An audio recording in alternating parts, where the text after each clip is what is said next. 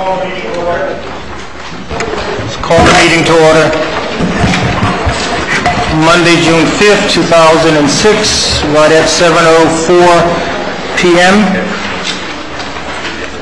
This evening we have the pleasure of Reverend Miller from the St. Paul Missionary Baptist Church to provide the invocation, followed by Councilwoman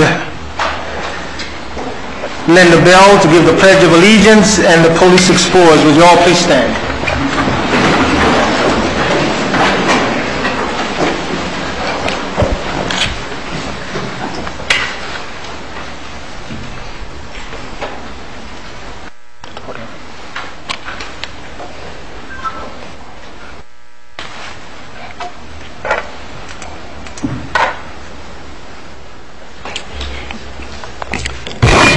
Let us pray. Most gracious and merciful Father, we come before you once again to thank you for your many wonderful blessings. We pray your blessings on this council meeting, that it be prosperous and that it be well in your sight. We pray that you give these leaders, the mayor and all those that are in office, wisdom, Lord, from above, that they may be wise in making their choices and what they need to do for the city. We also pray that there be unity among all those that are in Homestead, that this meeting will go well in your sight, Father. We'll always praise you and give you all the glory. In Jesus' name we do pray. Amen. Amen.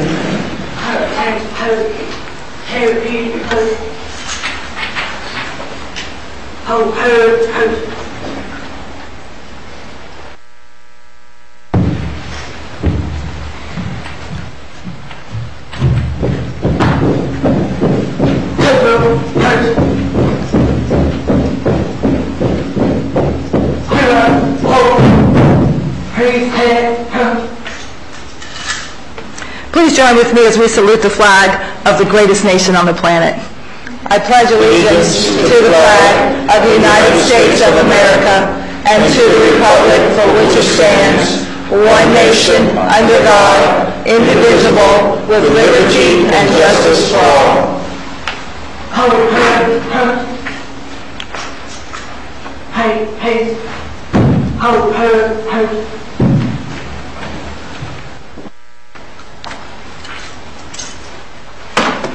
You may be seated.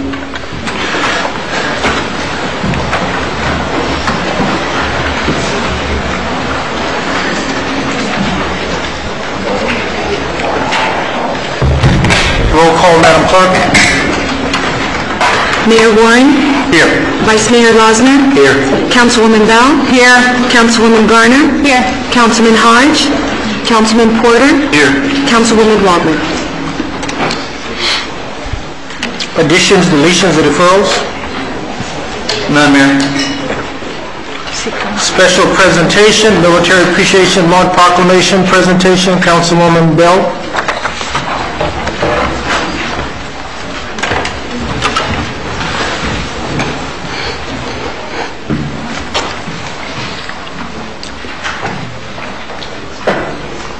I don't see a representation from the Homestead Air Force Base. Is Colonel Falcon or Tom Davis here?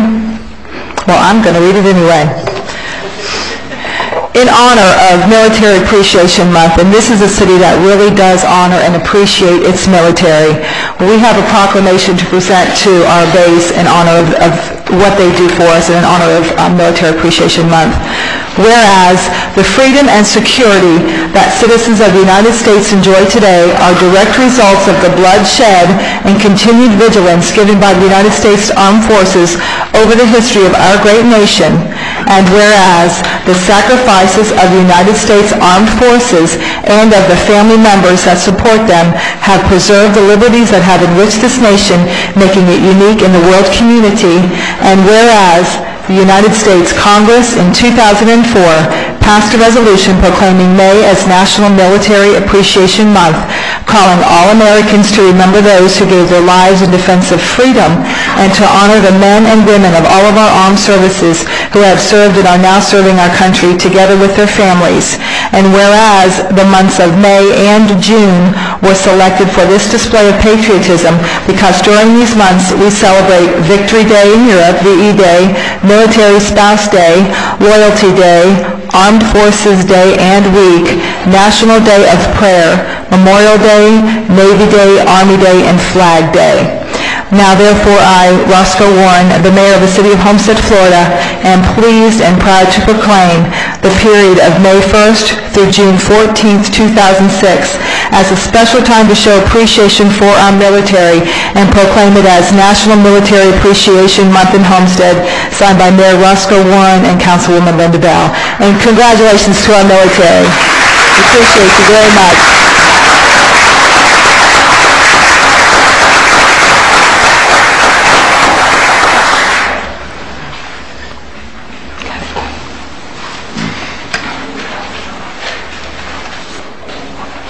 If we have members of the Military Affairs Committee, would you all just stand and be recognized?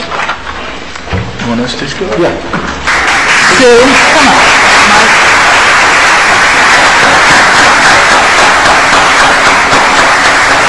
Sue, why don't you come and accept it on behalf of the Military Affairs Committee, and then we can present it to them next month at the Military Affairs Committee luncheon and meeting.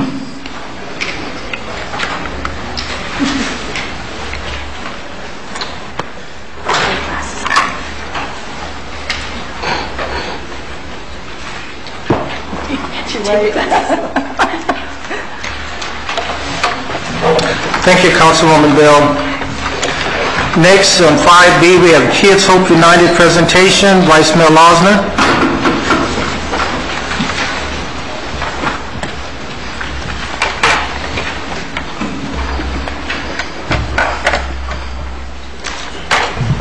Thank you, Mayor. Before I begin to read the proclamation in the absence of Ms. Waldman tonight, I'd ask Mary Diaz, the Senior Program Specialist, and Susan Hemley, both with the Kids Hope United program, to join me at the podium. It's my pleasure to present this tonight. I was involved several weeks ago in a kickoff of a program that Kids Hope United had here in Homestead with a reception at First National Bank, sponsored by the bank and also by the Women's Club of Homestead, to raise awareness of their program and their good works here in Homestead. I know that the mayor attended and Councilwoman Garner was also there. And more recently, they had a ribbon cutting ceremony, I believe last week, with a new facility in Southgate, and I know that Councilwoman Bell was able to attend that event. So whereas Kids Hope United is a child welfare agency with a history of over 100 years serving children and families, founded as a Chicago Baptist orphanage in 1895, Kids Hope United has evolved into a multifunctional, faith-based social service agency offering a broad continuum of services.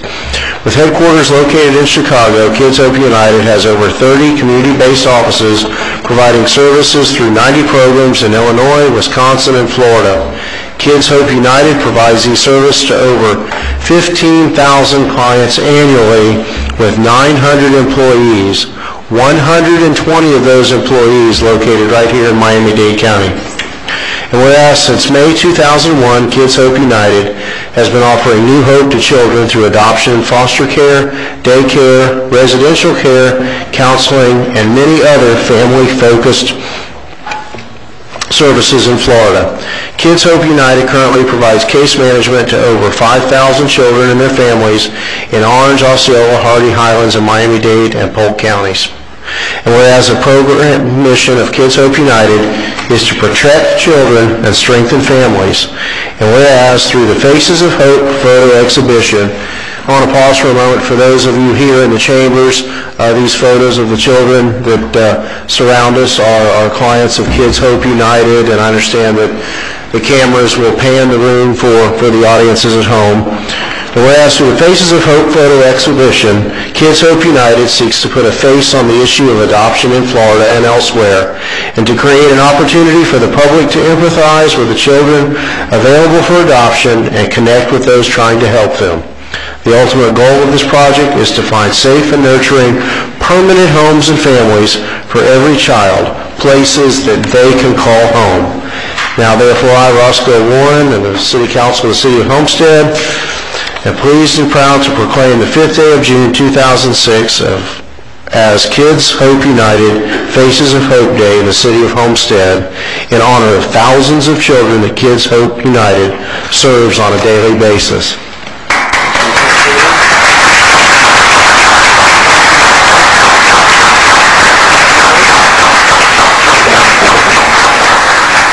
Good evening, and thank you to the City of Homestead and to the Council for having us here. My name is Mary Diaz. I'm the Senior Program Specialist with Kids Hope United. I specialize in adoptions. The proclamation actually gave us a little bit of brief history that I was hoping to go over, but I'd actually then like to take the opportunity to first apologize for Marlon Livingston, the Executive Director of Florida Region, wholeheartedly wanted to be in attendance. Unfortunately, he had a family emergency and could not attend. So he also extends the gratitude to the City of Homestead and the Council for opening up their homes, their hearts, and your arms, and allowing us an opportunity to continue to serve these children. Our greatest mission is to try to help them in any way which we can. If we cannot reunify them with the family of birth, we want to try to help them achieve permanency through adoption. Currently, through this fiscal year, which commenced in June of last year, July 1st actually of last year, we have helped 102 children achieve permanency through adoption. Our goal continues to grow each year. We can only continue to do that with the help of a community such as Homestead and your gracious contributions. I want to emphasize also we are an agency that has been in existence for over 1 century. We are currently a federation of agencies. As the proclamation says, that we serve over 4 states. We commenced here in Dade County in October of 2004, although we were already here in the state of Florida. Since that time, we've continued to grow and hope to make an impact in this community and hope to continue this relationship with the City of Homestead. I'd like to take this time also, I know the camera is panning on some of these children. These are children that are available for adoption. There are a lot more like these. And I'd like to really take this opportunity for everyone to please, both present and at home, to search your soul, search your heart in your homes, and see if there's any way. Maybe you can't adopt a child, but maybe you can provide, a foster home, or maybe you can be a mentor to some of these children. I know that some of the council members have come to know a little bit about our agency. If you are interested in any of this or would like to know a little bit more, I'd like to please request that you contact Kids Hope United. I'd like to now thank the mayor for his cooperation and his participation. I know Councilman Hodge is not present, but I'd also like to extend my appreciation. I know he attended the foster parents dinner on May 5th. And I'd also like to request at this time if Vice Mayor Linda Bell could come to the podium. I'd like to present her with a pin. She just recently joined the Back to School Health Fair campaign, which is going to help us raise, we're hoping to raise over 600 backpacks for back to school. Here you go. Thank you very much for your participation. Pleasure. Nice to meet you. Councilwoman Bell. Oh, sorry. That's okay, Councilwoman Bell. Thank you. Thank you very much. Again, thank you very much to this council and to the City of Homestead, and thank you very much for the proclamation on behalf of Kids Hope United. Before you go, if you might, I heard the numbers at your reception a few weeks ago. The numbers of children in the greater Homestead area that you serve is just staggering. Can you give us that number? It's actually a little bit over 20% of our population that we are currently serving right now comes from the Homestead area. That should give you an indication of how much we really need the City of Homestead to kind of open up their hearts and their homes and help us in any which way they can. Vice Mayor, if I may, I would like to, I wanted to break into the Education Committee, but I have a few members. I know I have one member of my Education Committee sitting in here right now. I would like the City of Homestead and the City of Homestead's Education Committee to adopt the project for the backpack project for Kids Hope United. And also, I have spoken already with Lori Losner about the Homestead Women's Club partnering with the City of Homestead and doing the backpack project for the kids. And I think you said 700? Well, we said 600, but we'll take more than that. We need the financing for 600 backpacks, and I was told approximately $30 per backpack. Is that correct? Correct. Yes. So we've got a big endeavor before us, and I would like, this is the kind of a project that we can really wrap our arms around and kind of sink our teeth into, if you will. There's so many good causes here, but when I look at these faces, and I want to see, I just watched a whole thing on Friday night TV about the Faces of Hope going on in different states where they're taking photographers, all types of famous photographers, and taking pictures of these kids to promote the adoption of these children. And I know they said that every single year a child is not adopted is just getting them further and further away from permanency, from a home. And you know, I was thinking, every year the city of Homestead also has a golf tournament that it sponsors every single year. And I know last year it went to Little Angels, and I think it originally went to the Baptist Health Systems. I would like to talk to staff and possibly get the Tee Off for Tots to go for Kids Hope United next year, and then maybe the following year, whatever project council, or whatever project next council would like. But I would really like to see it go, the Tee Off for Tots, go to the tots right there on those pictures, those faces. So I'll talk to staff about that. And we really appreciate the work that you're doing, and I just want to say thank you to you. No, thank you to you and the City of Homestead once again. Thank you. Cool. Yeah, yours.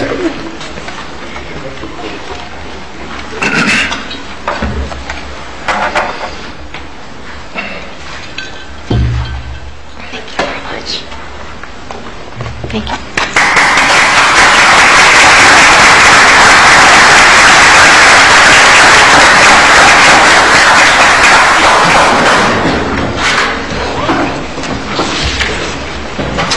Thank you, Mr. Vice Mayor. Thank you. 5C is the presentation by our legislative lobbyist, Mr. Bob Levy. Bob, thank you very much for coming out this evening.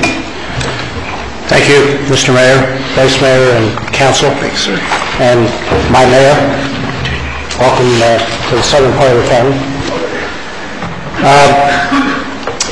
I'm going to begin, Mr. Mayor. You're getting a copy of a report that we put together that addresses in depth a lot of the issues I'm going to touch on.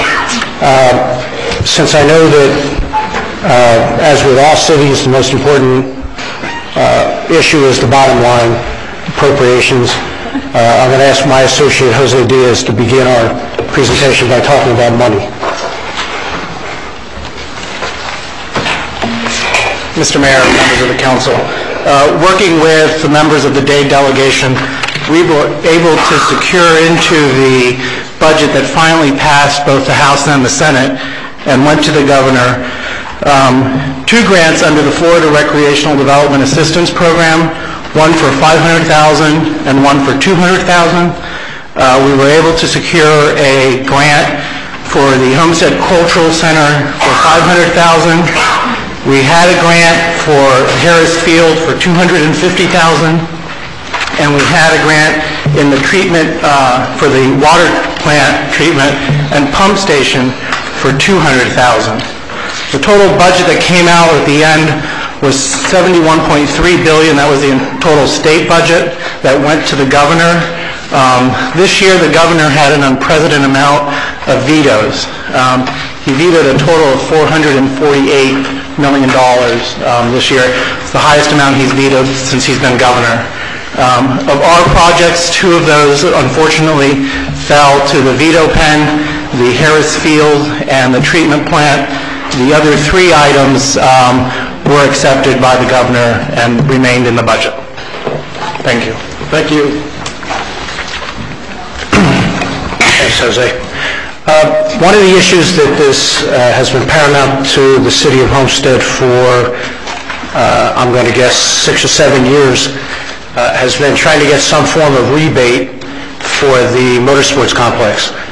I'm very happy to tell you, a little hesitantly because it hasn't gone to the governor yet, and there are already rumors swirling of a veto, not because of us, but we were able, through the really tremendous efforts of Senator Alex Diaz de la Portilla at the very last minute in the spring training bill, which I know you've read about, but no one's mentioned that we're also in it because they don't even know that we're in it still.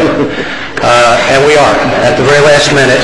I can tell you that both Manager Kurt Ivey and Councilman Jeff Porter spent countless hours working on this issue, appearing before a number of committees, and we finally got to the point where I'm sure they'll share with you, maybe at a future committee of the whole, when they met Representative Dr. No, the chairman of Finance and Tax, who would not release our bill.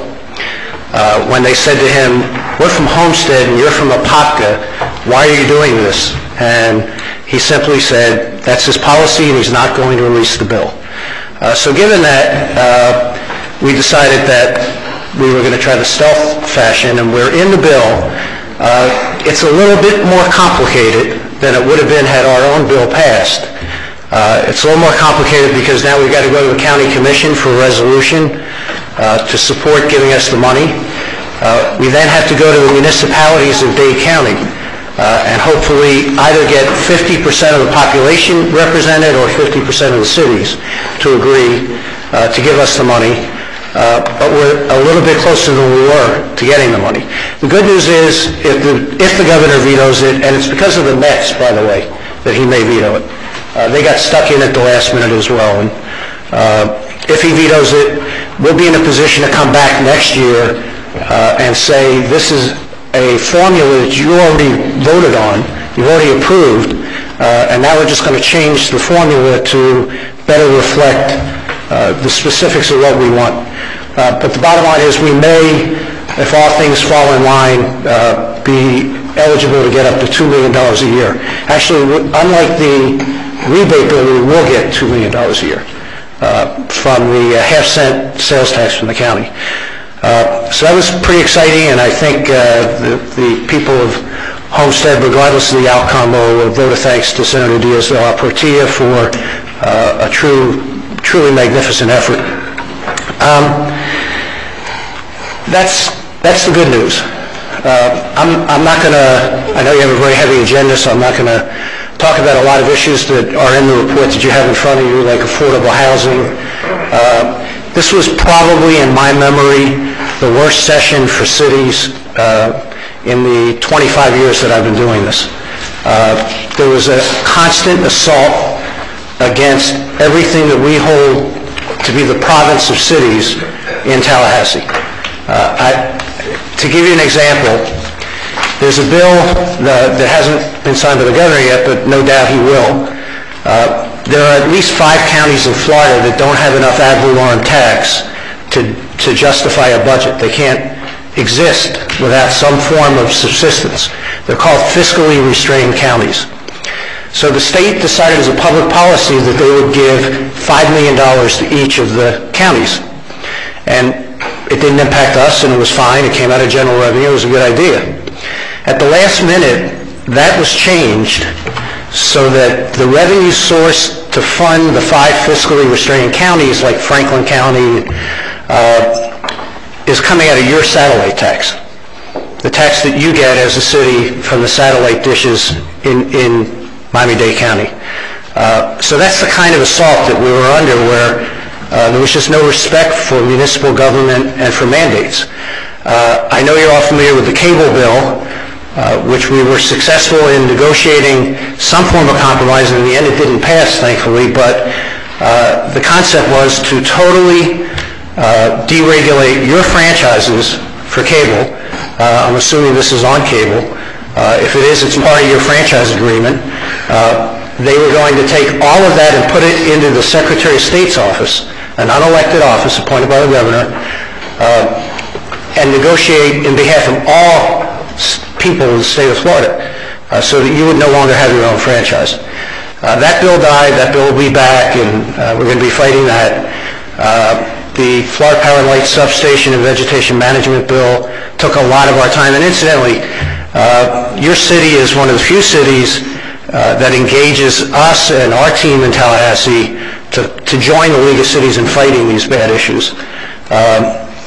We're happy to do that in behalf of the city, but this is one of the few cities that actually lends the services of their lobbyists to help fight these issues. I can tell you that Richard's law firm was very involved in both the cable issue and the vegetation management issue, but just to give you an idea how bad that bill was when it was filed, Florida Power and Light would have been able to come in and remove any vegetation anywhere, anytime under the guise of access to power lines. They could site a substation in a residential neighborhood without zoning. It was a terrible bill as it was filed, and I think we negotiated a reasonable compromise. Only time will tell, but basically what the bill does is if you meet certain timelines, then the bill does nothing as a city. I think if you comply with a vegetation management plan and other things, then the bill does nothing. This was a very, very good year for affordable housing, $596 million in affordable housing money. But most importantly, for the first time, and I'm sorry that it's a little portion of it, about 10%, but there's a beginning recognition at a state level that policemen, firemen, teachers, nurses, assistant state attorneys can't afford to live where they work. So $50 million is going into a pool to provide low-cost loans for people to buy homes where they work and so that they can live where they work. I think it's a great step in the right direction. Did it include politicians? There's not a lot of sympathy for that, Mayor. I'm sorry. The biggest issue and the last issue of the session, which is going to resonate all the way through the November elections, and I know that you all hear it probably daily, is insurance. The state as a policy took $715 million, and thank God we had enough money to do these things this year, almost $1 billion, and put it directly into the citizens' pool to try to reduce the assessment. Since we all pay, whether you're in the citizens' pool or not, we all pay for that assessment. And there was a $1.7 billion deficit in Citizens. And Citizens, by statute, has to be actuarially sound, so they would have had to assess everyone probably 60-70% on top of their current rates. It's not going to get any prettier. And I can tell you, it was interesting because they repealed the 2007 telephone tax increase. You may remember in 2003, very heated political issue, the largest phone rate increase in the history of the state was passed, and it was virtually an automatic 20% every year. They repealed the 2007 increase because they couldn't justify it. There was just no justification for it. But when I went back to look at the 2003 justification for the rate increase itself, the same argument that was used for Citizens was used for the telephone rate. We're going to ask you to pay more now so that in the future you'll pay less, because it's going to make it more affordable, more competitive. And since that telephone rate increase, the only thing that's happened is Sprint merged. So not only is it less affordable, but there's less competition than there was in 2003. I hope the same thing doesn't happen with insurance, especially since we just began the hurricane season. But that is the issue, and that's, I have to say that sometimes I guess there are issues that there may not be a solution for, and without some federal assistance, I just don't know what the solution is to that issue. And I know you hear from a lot of constituents about it. Eminent domain, I think we went a little bit too far on eminent domain in response to the Kelo decision. Unfortunately, because the city has one of the most active CRAs, probably, certainly in Dade County, if not the state, one of the provisions of the ballot issue that the people are going to be asked to vote on in November is that CRAs can't use eminent domain, and most importantly, they can't use it for nuisance abatement. So I think it's something we all need to be looking at, because I always thought we had a very good eminent domain law in Florida, as it sits today, pre-Kelo and post-Kelo. So I think it's something we have to look very carefully at. Another issue that's of significant impact to the city, portability and homestead exemption. Portability, there were 24 bills as we went into session. Portability being on the lower end, where young couples can't afford to move because of Save Our Homes and the tax that they'll have to pay when they move into a new home, and empty nesters at the top end who can't downsize because the taxes are so big when they move. 24 bills were filed, going as far as expanding Save Our Homes to business property. At the end, I think reason took light, and they decided that they wouldn't do anything, and they would study it for a year. The only thing that was done in terms of property taxes is on the November ballot, there'll be a proposal to double homestead exemption to $50,000 for low-income senior citizens. Very tough issue. There was a time when the Speaker was advocating to double all homestead exemption. So I think we came away with less harm than we could have had all of those issues gone forward. Article 5, nothing happened, but within the Article 5 bill that was filed, which didn't pass, there was a reduction in municipal revenue sharing from 50 to 42%. So we actually would have lost money had that bill passed. At the request of the manager and the council, we actually had a bill dealing with the open container issue and trying to get under Article 5, that's a municipal prosecution, and you pay upwards to a minimum of $150 every time you prosecute an open container. I don't think I've ever seen an issue that brought more people out in opposition. We had great sponsors. We had David Simmons, who was the chairman of Judiciary in the House, and we had Rod Smith in the Senate, who chaired Article 5, as you'll remember. At the end of the day, they didn't want to go down the slippery slope of picking parts of Article 5 apart and saying, we'll pay for that prosecution, thinking next is going to be zoning and other issues related to municipal government. I don't think that we'll revisit that. I just have never seen more opponents to an issue. When Jose and I walked into the room, there were 20 people on their side and Jose and I on our side. The other issue that we advanced for the city specifically was blasting. Again, and you never know in Tallahassee until you throw these issues out there how many people are on the other side. But the blasting issue, which seemed pretty simple to us, all we were asking for was to have the blaster notify the city. As you'll remember, the permit now is under the state fire marshal. It's no longer locally issued. And with that, there's no requirement for notification. And we thought if you notify for zoning changes, you certainly should notify before you start blasting next door to somebody's home. And you as elected officials need to know when there's blasting going on in your community so that when you get the phone call asking you why somebody's house is shaking, you know why. What we were able to do through the manager was negotiate locally with the blasters so that we made our own deal locally through their efforts, which made the state happy, and they all went away, and the issue went away, we hope, for now. We had what seemed like a very simple bill to exempt email lists that are compiled by government for purposes of disseminating public record. So if you wanted to disseminate the newsletter for the city by electronic means, you could compile the emails of everybody in the city, and that email list itself would not be public record.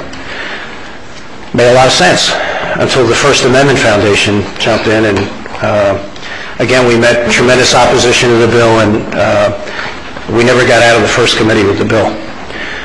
The other issue, which is a perennial issue for this city, is the Sebring issue, where this city wrongfully, in my mind, and I'm sure in your minds, pays upwards to $800,000 a year in ad valorem tax to Dade County for the racetrack. And yet, if the county owned it, it would be exempt. County, state, federal property is exempt. Again, I'd like to thank Richard's law firm. They did a tremendous job on, and you know, it's a 60-day session, and when stuff starts coming, it comes very quickly. And Mitch Bierman and all of the folks in his office just overnight would create language, and 2 days later, Kurt and Jeff would be on a plane, and we actually got that bill a little further this year than it's been in the past. We actually passed several committees with the bill, but the opposition, the quiet opposition from the counties, is just too large. And no one has yet gotten a handle on exactly how many other municipalities are impacted by it. We only know that we're impacted very significantly in this city. There's a very bad billboard bill that passed that's on its way to the governor that basically says you have to create a view of a billboard. Municipalities have to create a view of a billboard up to 500 feet on the highways. If the speed limit is 35 or under, you only need 350 feet. It's obviously was done at the behest of the Outdoor Advertising Association, a very strong power in Tallahassee, and that bill is on its way to the governor. Maybe he'll see the light of day. There was another terrible proposal. I know you all will find this hard to believe, but there are people in Tallahassee that actually think the cities today have too much money. Property taxes are rising, or property values are rising, and therefore the taxes are coming in. So there was a major effort, and it wasn't just a fleeting moment. It was a lot of debate on this issue. The legislature wanted to take control over your ad valorem taxes. And they, obviously, because it's constitutional, they'd have to go to the ballot to do this. And the proposal was that the legislature would be able to cap the percentage that you could get of property taxes, and the rest would accrue to the state. They also want to be able to cap your spending, so that you can only spend a certain amount of money, percent of your revenue. Both of those bills died. They were joint resolutions, but they had 2 or 3 hearings. And the bad thing is, bad ideas never go away, and they'll be back next year, I'm sure. So, claims bills, the city had none. But again, in what I think is one of the sadder things that happened in the session, no claims bills passed, no claims bills moved, even those that have been agreed to by cities. Mayor Kasdan knows there was a bill from the city of Miami Beach where you all will remember that a lifeguard ran over a young woman on the beach. That bill was agreed to 4 years ago, and it still hasn't passed the legislature. There's a mindset that they just won't pass any claims bills, and it's very sad because these are people that have been aggrieved and won their court battle, and now they can't win their battles in Tallahassee. Another example of our inability to help cities in general because of the climate. There's a bill, a little sleeper bill, dealing with notary publics. I'm sure the city has some notary publics. Law firms are exempt. However, we tried to get cities exempt because there's a requirement that you now have to keep a journal. It was advanced by the National Notary Association, which, guess what, sells the journals.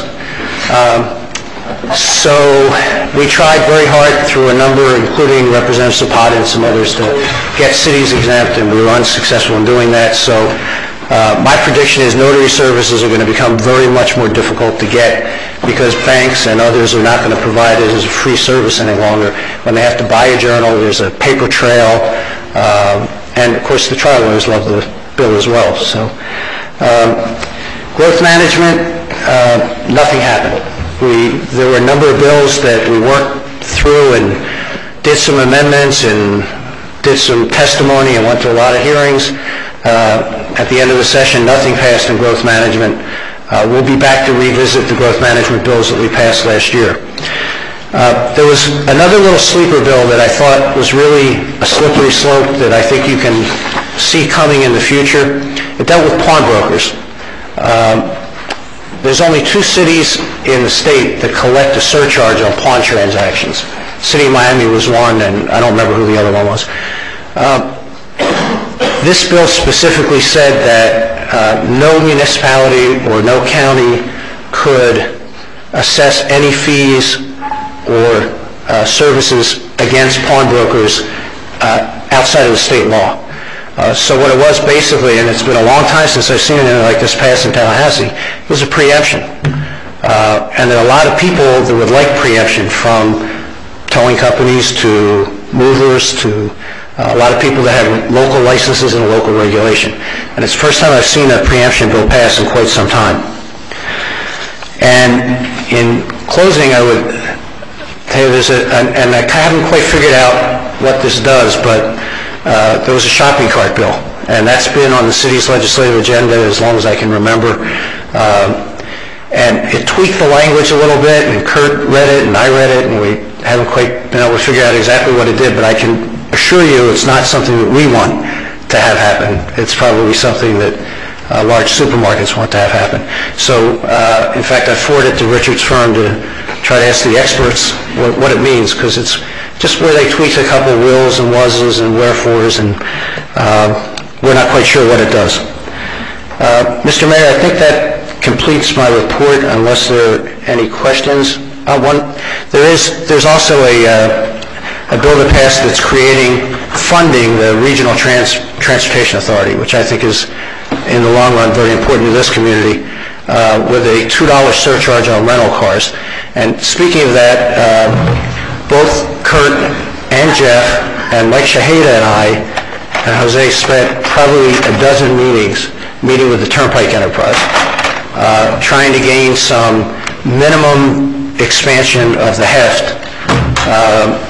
As you know, they're redoing the toll gate right now, or it's on the plan, but it's very clear that we were unable to get them past automobile counts as opposed to evacuation and emergency management, and the problems that we have, and the traffic, and the fact that their 5, 10, 20-year plan doesn't account for the growth that's taking place in the city of Homestead. We came very close thanks to Representative Ken Sorensen. We had the Speaker Designate, the Chairman of Transportation, the Chairman of Transportation Appropriations, all in the office. They came down here and met. The bottom line was they wanted to get an increase in their bonding ability to $6 billion. And all we wanted was $12 million a year for 5 years. They didn't want anyone dictating to them how they had to spend their money. They wanted the independence, and at the end we figured even if we got it in, it would get vetoed because it's an agency of the governor and he would adhere to their wishes. Mr. Mayor, I think that is my report, and let me just, I know I've said it a couple of times, but I have to tell you that it was just invaluable to have Marlene and Kurt, council reporter, and the Weiss Serrano Law Firm as our backup team on seemingly an overnight basis constantly during the session. Well, thank you, Bob, very much, and I think I could speak on behalf of the council that we are incredibly pleased with the work that you and your team do for the people of City Homestead each and every year in Tallahassee.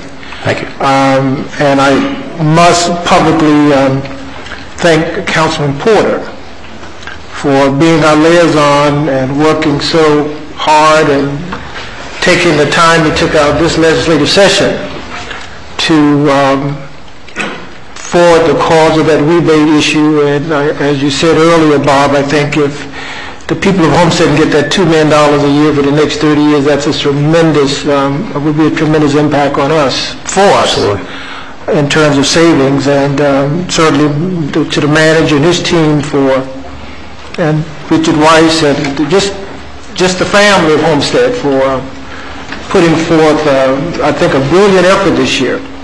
The name of Homestead, when we walk the halls, as Mr. Porter shared with us, people now recognize Homestead, support us, and since you came aboard, Bob, I think we have brought hundreds of thousands of dollars to the people of Homestead, which we didn't do. We didn't have a lobbyist in Tallahassee, nor a lobbyist in Washington. I think it was two of the best decisions the City Council made in many, many years. So I want to thank you, Bob. Outstanding job again. Thank you. Thank you.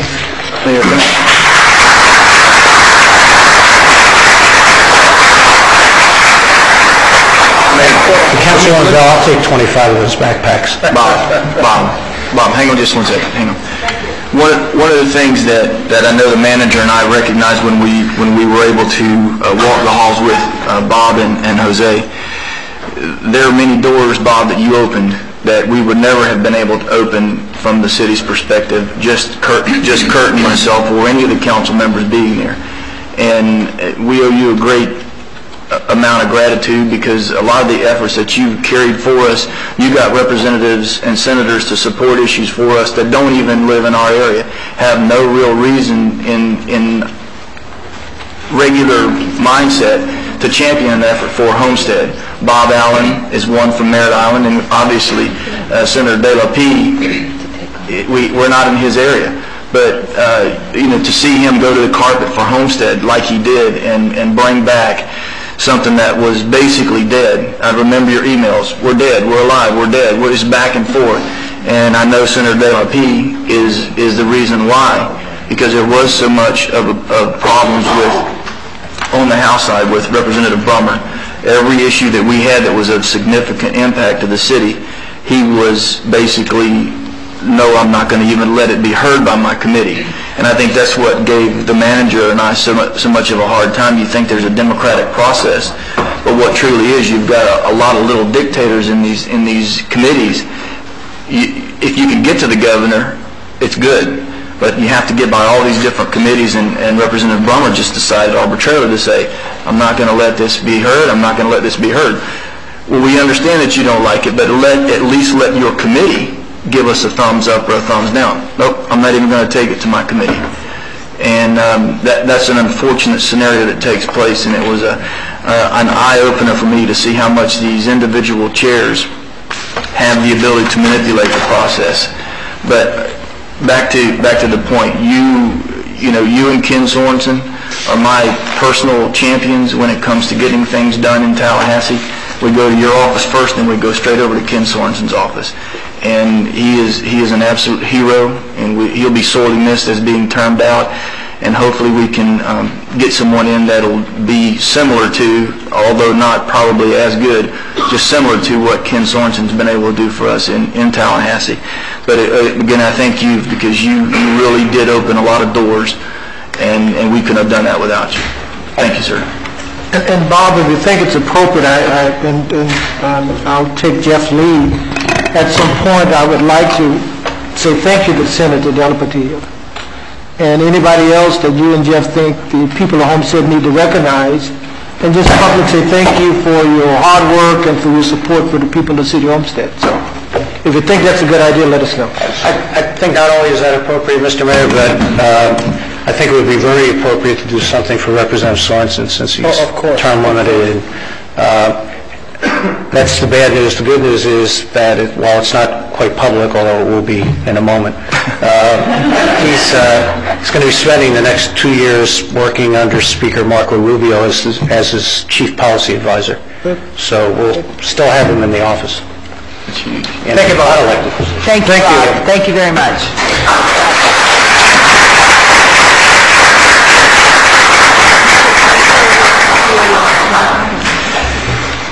All righty, we have 5D is the Silver Knight Awards plaque presentation. Rosemary Fuller and Mayor Warren. Ms. Fuller?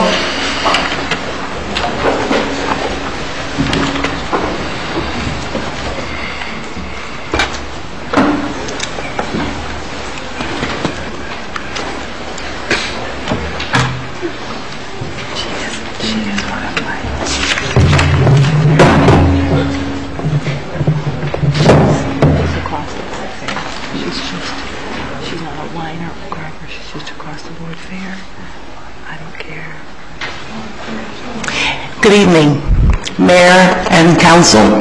It gives me a great deal of pleasure to stand here tonight to recognize some just outstanding students from Homestead High School.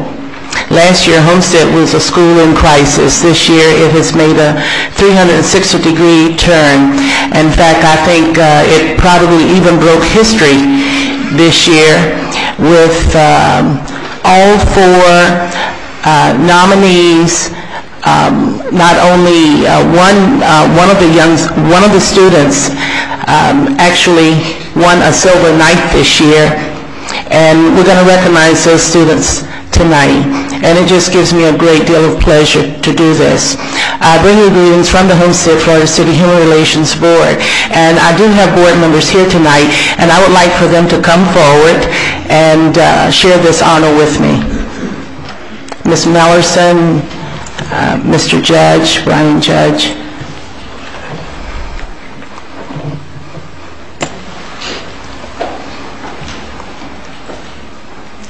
Also, we have one of the principals here tonight. Dr. Henry Crawford is not here, but Mrs. Soto is here. Ms. Soto, would you please stand, and we can recognize you.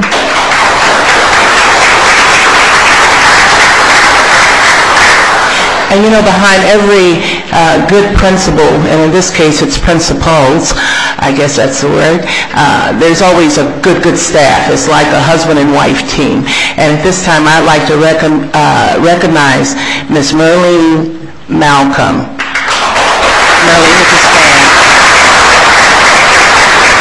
Ms. Malcolm is the CAP advisor, and she's also the point person for the Silver Knight recipients tonight. Also, I'd like to recognize the parents that might be here or relatives. If you're here, would you please stand so we can recognize you? Okay. And I know Mrs. Moore is out there. Mrs. Moore is probably here representing a lot of parents. Okay, Ms. Moore, would you please stand? Thank you.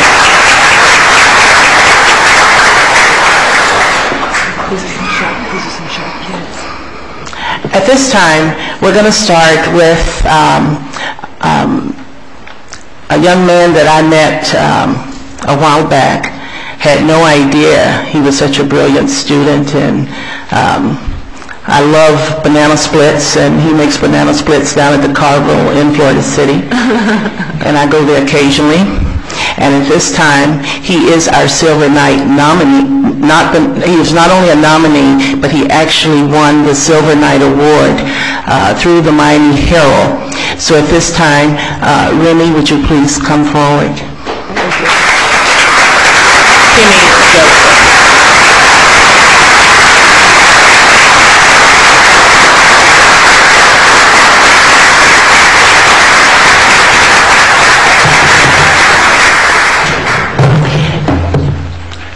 Kimmy received the Silver Knight Award in New Media.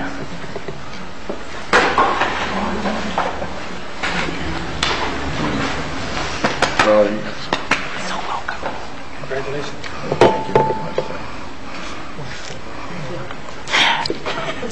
Kimmy he received a full scholarship to the University of Miami.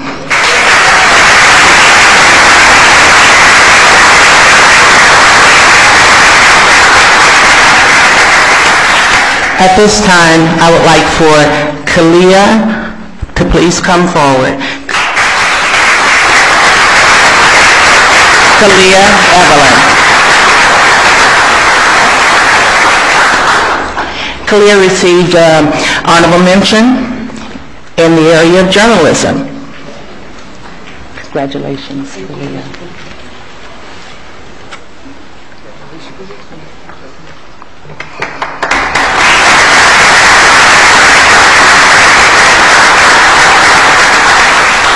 Next is Jessica Riley.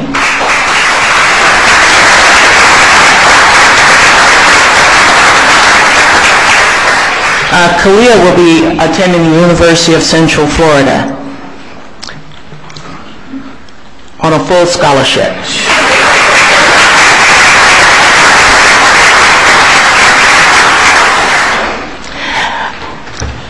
Jessica Riley, honorable mention in speech, will attend the University of North Florida on scholarship.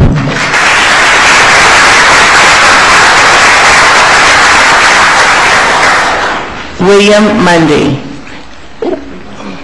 I don't think William was able to attend tonight. He's at orientation at Florida Memorial Scholarship, and William received a full scholarship to Florida Memorial University, and that's thanks to Mayor Roscoe Warren.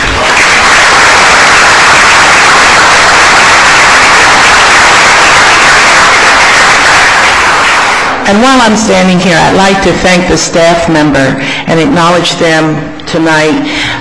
Marlene, Ms. Volker, would you please stand? Just want to thank you. Marlene is the staff person that assists us with pulling everything together the third Thursday of every month. And of course, I would just like to thank Patty Sullivan for pulling this all together for us also as far as the awards and making sure we stay on target. Thank you just for this. Thank you very much. And at this time, I'd like to give the mic to the mayor. Thank you, Ms. Fuller, and I'd just like to thank you for your leadership and with the work that you and Pat Mellison and the whole team does for the people of the city of Homestead. But more importantly, the Homestead Senior High School in our jurisdiction have had tremendous challenges in the last several years, but I think we have the right team in place to turn it around. But we wanted to share with the community the brilliancy of the young folks that attend Homestead Senior High School, and they're standing before us, very talented young people, talented teachers, the leadership is first class, and we should all be very proud and continue to support the schools in the city of Homestead. So I want to thank all of the parents and the associations and certainly what the Education Committee is doing and everyone is doing to help change attitudes and really providing academic excellence in all of our schools in Homestead. So thank you all so very much, and congratulations to the young folks.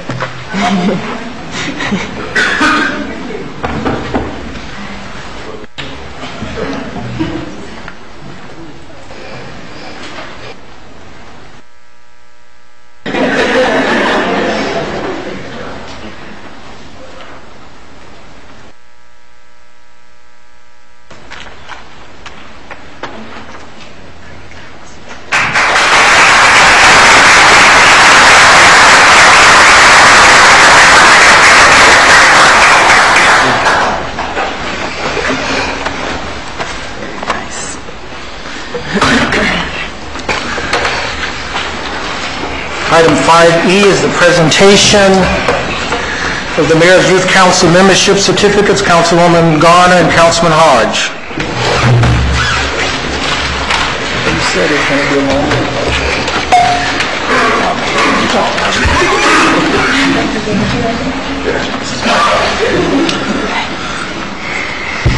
This would be the blonde. Good evening. Thank you, Mayor. I'm pleased to introduce 6 new members of our Mayor's Youth Council. We have Joseph Peretta. Joseph is entering 9th grade at South Dade High School this fall. He's on the academic squad, Miami Fencing Club, Choral Society, and also plays golf. And he would like to serve on the Mayor's Youth Council because it will give him a voice for the youth to be heard. Joseph? I'm not going to South Dade. Oh, you're not? Where are you going? I'm going to Columbus. Columbus? Okay, he'll be going to Columbus.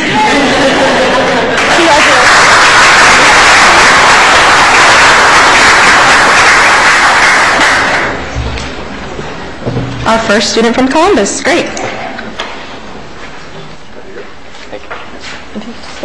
Group picture. Next we have Kevin Rennick. Kevin attends South Dade High School and will be in 10th grade in September. He's on the mock trial team and I've heard he's very good. He also works in a law office and he would like to serve on the Mayor's Youth Council to help the community by getting hands-on experience in the areas this program offers and prepare for his future.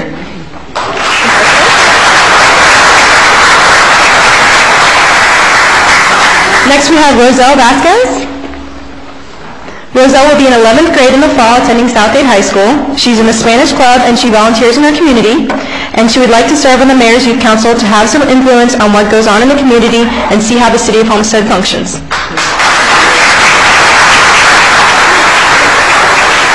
Next we have Emmanuel Carranza. Is Emmanuel here? Emmanuel will be in 12th grade at Robert Morgan in the fall, and although we'll only have him for a year, we're glad to have him with us. He's a member of the Future Business Leaders of America, and he'd like to help out our community.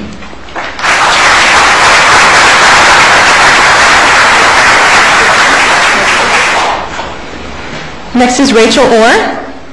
Is Rachel here today? She'll be in 10th grade in September and attends Robert Morgan. She's in the Book Club and Thespians Club, and she would like to serve on the Mayor's Youth Council to help better her community, and she thinks the Mayor's Youth Council is a fun and productive way to help Homestead and society while learning leadership skills. You're all about that. We also have Francesca Melendez. I don't think she's here with us tonight, but she's going to be a 12th grader at Homestead Senior High, and she's in several organizations and sports, and we'll bring her to another council meeting so you can meet her. But they'll be officially appointed tonight, and we're just happy to have them with us.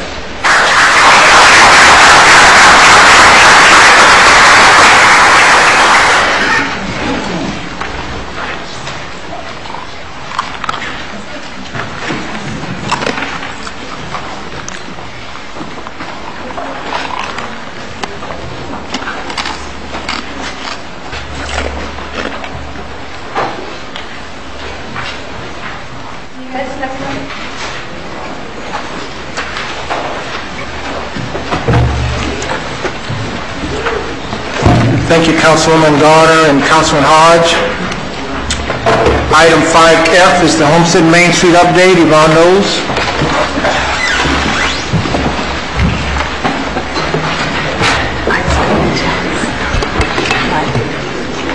Good evening, Mayor Warren, council members, and ladies and gentlemen.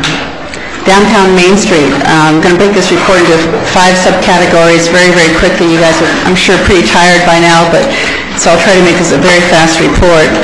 The downtown Main Street, Chrome Avenue has had consistently a drainage problem, and Main Street has been concerned about this. We had a meeting which was arranged by CRA's Dan Wick, between Public Works and Services, Julio Barea and Robert Landon, and myself, to discuss the upcoming projects that will work to alleviate some of the problem. These projects include a Great GRATE changes on Chrome Avenue, a DOT project redesigning Chrome Avenue sewer lines that will begin in 2007, and a Losner Park project that will connect a French drain system to existing street piping on Chrome Avenue under the CRA auspices. Available rental space in downtown Homestead. If some of you may know this already, Main Street Cafe has announced their decision effective June 17th to close their doors. This is a terrible blow to the downtown business community. This is the only bright spot the only bright spot in this whole devastating news that there are negotiations with potential buyers, and hopefully this will result in a new operation in place fairly quickly. There are also potential investors interested in the old McCrory building, which is right next to Losner Park. So we're very, very sad to lose Main Street Cafe. Those of you who do go down there and enjoy their folk music nights and their open concerts, it's been a great mainstay of the downtown district, and we're hoping that the new owners will keep that alive and active. For the people who are watching us on television, I'd like to let you know that there are 2 available properties in downtown. 107 North Chrome Avenue is available with a gross leasable area of 6,000 square feet, and 137 North Chrome Avenue is available with a gross leasable area of 6,693 square feet. If you'd like to have more information on these properties, please contact us at Main Street. You can contact me on the website or on calling the Main Street offices directly. Crime Watch. License tags are being stolen from our cars in the alley between Chrome and Washington, as well as unfortunately a sizable theft occurred in the offices of Homestead Main Street. Numerous thefts of the donation jar at the Town Hall Museum has also necessitated our Weimaraner, Officer Alma, to get back on duty. Those of you who work up at the City Hall, the Chamber of Commerce, had heard the dog barking downstairs. Well, the one day Officer Alma was not on duty, we got hit, so she's back on duty now. We have made a request to CRA for a security camera to photograph the interior of the museum. 3 ladies in there can't take on the criminal elements, so we're hoping to have a little backup. Road closures. Chrome Avenue from Southwest 1st to Flagler Streets will be open effective Tuesday, June 6th. That's tomorrow. So the events that you've been enjoying down there on Chrome Avenue in front of Sticks and Stein will be moving either into their property or back to Losner Park, because the Chrome Avenue will be open tomorrow. our events for Main Street. Because of the weather and the heat, we're going inside for the next 3 months, and we kick off the summer lecture series in Town Hall Museum on June 15th, Thursday evening, starting at 6:30 p.m. with a presentation called Men of Iron, Boats of Wood. And it's it's a meet the author, book signing, and an interesting discussion about the early commercial fishing trade of Homestead to Flamingo. July will be a romantic reminiscence of the connection between Homestead Air Reserve Base and Pan American Airlines, so please stay tuned for that. And thank you very much for this opportunity to speak about Main Street. Thank you, Ron.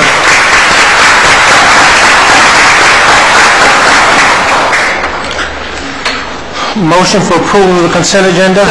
Moved by Councilwoman Bell and Vice Mayor Losner. Any questions? All in favor say aye. Aye. Opposed?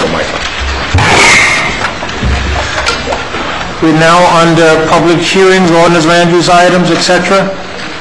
Please be advised that the following items on the agenda are quasi-judicial in nature. If you wish to comment upon any of these items, please indicate the item number you would like to address when the announcement regarding the quasi-judicial item is made. An opportunity for persons to speak on each item will be made available after the applicant and staff have made their presentations on each item. All testimony, including public testimony and evidence, will be made under oath or affirmation. Additionally, each person who gives testimony may be subject to cross-examination. If you do not wish either to be cross-examined or sworn, your testimony will be given its due weight. The general public will not be permitted to cross-examine witnesses, but the public may request the council to ask questions of staff or witnesses on their behalf. The full agenda packet on each item is hereby entered into the record. Persons representing organizations must present evidence of their authority to speak for the organization. Further details of the quasi-judicial procedures may be obtained from the clerk. In accordance with Section 2591, any lobbyist must register before addressing the council on any of the following items. At this time, council members must disclose any ex parte communications concerning any items on the agenda. Mr. Mayor, Mr. Porter. On item C, I've had taken a phone call from Mr. Marcus and Mr. Spencer, both referencing the fact that making sure that staff was proceeding in a timely manner with the item on DDR.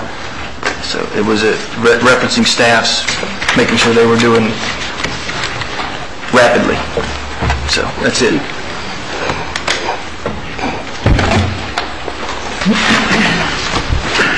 Mr. Mayor, the first item is a resolution of the City of Homestead, Florida, granting final plat approval for Barbados at Oasis, located within the Oasis PUD southeast of Homestead extension of the Florida Turnpike, north of 320th Street, east of Southwest 157th Avenue, and south of the C-103 Canal, as legally described as Exhibit A, a 30.2-acre site consisting of 140 single-family units, providing an effective date. Excuse me, actually. Let me go ahead and swear in those that are willing to testify. Thank you. Please stand and raise your right hand. I state your name. Hereby swear or affirm. Just to be clear, those that will be testifying today. I was wondering.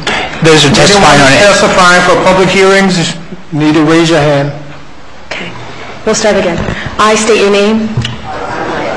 Hereby swear or affirm that the information I present shall be the truth and nothing but the truth.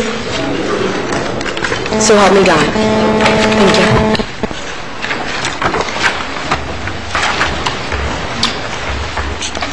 Been moved by Councilwoman Bell, second by the Vice Mayor. Any comments from council? Any initial comments from council? This is a public hearing. Any comments from the audience? Any comments from the audience on this public hearing? Any comments from the audience? If not, I'll close the public hearing. Any final comments from council? Roll call, Madam Clerk. Councilman Hodge? Yes. Vice Mayor Losner? Yes. Councilman Porter? Yes. Councilwoman Bell? Yes. Councilwoman Garner? Yes. Mayor Warren? Yes. Motion carries. B is a resolution of the City of Homestead, Florida, granting a preliminary plat approval for Villa Portofino East, located southeast of the Homestead extension of the Florida Turnpike, east of 152nd Avenue, and north of 312th Street. as legally described in Exhibit A, approximately 30.74 acre site consisting of 189 townhouse units and providing for an effective date. This is under tab 8. Is there a motion for approval? Motion, Mayor. Motion by Councilman Hart, second by Councilman Porter. Any comments from council? Any initial comments from council? If not, I'll open the public hearing. Any comments from the audience? Any comments from the audience?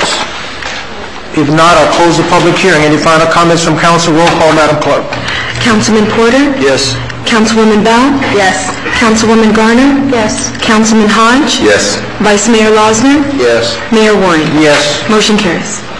C is a resolution of the City of Homestead, Florida, granting preliminary plat and site plan approval for Homestead Pavilion at Commercial Retail Center consisting of 399,600 square feet on approximately 36.97 acres of land located north of 312th Street, east of 157th Avenue, west of the Homestead extension of the Florida Turnpike, and south of the 308th Street as legally described in Exhibit A, providing for an effective date. This is under tab 9.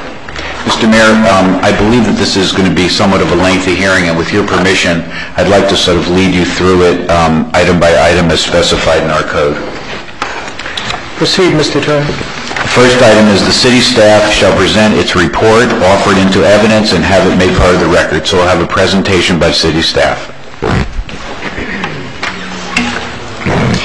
Good evening, Mayor, members of the council. My name is Martin Schneider. I'm with the Eiler Planning Group, which is the planning consultant for the City of Homestead. I'm just going to briefly touch on the council memo, which you received in your packets. As stated, the request is for a site plan and tentative plat approval for a retail center on 36.97 acres. The future land use designation of the site is light commercial use. The site is currently zoned retail commercial B2. The development will consist of a big box retail center totaling approximately 399,600 square feet with 1 acre store, 7 major retail stores, and 5 strip retail stores. The development also proposes to realign Northeast 28th Street, which is Kingman Road. Also will have 2 stormwater retention areas, 2 future development areas, and 2 surplus properties south of the subject site. The site plan application was reviewed at the January 12th, 2006 meeting of the Development Review Committee, and the T-Plat application was reviewed at the January 18th meeting of the Development Review Committee. The recommendation of staff is approval of the site plan application with staff conditions as listed in the proposed resolution, including the roadway improvements conditions required in the city's traffic consultant's report to meet transportation concurrency.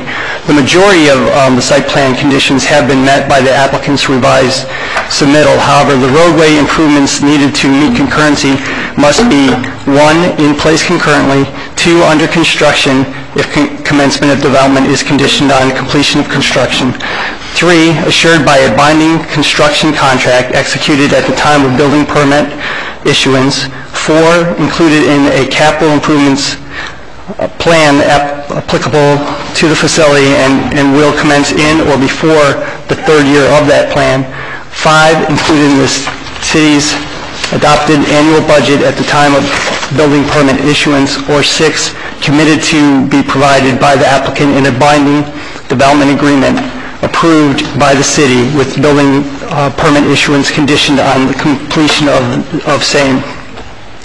In addition, the Public Works has provided the applicant with another condition, which was that the applicant is required to extend the 16-inch force main located on Campbell Drive and approximately Kingman Road west to the proposed lift station serving the development. So that's an additional condition.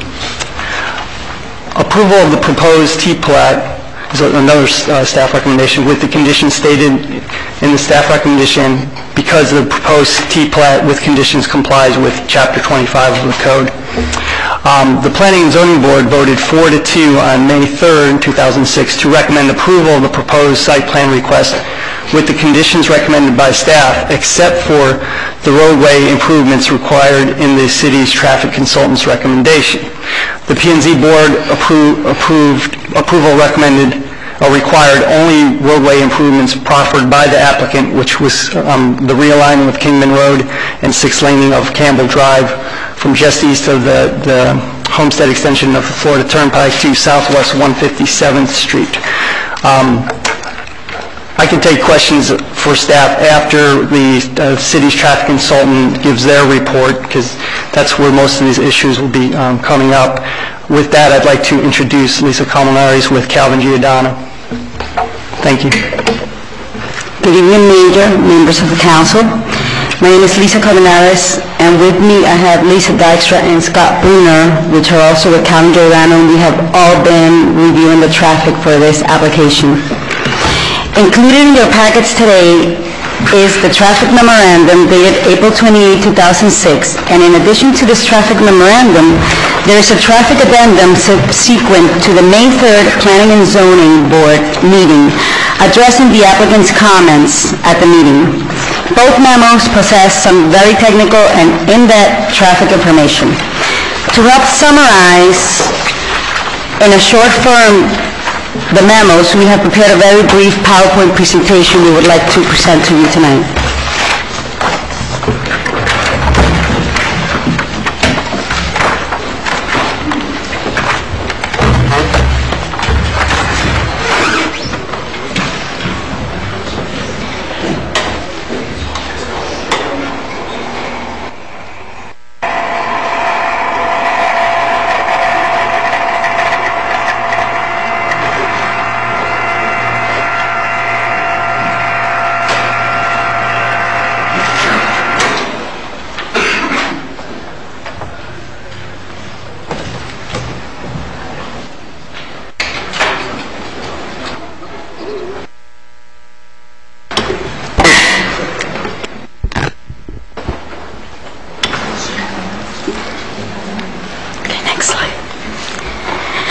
The Homestead Pavilion project is located on Campbell Drive, west of the Homestead extension of the Florida Turnpike and east of the Southwest 157th Avenue.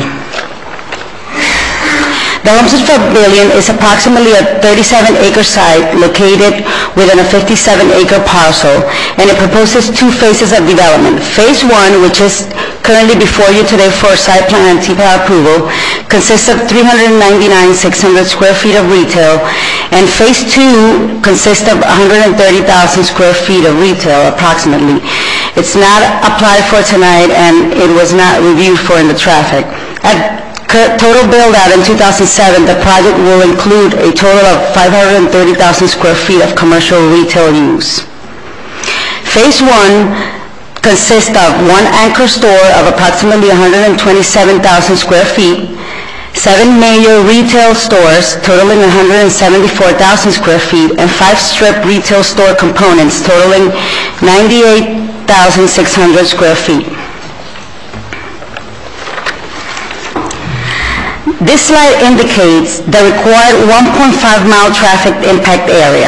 The reason to show you the 1.5-mile area is that all applicants are asked to analyze a 1.5-mile area and all roadway links within this area because there is an overall concept of concurrency.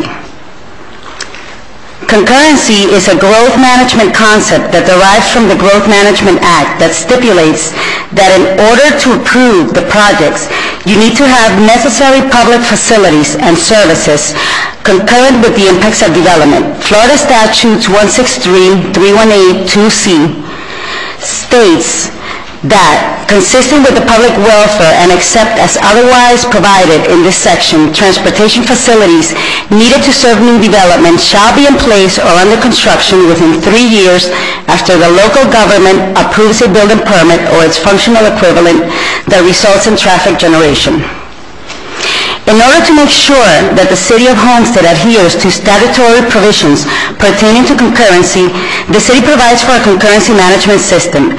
There are a couple of ways to ensure that a city meets concurrency. All concurrency management systems for transportation, traffic, are based on levels of service. Levels of service are a maximum acceptable level of congestion on roadways. As shown in the transportation element of our comprehensive plan for the City of Homestead, it is measured in letters from A to F. Letter A is the best scenario, and it's free-flowing traffic conditions, and it goes till it decreases to F, which is total gridlock. Pursuant to the City of Homestead Comprehensive Plan, the city has determined minimum levels of service, and the following minimum levels of service are adopted within city limits. For example, for a state freeway, and this example goes, for example, for the Turnpike, we have a level of service D, which is in proximity to the applicant's project. And we also have that, for example, on Campbell Drive, which is directly in front to the applicant, we have county arterial, which is a adopted level of service E. And we also have city roads that are level of service E. Why is that important? Right now, considering all approved traffic on Campbell Drive, it has been determined that we have a level of service F. As I told you before, level of service F means total gridlock. A level of service F is a force or breakdown flow of traffic. Vehicles arrive at a rate greater than a rate at which they are discharged, forcing lines or queues to form on the roadway. At this LOS demand on the facility, it exceeds the capacity. An example of this is if you're driving on Kendall Drive eastbound at 7:30 a.m. or westbound at 4:30 p.m. on a weekday. So we could all picture it. This slide shows you the existing and proposed developments along Campbell Drive, and which is our main east-west thoroughfare, and it's outlined for you in red. And looking at concurrency and to make sure the city is in compliance with the statutes, we have in our Code of Ordinance, Chapter 1.5, which is a capacity management and monitoring system that ensures that public facilities are available to serve development at the time that the impacts of development occur in such facilities. Section 1.5-6A further states that development review procedures and standards are established to ensure that no development orders are issued unless adequate public facilities are available to serve proposed developments. Why do I say this? The statutory language states that consistent with the public welfare and except as otherwise provided in this section, transportation facilities needed to serve new development shall be in place or under construction within 3 years after the local government approves a building permit or its functional equivalent that results in traffic generation. What does this mean for the City of Homestead? And as your role as City Council members, you'll have to make sure that any project that applies has adequate public facilities to serve development and meets concurrency. This goes back to the 1.5-mile radius where the applicants have to meet all failing levels of service through the impact roadway network. Any development which causes a failing level of service must mitigate its effect on the level of service. And number 1, provide capacity, and number 2, restore levels of service on all affected roadway links. Not 1, not 2, not in front of their project, on all affected roadway links. Look with me at this slide, and in this slide we could see Campbell Drive between 162nd and 152nd. We have 4 segments, and all of these segments, I want to show you that our comp plan has adopted a level of service E on Campbell Drive. Each of these links, if we look at the future committed traffic and add this project's traffic, all of these links will not meet concurrency. They have a level of service F. A level of service E would be 3,120 vehicles per hour in the peak hour. And here we have 5,500 approximately vehicles between 162nd and 157th. And we have over 5,000 vehicles in all of these links between 152nd and 162nd. Right now, DDR's mitigation does not include the complete package on all failing links. We feel that 6-laning in front of their project and realigning Kingman Road are standard on-site access improvements, and as such should not count as mitigation. DDR claims or proposes to provide infrastructure equal to its impacts. They even claim that they are adding a little bit more capacity in front of their project. However, this does not satisfy the obligation under the Florida statutes for transportation concurrency because DDR's mitigation fails to address all of the failing roadway links impacted by this project. What is the applicant proposing or claiming to provide? 6-laning of a 5-block segment of Campbell Drive from 157 to 152nd Avenue directly in front of their project, realigning Kingman Road and moving the intersection with Campbell Drive further west. What is the applicant actually providing? And Lisa, if you could please show us the board that is there. Before you, we have a board where we analyze the proposed improvements that the applicant has submitted to us. So if we look at the highlighted in green, we could see that the 6-laning proposed by the applicant on the south side of Campbell Drive is linking up existing deceleration and acceleration lanes existing currently to provide access to the turnpike on the south side of Campbell Drive. Lisa, give a second for all the council members to see that. I'm going to give you all a second to look at it. The proposed improvements.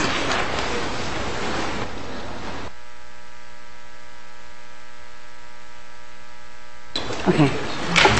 Highlighted in green is what, in our professional opinion, we concluded is linking up existing deceleration and acceleration lanes on the south side of Campbell Drive, which provide access to the turnpike. Highlighted in gray is providing one additional lane of westbound traffic on the north side of Campbell Drive in front of their property between 152nd and 157th. Highlighted in yellow are what we consider access improvements that directly benefit DDR. Highlighted in pink is a right turn lane between the Heft and 152nd Avenue, which was approved by you for the Campbell and Kingman project, which is mitigation for another project, another applicant, to be constructed by others. Thank you, Lisa.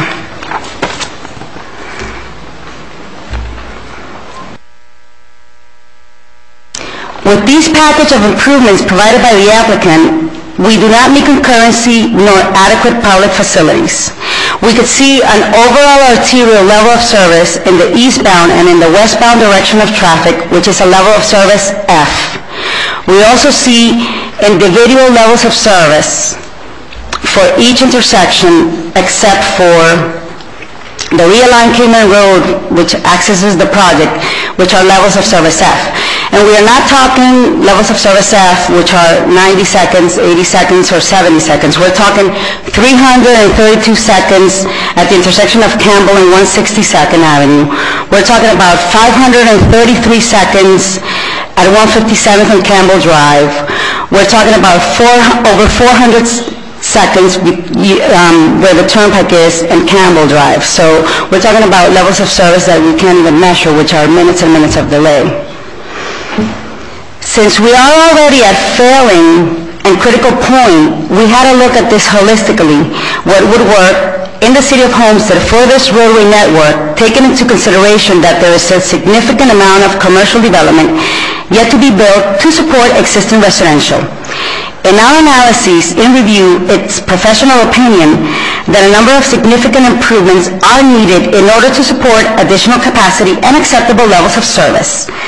These slides provide you with the first option, option A, of these improvements. Option A is 6-lane Campbell Drive from 152nd to 157th Avenue, build additional access ramps at Campbell Drive and the Turnpike, and the building of the Lucy Street interchange with the Turnpike. Taking this into consideration, we then ran the traffic model with the Homestead Pavilion numbers with this option. This slide here shows those roadway improvements and the resultant levels of service, which meet an overall level of service E in the eastbound direction and an overall level of service C in the westbound direction, which means that we need adequate public facilities and we need concurrency. We also looked at an option B. The applicant claimed or proposed to us that the Lucy Street interchange was too far away from the project to even consider it. So we tried to work with what they proposed to us, and we ran our traffic models for a 6-lane of Campbell Drive from 152nd to 162nd Avenue, and also building additional access ramps at Campbell Drive and the Turnpike. With these package of improvements and the additional 6-laning all the way to 162nd Avenue, we do need a low level of service E in the eastbound direction and a level of service C in the westbound direction of traffic. So it meets concurrency, it meets adequate public facilities. Our recommendation stands to you as noted in the traffic memo that in order for this project to meet concurrency, the overall conditions listed of options A or B must be met. Mr. Mayor, members of council, we will respectfully request that after the applicant's presentation, we would be allowed time to rebut and or address any matters that we feel important for the record and for your decision this evening. We thank you for your time.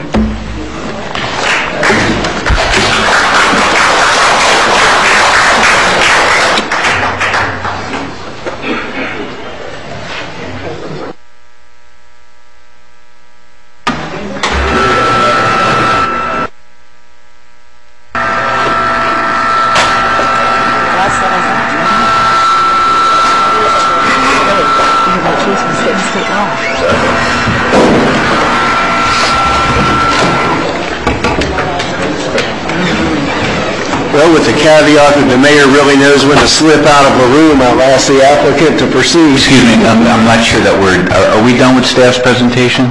For now.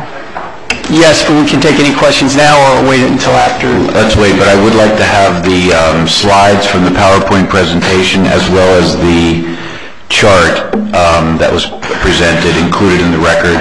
And at this time, we'll ask the applicant please to present their case.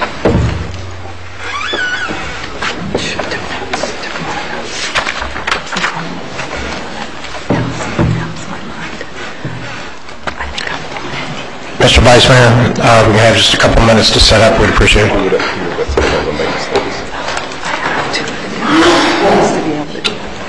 Also, too, Mr. Vice Mayor, these slides or these materials are going to be important for staff to look at as well. So we will have to make arrangements for staff to be able to see what the applicant's presenting so that they would be able to respond accordingly. So I'm not sure what the best method, if staff can move in front to see as the applicant presents, or as the applicant presents, if that particular board could be shown to staff as well. Just turn towards them. Yeah. Would the applicant be able to, well, we can't see them if they're turned that way. Well, I guess as they use them. As they present them to us, let's just turn them to the Right. staff. I think that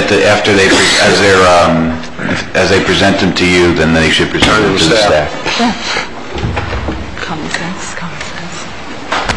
And also, too, if I might add, as the staff goes through their presentation, they should make reference to these boards and name the boards for the record as well.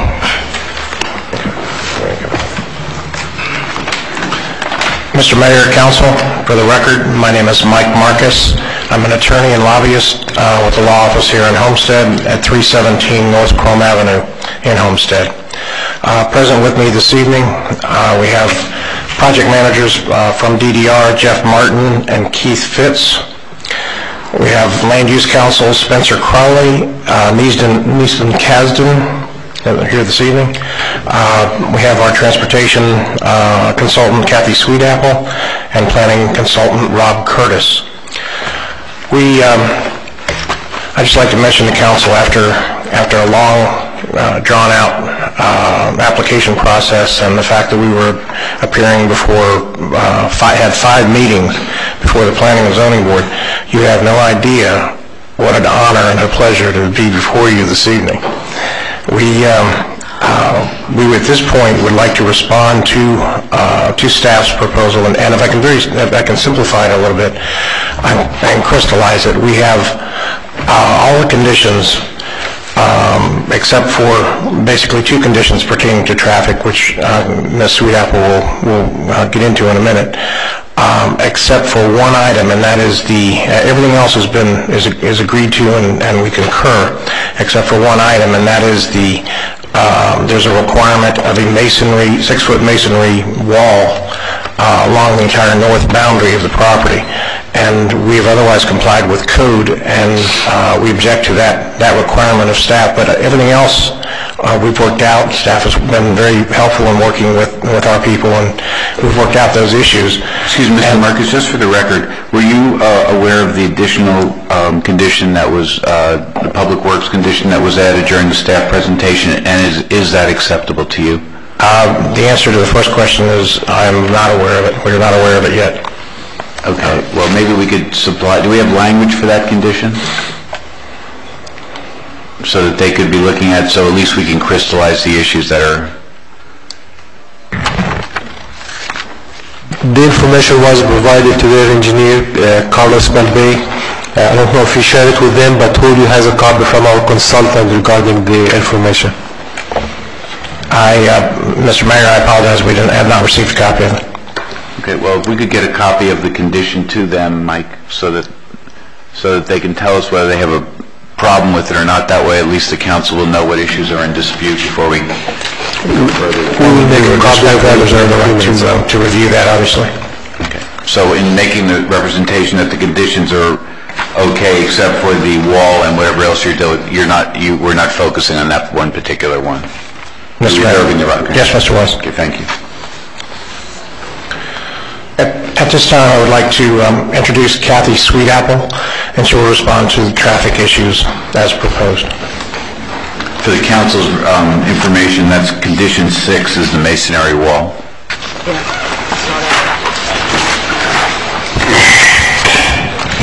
Good evening, council members. It's a pleasure to be here tonight. Kathy Sweetapple, transportation consultant for the applicant, 101 North Gordon Road, Fort Lauderdale, 33301. Do you have a mic that I can walk with, or is it just this mic tonight? Just this one? Yes, okay.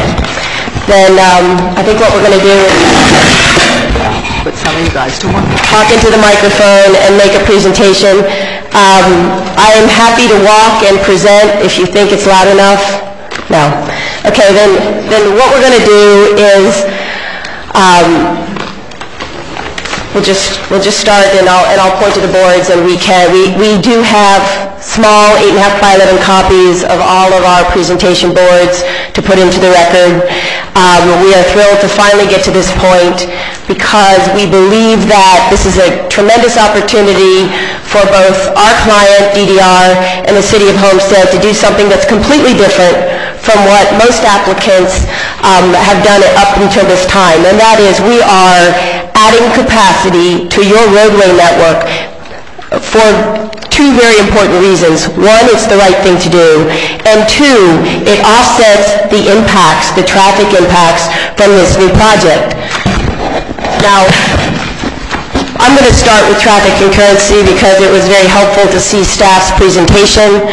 I have been providing transportation concurrency consulting services throughout South Florida for the last 17 years.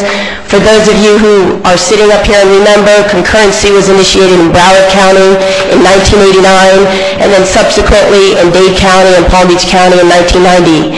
And it has not deviated from that first point, which is that an applicant must meet concurrency concurrent with the impacts of development. And the way you go about meeting concurrency is adding infrastructure equal to the impacts of your own development.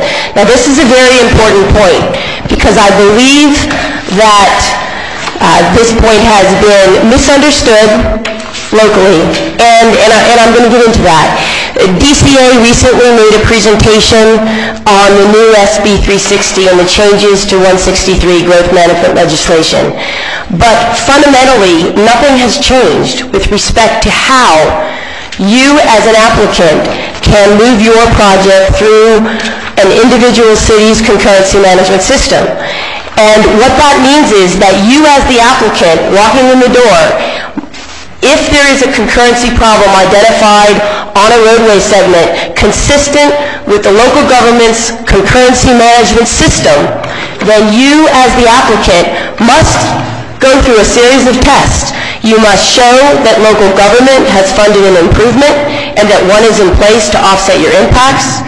You must have that improvement as part of a binding agreement within 3 years of your impacts.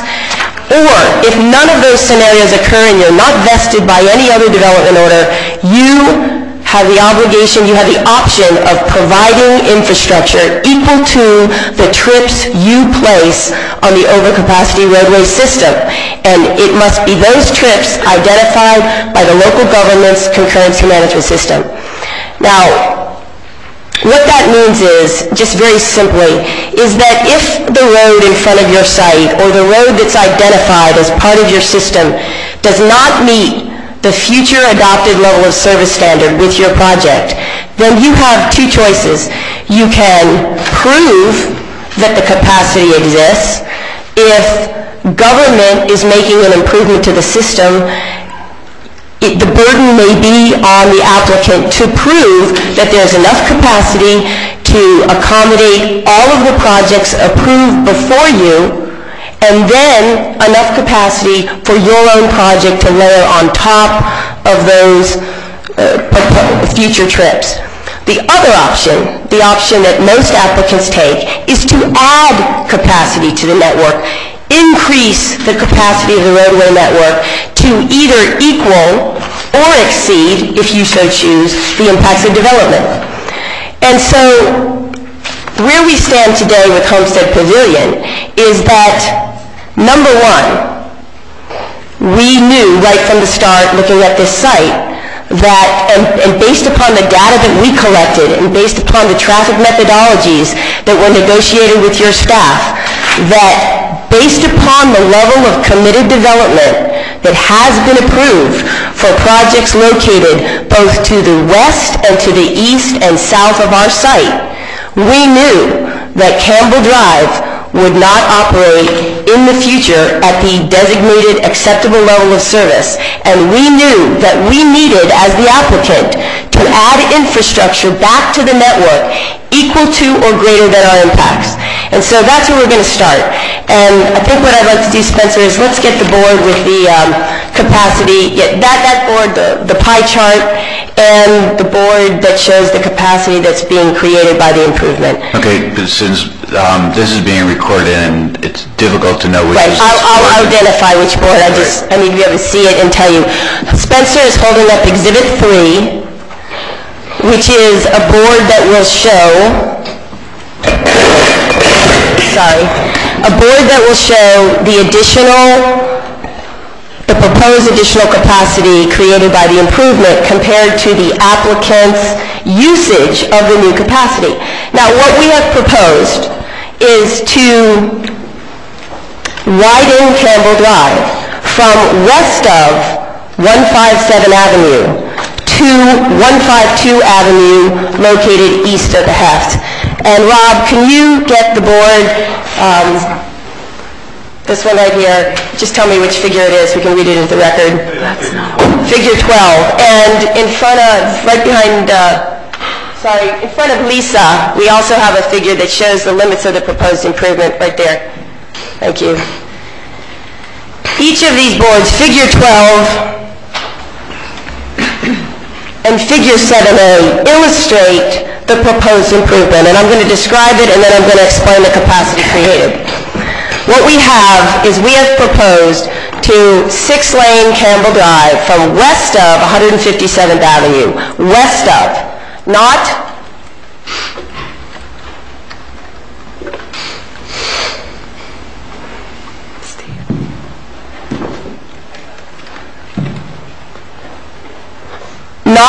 up to 157th Avenue as illustrated by the city's graphic, but west of, which means that we are carrying 3 travel lanes westbound through the intersection, which will taper back at the bridge over the C-103 canal back to 4 lanes, and we are initiating the improvement heading eastbound at the 157 intersection, meaning the approach to the intersection will carry 3 eastbound travel lanes through the intersection all the way to 152 Avenue.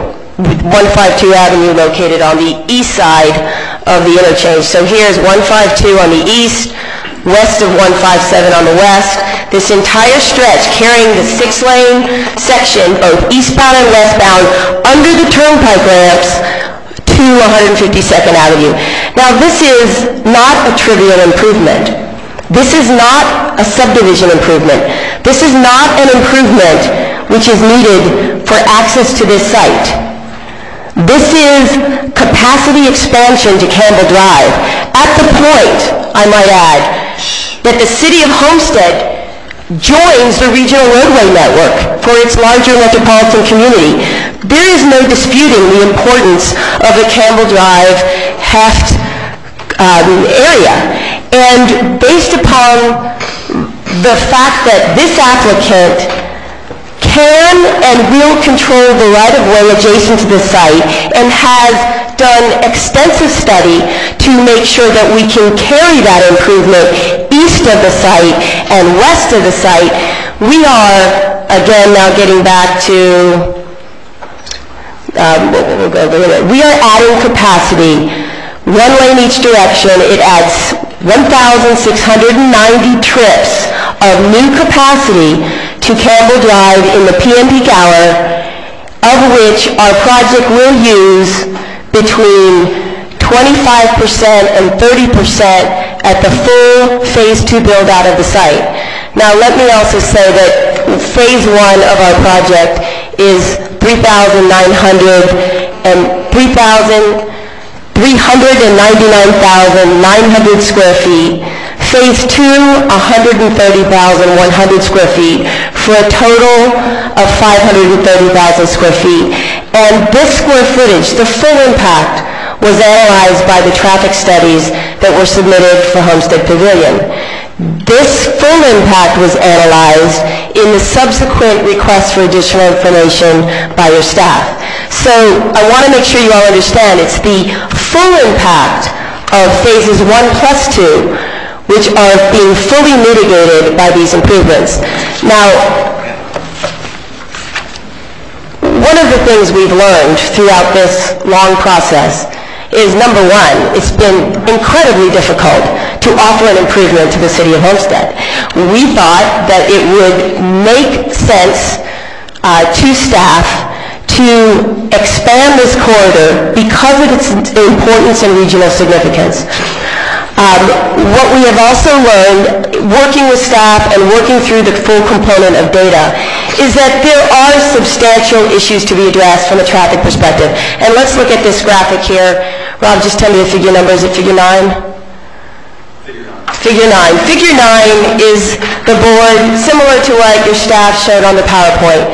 This board identifies the committed development projects. Committed development is a term for projects which have been approved before our project.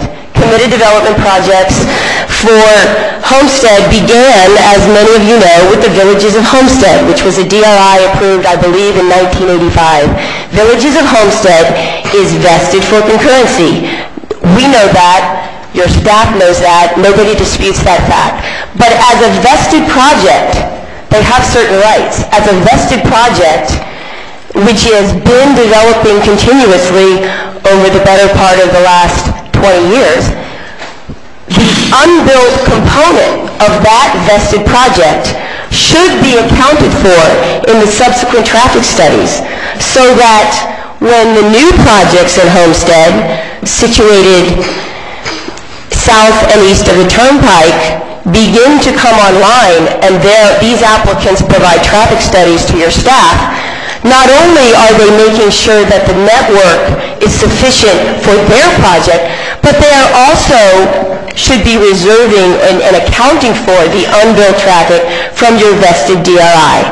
And so when all of these pieces were put together, and what I need to say is that we looked at each of the traffic studies, prepared for what used to be called Stonegate PUD, which is now Malibu Bay, with Renaissance, which is also called Oasis, which you approved pieces of those plats tonight, for Crystal Lakes PUD, for Bay Winds, which we were told by staff was a committed project, and for Campbell and Kingman, which was approved a few weeks ago with a few turn lanes, for Portofino East, which is located now as part of Malibu Bay PUD, and the hospital, which was originally approved as medical office and converted to beds, for Portofino West, which is your flagship cinemas, your residential, and your retail, and even for this little red dot over here, which is Campbell Plaza, which was recently approved as 136,000 square feet of retail. Each of those studies should have, number one, accounted for the unbuilt trips of Villages of Homestead, and then their project traffic and any other committed traffic that came before them. And each of these came in at successive phases beginning in 2003, 2004, 2005. When we approached the methodology for this project, I personally have provided transportation review services to the City of Homestead for the Villages of Homestead in reviewing their application. I knew it was out there. I know how many trips have yet to be built. It would be irresponsible for us not to include the unbuilt trips for Villages of Homestead in our traffic study. And I need to tell you that none of the other traffic studies were ever asked to include the unbuilt trips. City staff indicates in their memo that it's because they're a vested DRI. Well, that simply means they meet concurrency. That doesn't mean you don't forget about looking at their impacts. And so, what has happened is that when you look at the future traffic conditions in this general study area, you layer the traffic patterns that will be here in the future, there are substantial numbers. But it's not something that should not be expected. These are projects that will access the regional network at the Campbell Drive Heft interchange. Now, the next graphic that Rob's going to pull up is figure number, what's one? That one, that's the one. Figure number, I'm sorry? Figure 13. Figure 13 shows some of the education that we've all been going through over the last 2 months, or 3 months.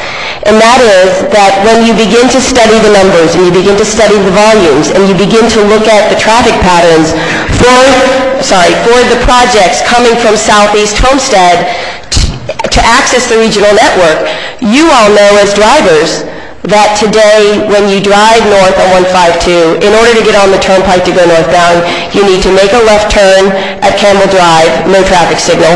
You need to make another left turn across traffic to get onto the turnpike ramps, no traffic signal. I believe those signals are funded in the future, and so at least you will have that relief. But what happens is there are substantial traffic volumes that are placed on Campbell Drive at the interchange. Spencer, let's hold up this graphic. Just give me the figure number. Figure 4, Exhibit 4. Exhibit 4 is a graphic that shows the various combinations of movements that take place at the Campbell Heft interchange. This goes, in the direction I'm heading, this goes to the reason why the improvement is an important improvement to Homestead, the reason why it is not an access improvement, the reason why it is not a subdivision improvement.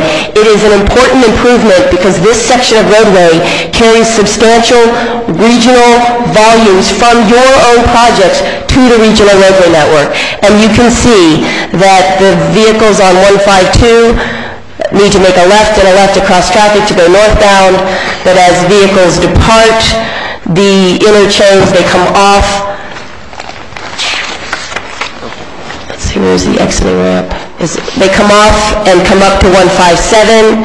As vehicles come from the south and depart, you can see and go back to the west, they're driving on Campbell Drive, and there are numerous traffic movements that in the future, when all of these projects are built, will exceed the capacity of the existing 4 travel lanes. Based upon this fact, and based upon the need and the desire of this applicant to improve the network, we have proposed the 6-laning of Campbell Drive. Originally, when we worked with staff, we proposed using proportionate share. We proposed proportionate share because it's coming in the future. It is part of the new SB 360 approval. The City of Homestead must adopt the model ordinance by December of 2006. But first, they must adopt a concurrency management system and have one in place so they can adopt the new model ordinance. Now, the model ordinance, which is the proportionate share ordinance, does not take the place of good old-fashioned mitigation. It simply provides another option to developers. If you can't find an improvement to mitigate, you will in the future have the option to go the proportionate share route. On March 13th, we met with your staff. They indicated that they weren't comfortable with proportionate share because proportionate share could only occur when they had put some of these road projects in the 5-year capital improvement program. And we said, fine, we are beyond that. We moved beyond that because we have expanded the 6-lane capacity improvement.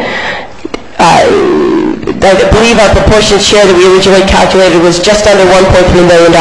We are now at $2 million of a roadway improvement to 6-lane Campbell Drive from 152 east of the Heft to west of 157. Now, let's talk about the next part of the improvement.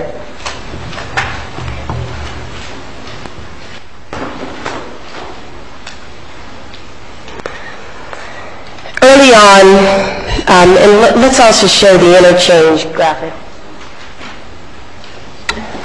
If I might interject for just 1 second, is it possible that we can get for staff the small handouts that you may have so that they can look?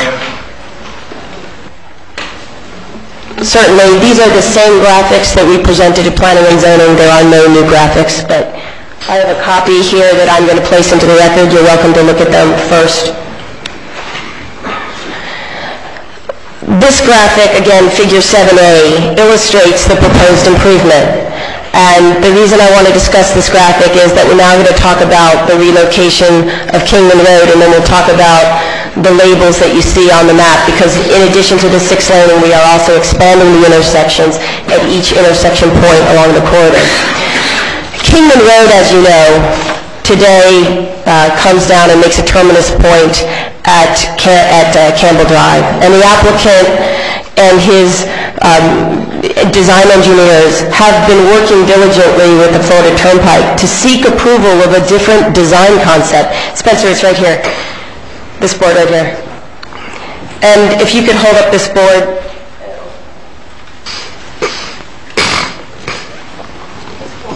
What is the designation of that board? This board is...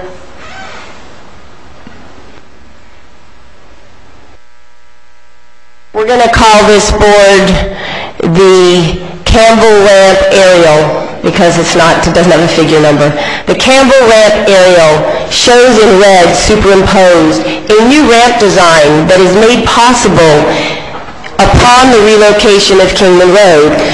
DDR has proposed and has worked out with Miami-Dade County the realignment of Kingman Road, pulling Kingman westward into the site, and with a north-south leg that will provide a terminus point at Campbell Road, where I have the letter B on the graphic.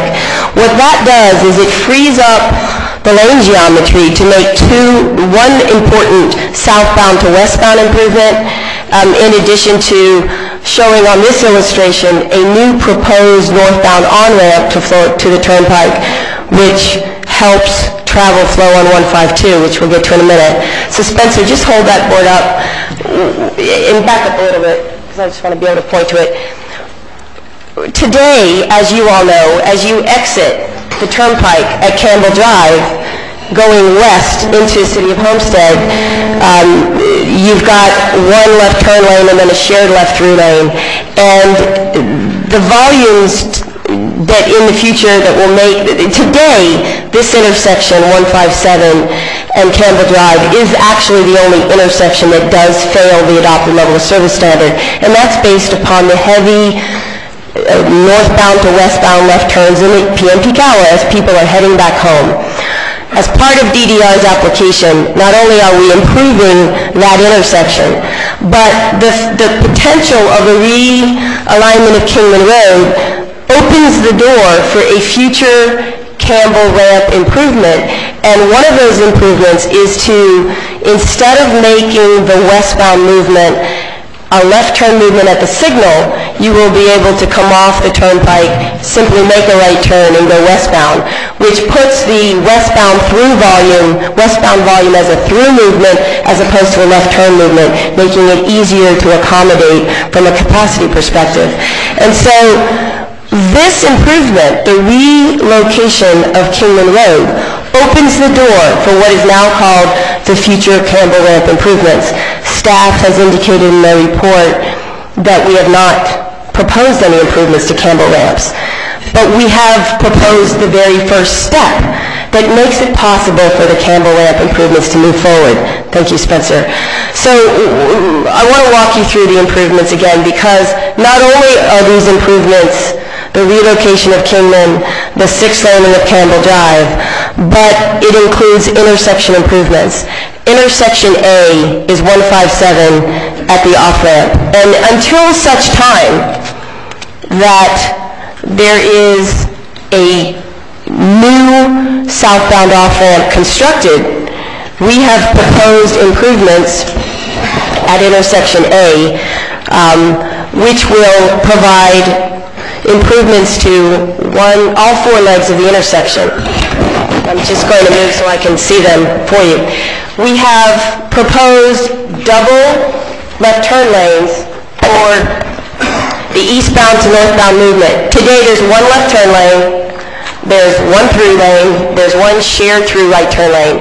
We will be providing a total of 2 left turn lanes, and this graphic is not up to date because at the last meeting staff asked us if we could start our 3rd eastbound through lane west of the intersection, which we've agreed to do. So we will have the 2 eastbound lefts and 3 eastbound through lanes. We have also added laneage to the northbound to the off-ramp so that you will have 2 complete northbound to westbound left turn lanes, not just 1.5. Which means that we will then add an additional lane through the intersection, and of course we keep the northbound right turn lane. For the westbound approach, today there is already a westbound left, and there are 2 through lanes and a right turn lane. We will be adding an additional through lane and maintaining the right turn lane. So theoretically, there will be 1 left, 3 throughs, and a right turn lane. Now, moving on to intersection B. Intersection B is the point at which the relocation of Kingman Road meets Campbell Drive. And for this intersection, it will be served by the exclusive left turn lanes going east, an exclusive right turn lane going west, and coming out of the project, you will have 2 left turn lanes and 1 right turn lane coming southbound out of the project. And again, the 3 through lanes in both directions are part of the newly expanded 6-lane section. Additional improvements will take place on the east side of the turnpike. Intersection C is the point that the northbound off-ramp and the northbound on-ramp meet Campbell Drive. And we will be adding the 3rd through lane for westbound. We will be adding the 3rd through lane for eastbound, which is shown here, and maintaining the right turn onto the on-ramp. For the intersection at 152 Avenue, I think that we are adding the westbound 3rd through lane again. It picks up at 152 Avenue so that you begin that 3rd lane going under the turnpike.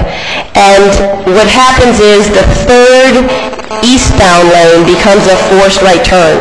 Now, while we were processing our improvements and while we were determining what improvements could fit, I believe you also had another project, the Oasis and Campbell and Kingman, which I believe worked together to agree to provide this right turn lane.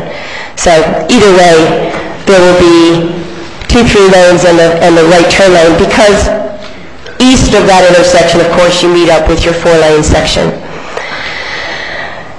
Okay, I think you can put the board down now. All right, let's talk about this board, exhibit number 2, Spencer. Exhibit number 2 is a graphic that shows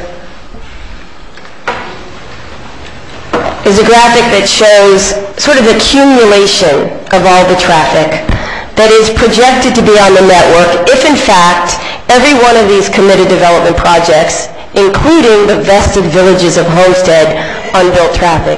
If all of these projects build out to their full potential as estimated by traffic engineering principles, and of course, as you know, we are required to analyze the full impact in a traffic study of a project's traffic. There are some minor reductions given to pass-by for retail, but not for residential. As a residential project, you assume that all of the impact is on the network unless it's a mixed-use project, and therefore it's quite possible that in the future some of your new residential traffic will be driving to the new retail sites in Homestead, and it may not be a one-for-one addition of traffic. But be it as it may, there are traffic studies on file with the city that document the trips from each of those approved committed projects, and when you look at the total traffic and the percent of traffic resulting from Homestead Pavilion, you can't help but notice that, and this graph represents the section west of 152 Avenue, and this graphic represents east of 152nd Avenue, and roughly 6% of the total traffic will be Homestead Pavilion's traffic to the west and 8% to the east. The reason it's important to understand the global picture of traffic is because what we have found with staff is that they believe, contrary to 163, 3182, I believe 2A, which was read into the record, they believe that as soon as you determine that there will be a future failure, that the next person in line has to fix the whole problem. And I'm sorry, but that is in fact not how the statute reads.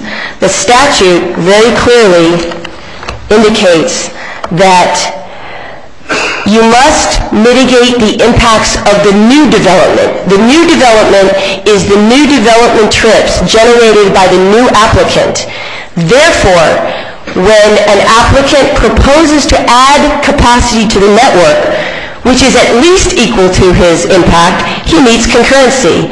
In this particular case, not only have we added it equal, but we have exceeded the capacity of the Phase 1 project trips between 4 and 5 times the trips we generate. We have exceeded the capacity 2 and 3 times greater than the capacity we are using for the full build-out Phase 2 trips. And the reason this is significant is that, as you heard from staff's PowerPoint presentation, they have made the presentation that unless all level of service standards are met with all these projects that we didn't approve that came before us, we cannot meet concurrency.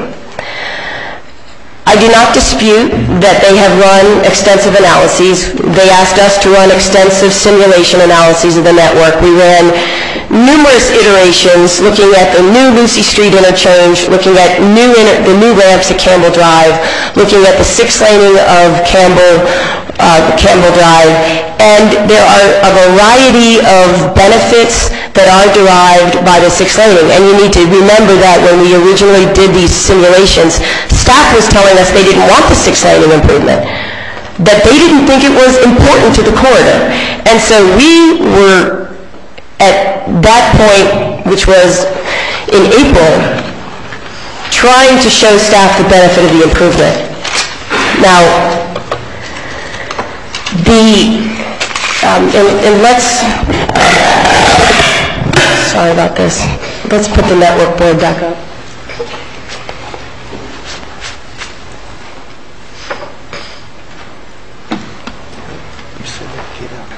Yeah, that's fine. And actually, Rob, let's get the 1.5 mile radius board. You know, and the presentation, the PowerPoint was great because it showed you the 1.5 mile radius, and the 1.5 mile radius is a good departing point, and that's figure what? Figure 11. When our traffic study methodology was negotiated with staff back in November of '05, the engineer, David Plum and Associates, came up with staff with a series of intersections to be analyzed. Intersections which extended out 1.5 miles to the east, to the west of our site, and 1 mile to the west of, I believe 1 mile to the east and 1.5 miles to the west of our site. A whole series of intersection improvements which required an expansive data collection program at each of the intersections along the Campbell Drive corridor, 167, 162, 157, Kingman Road, 152 Avenue, 147 Avenue, 142 Avenue, and the data collection program was also extended to Maury and to Lucy Street. The reason I bring that up is that that was the 1.5 mile radius that staff originally requested of the study. And the 1.5 mile radius, as you may or may not know, is part of an October 2005 memorandum from your traffic consultant, which sets out general guidelines for the review of traffic studies. Now, I need to make a distinction. This is a staff memorandum which we have since provided a full link analysis for the study area, but that staff memorandum is not adopted in your code. It's not in section 1.5.6 of your code. If you all had incorporated by reference the B&O memorandum dated October 19, 2005 into 1.5.6 of your city code, then you would have established the first step in creating a concurrency management system, which would have told the applicants that pursuant to city code, you must study all links within a 1.5 mile radius. Now, one of and I apologize for having to bring this up because, you know, originally we got here this evening and our development team said make it short, keep it simple. But these are not simple issues. These deal with voluminous data, which is important to you. You all need to know how these numbers work because you drive the road every day. And if we don't do the right thing right now, if we can't provide you with this 6-lane improvement of Campbell Drive, I think the city of Homestead will definitely not be the beneficiary. This developer is doing something that you haven't asked any other developer to do. The improvements for concurrency that we have seen in the development orders that have come before us include a traffic signal. It includes a turn lane. And these are not for small projects. These are for big PUD projects, big mixed-use projects. So we are creating a new time for the city of Homestead to ask developers to mitigate their impacts, and we are happy to do that. Now, the 1.5 mile radius, which is part of your staff memorandum, in our meetings with staff back in March, they started asking us for the 1.5 mile radius, and we provided the first draft on April 4th. We provided subsequent drafts and provided a final draft on April 12th. We have continued to refine that database because it's important, and not only is it important to understand the entire network, and what you need to understand too is that this looks at existing traffic which is on the road today, and then it begins to build in growth rate to the year 2012, layers all of the traffic from the previously approved committed developments, including Villages of Homestead, and then we layer the project traffic on top. And I know this is just, you want to probably just shoot yourself at this point, but I'm sorry, I have to keep going. So the importance of the link analysis is that When the City of Homestead adopts a concurrency management system, you will then have an opportunity to have more specificity when an applicant walks in the door. When you amend your code to create a concurrency management system, which requires a 1.5 mile radius, which then establishes a unit of measurement by which an applicant can determine that they put a significant impact on the roadway network, then there will be no questioning whether or not we've mitigated enough roadways or not enough roadways. Right now, Section 1.5.6 of your code establishes level of service standards. That is, and it establishes situations by which level of service standards can be met. But it is not a concurrency management system. Broward County has a system, Palm Beach County has a system, many other counties have a system, Miami-Dade County has a system. I've spoken to your traffic consultant staff. I know they're collecting the databases now to create the system.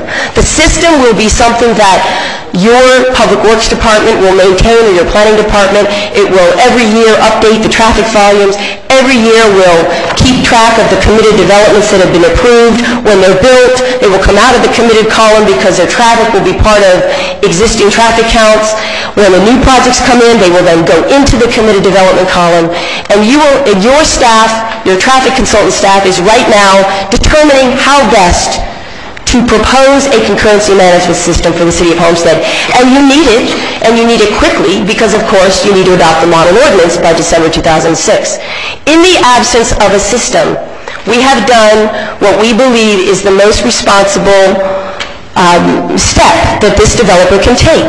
We are proposing a $2 million 6-lane expansion of Campbell Drive from 152 Avenue east of the Heft to west of 157th Avenue. I wish it could be 8 lanes. I wish it could be more than 6 lanes, but simply the right-of-way is not there. And any of you that drive the road today know that at least this additional 2 travel lanes will provide a tremendous benefit. And you all know now that as the development is coming online, you're starting to see problems. The movie theater. Think about how this improvement will help the movie theater. As patrons depart the movie theater and drive east, they will be able to drive east of 157 to the new intersection signalized at Kingman Road.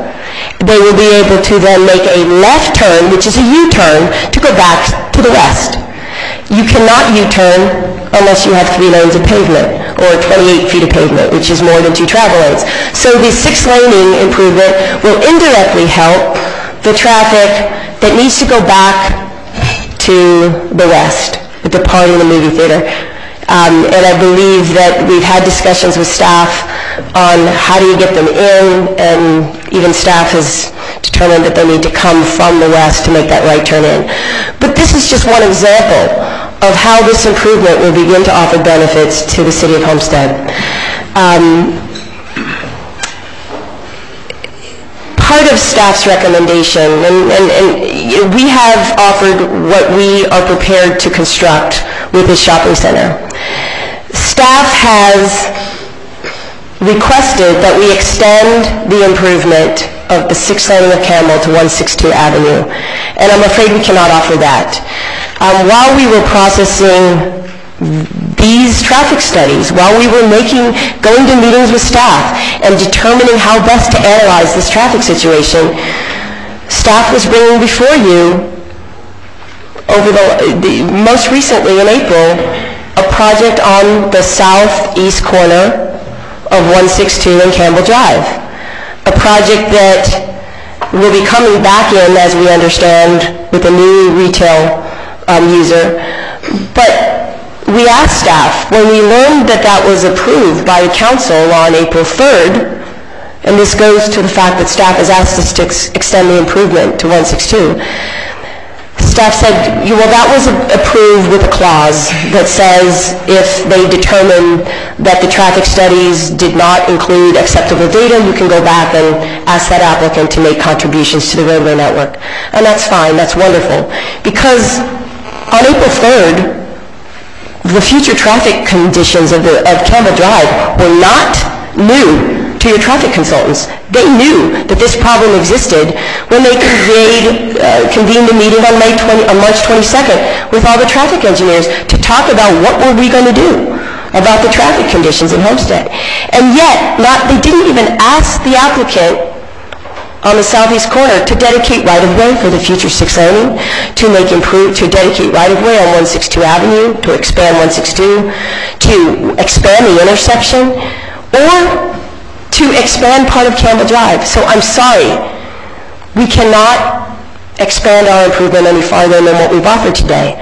We are at our maximum. And I just want to say that part of the reason staff believes that the link from 162 to 157 requires improvements. Sorry.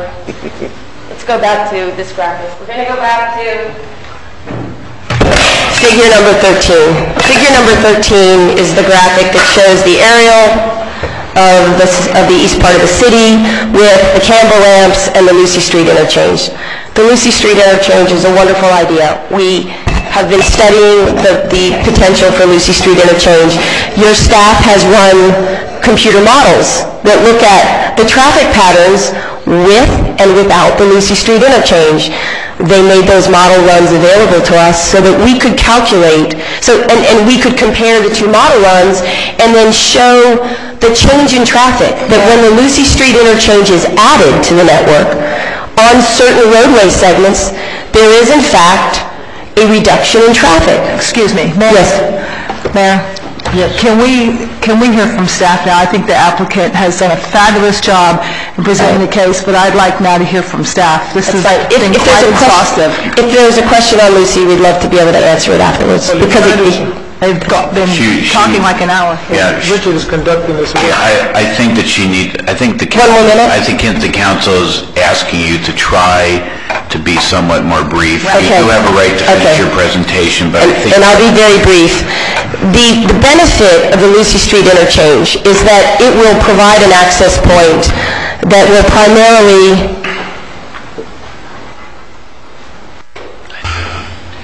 I'm holding up figure 9. It will primarily assist the projects in the southern section of Homestead access Florida's Turnpike.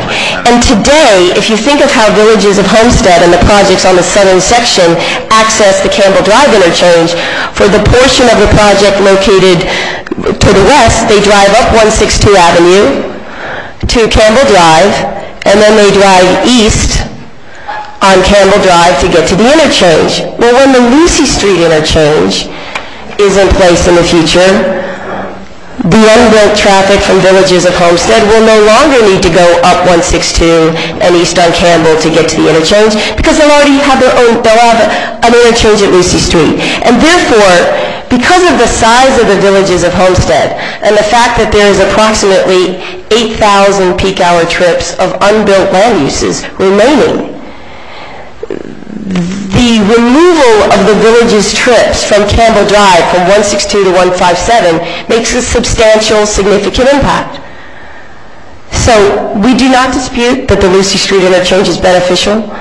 However, we do believe that when the Lucy Street interchange is in place, it is entirely possible that the 6th lane of Campbell Drive will no longer be needed between 162 and 157.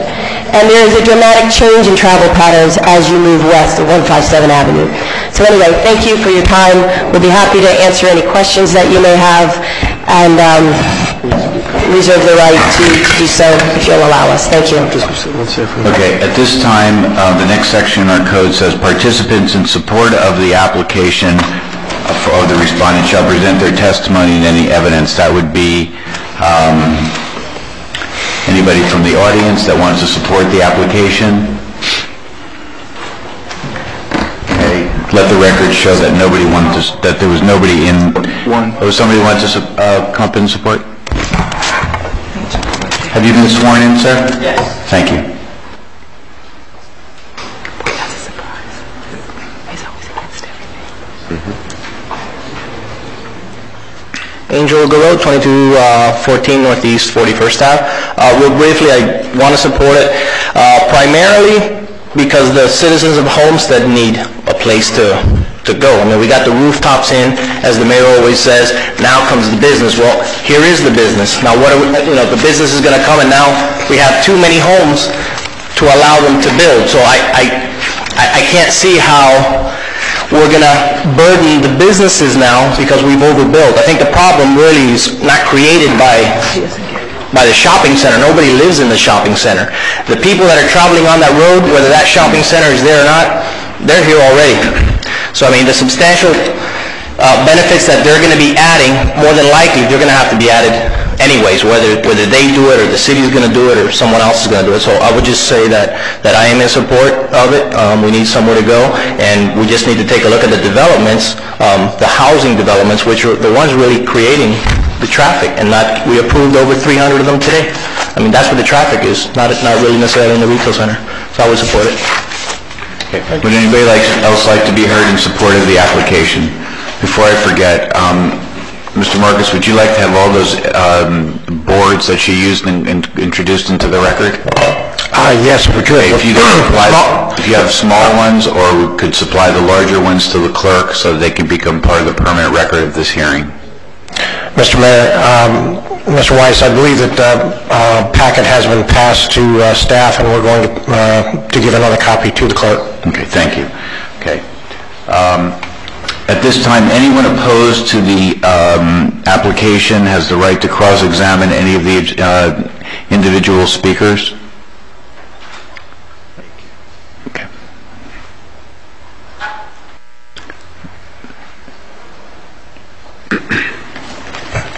This is not testimony in opposition. It's if you have questions to ask of okay, you'll have a chance in a moment. Okay. Members of the commission, the council can ask questions of any speaker through the chair. Any questions from council? Any questions? To who? Mr. Mayor. From you to anybody who's spoken thus far. Mr. Hodge and the Vice Mayor, and then Mr. Porter. Thank you, Mayor. First question I would ask is this 6-lane a true through 6-lane?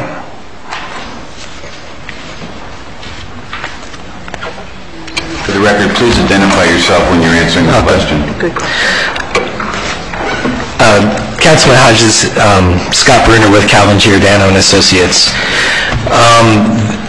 The answer to your question is the existing condition is basically 2 through lanes in the eastbound direction with a 3rd lane that becomes the ramp lane to the turnpike. In the same area, at the overpass, under the overpass, you basically have 2 westbound through lanes with a 3rd auxiliary lane that comes off the turnpike. The applicant is proposing to carry that outside 3rd lane, through 3rd lane in the westbound direction through the new signalized intersection at relocated Kingman and through 157th, where it will then terminate and emerge at the bridge.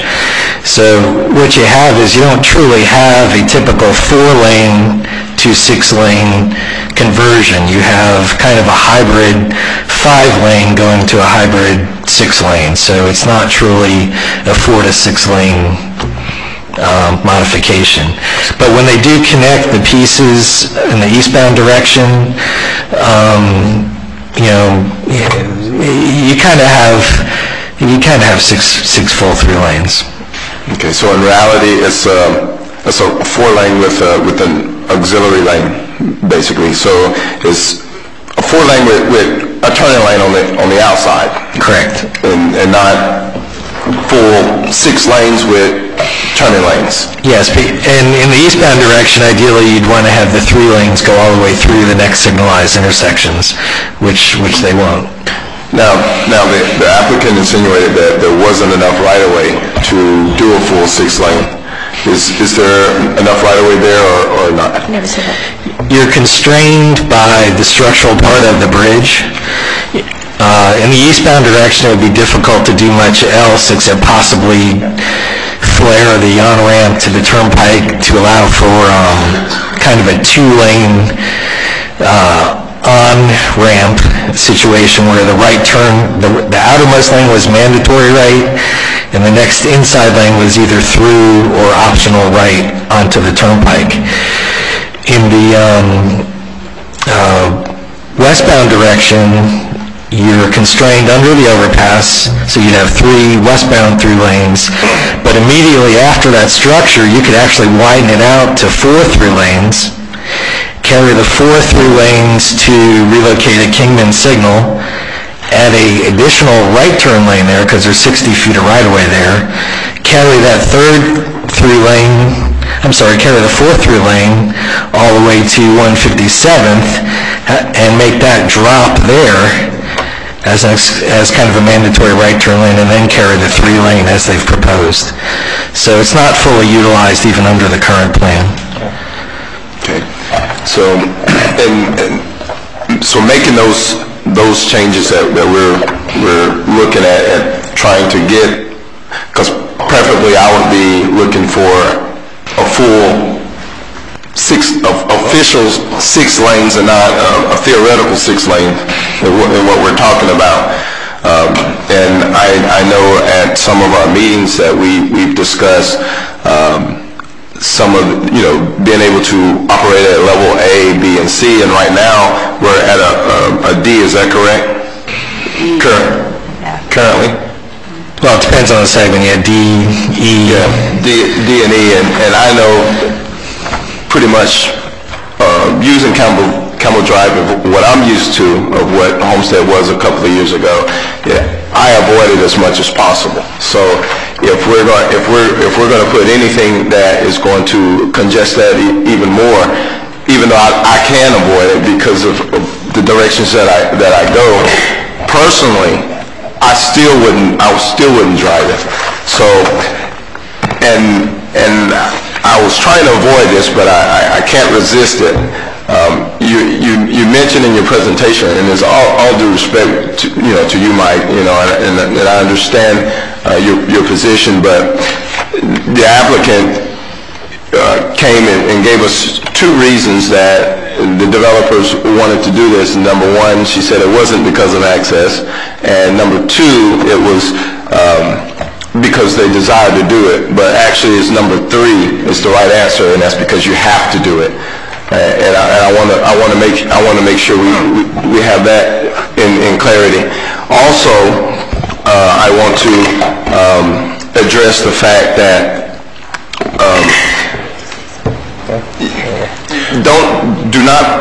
I hate when individuals come and make presentations and play on the intelligence of the council. And that's exactly what I received tonight. And my intelligence was greatly insulted in the downplay and the numbers that our consultants has presented to us. Obviously, the interests of our consultants are in our interest because that's what we pay them to do. And your interest is in the developer because that's what they pay you to do. And using that fact, I highly find it as a disrespect to come here and treat us like we're imbeciles, basically, talking to us, telling us what we should have done, and now we're putting the burden on one person. Now, I'm in great favor of this development because that's been when I ran for re-election, that's what I ran on, was economic development, new businesses, new jobs in the community. I am much for that, and I want it to happen, and I want to try every way I can to make it happen.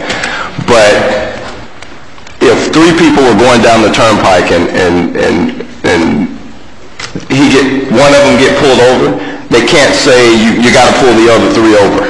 You're the guy that got pulled over. You're the guy that's going to get the ticket.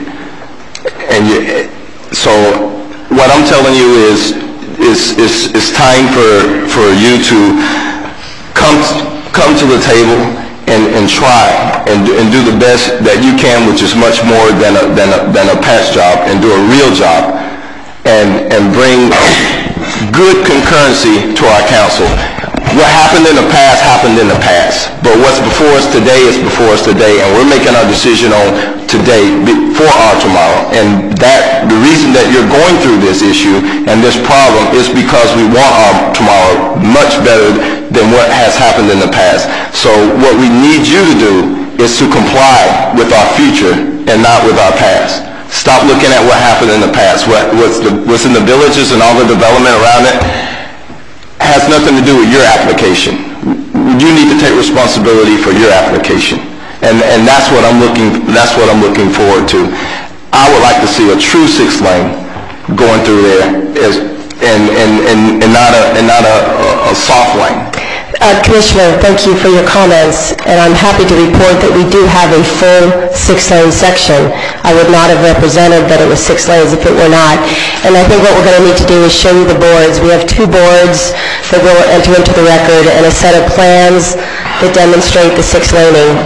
And I'm not exactly sure how to get it closer to you so you can see it, unless you guys go up and show him the board. What are these labeled for the record, please? Exhibit 5.1 and 5.2. Exhibit 5.1 and 5.2.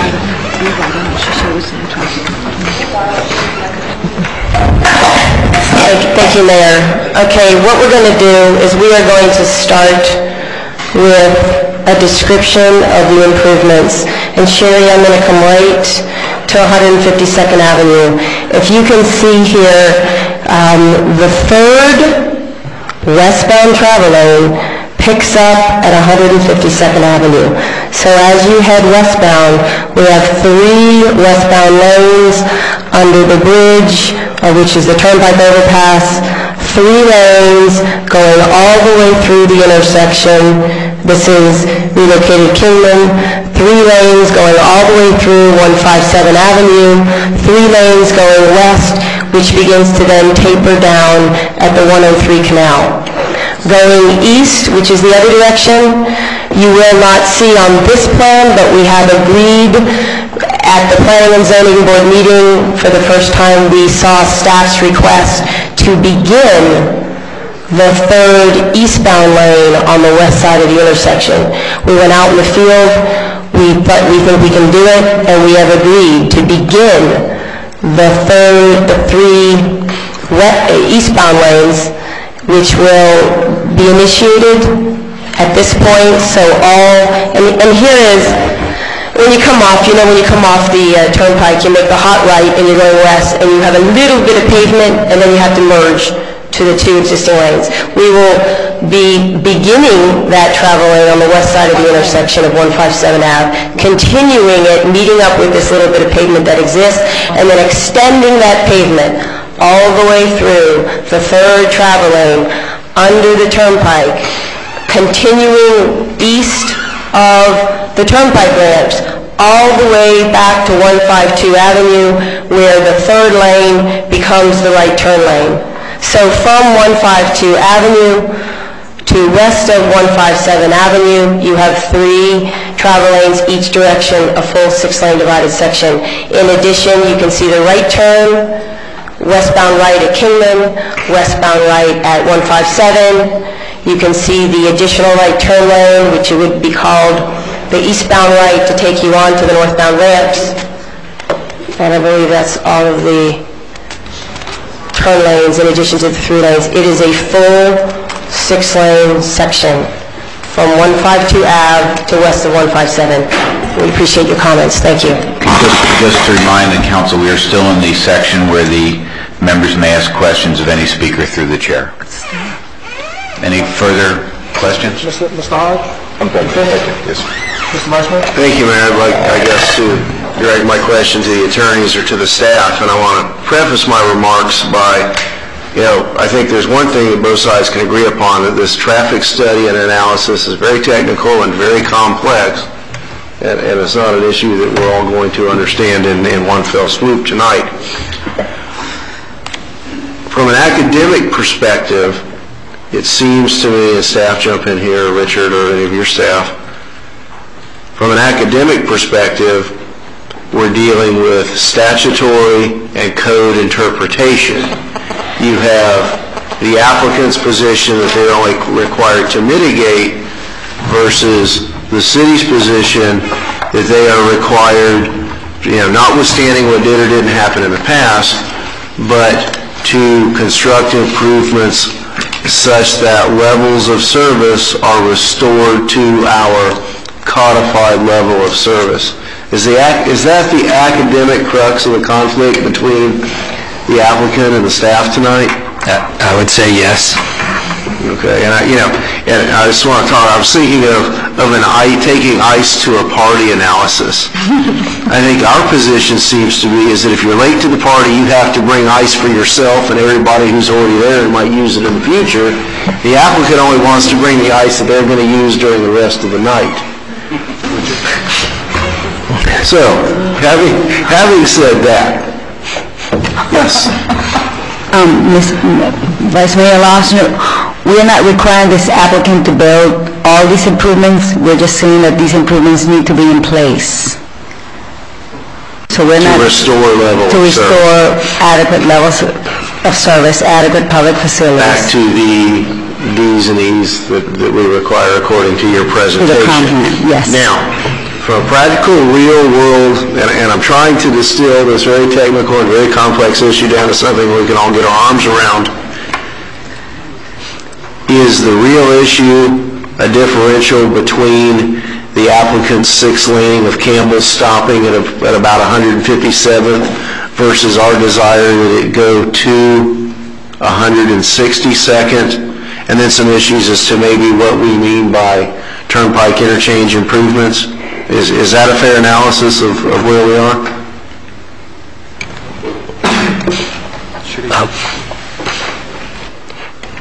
Mr. Vice Mayor, we request for them to widen because they didn't want to go with the option 1, which was the widening of the Campbell from 152nd to 157th.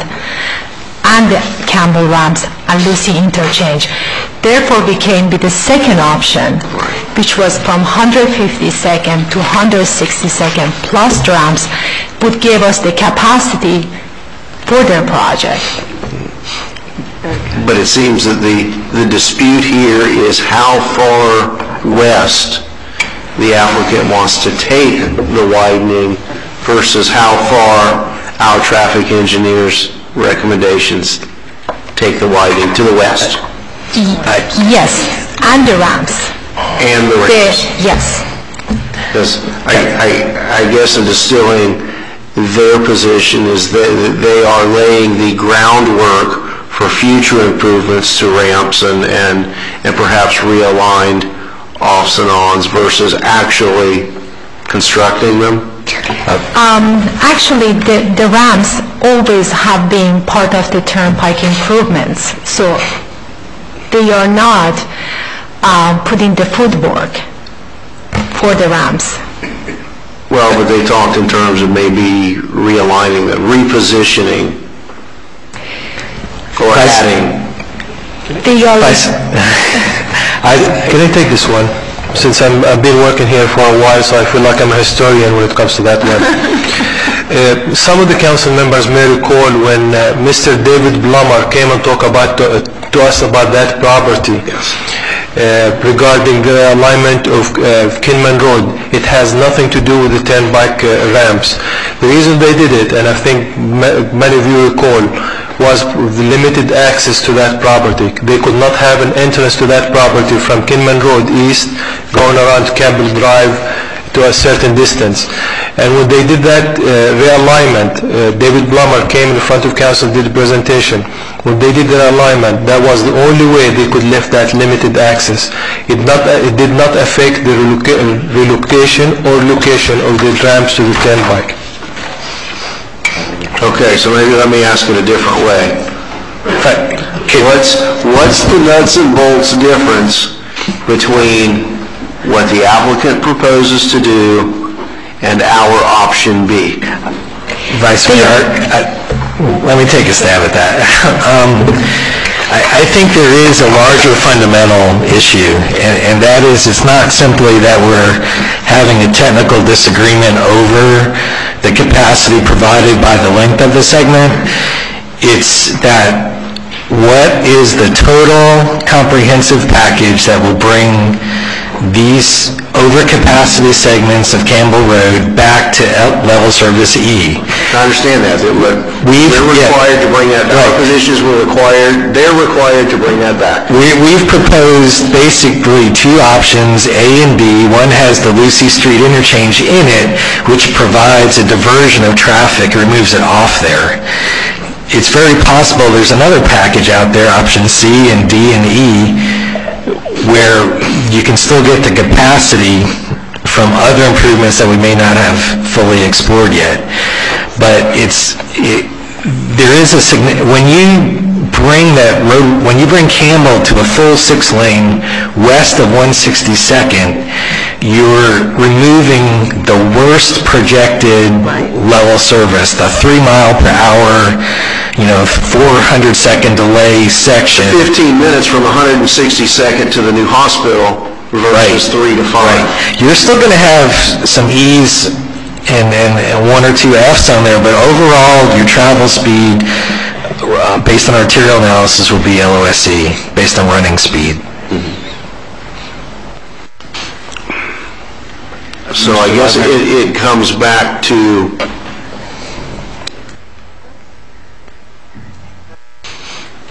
our analysis of their proposal doesn't bring us back to the level of service that we believe is required to obtain in conjunction with the project. Yeah, neither does their analysis. Neither does their analysis, because they have a different statutory interpretation.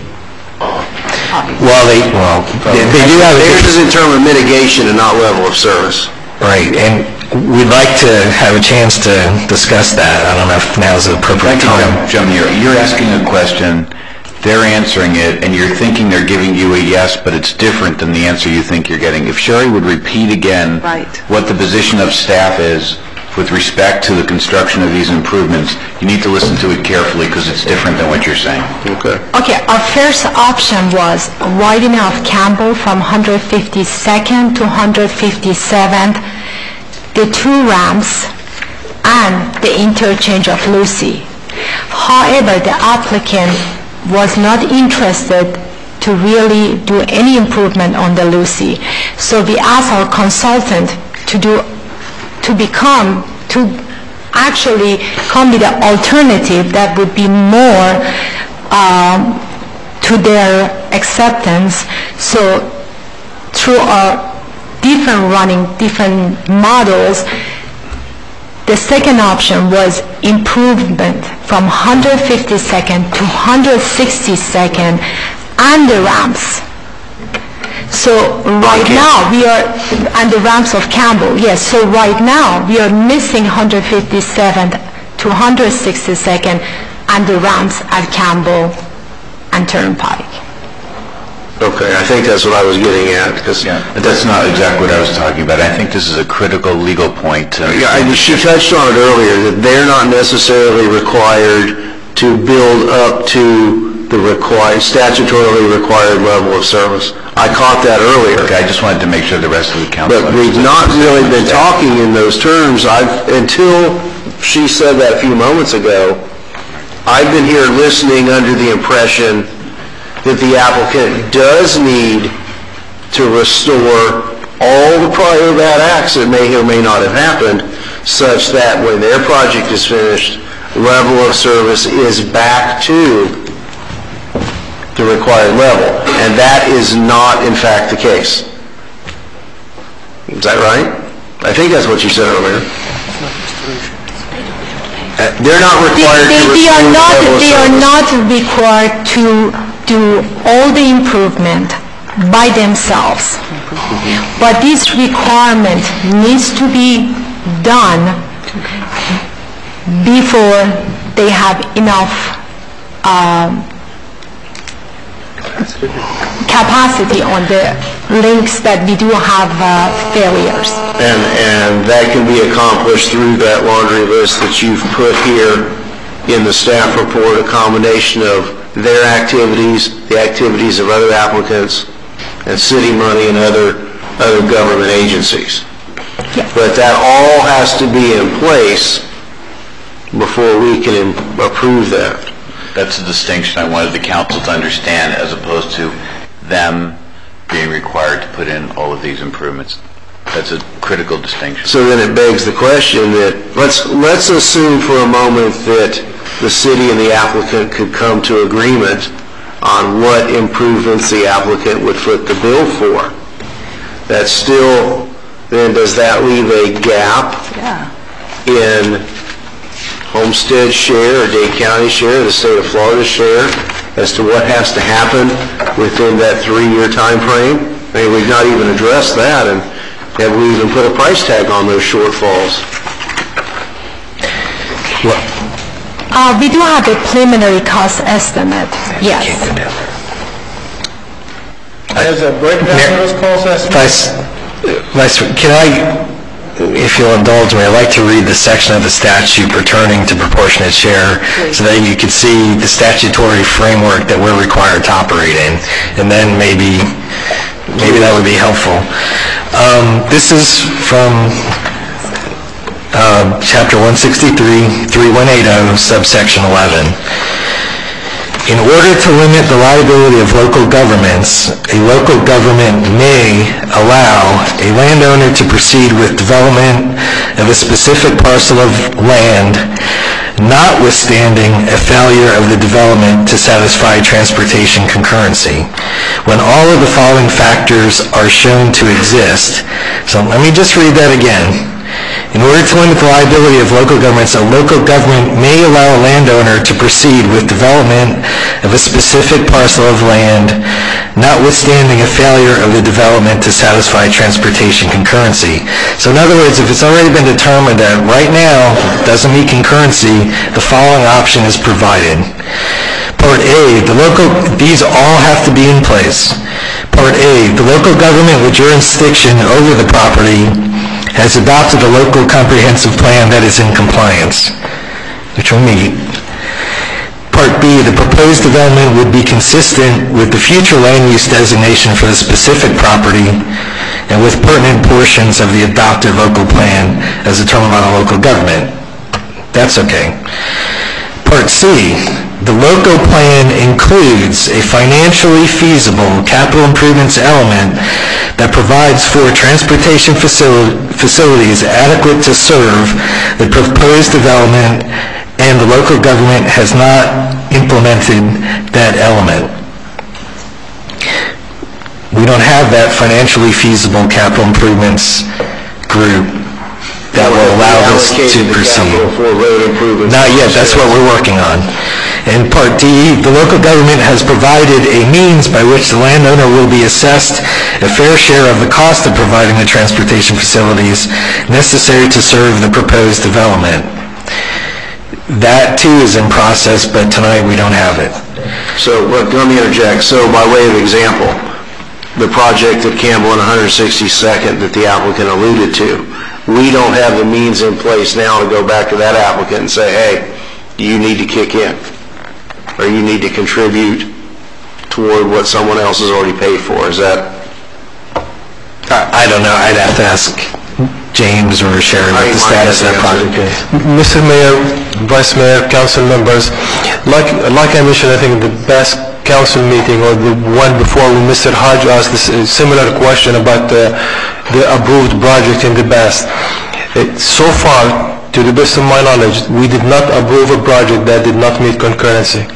This is the first project that's not meeting concurrency, and we cannot come to an agreement with the applicant on what will be the requirements to meet concurrency.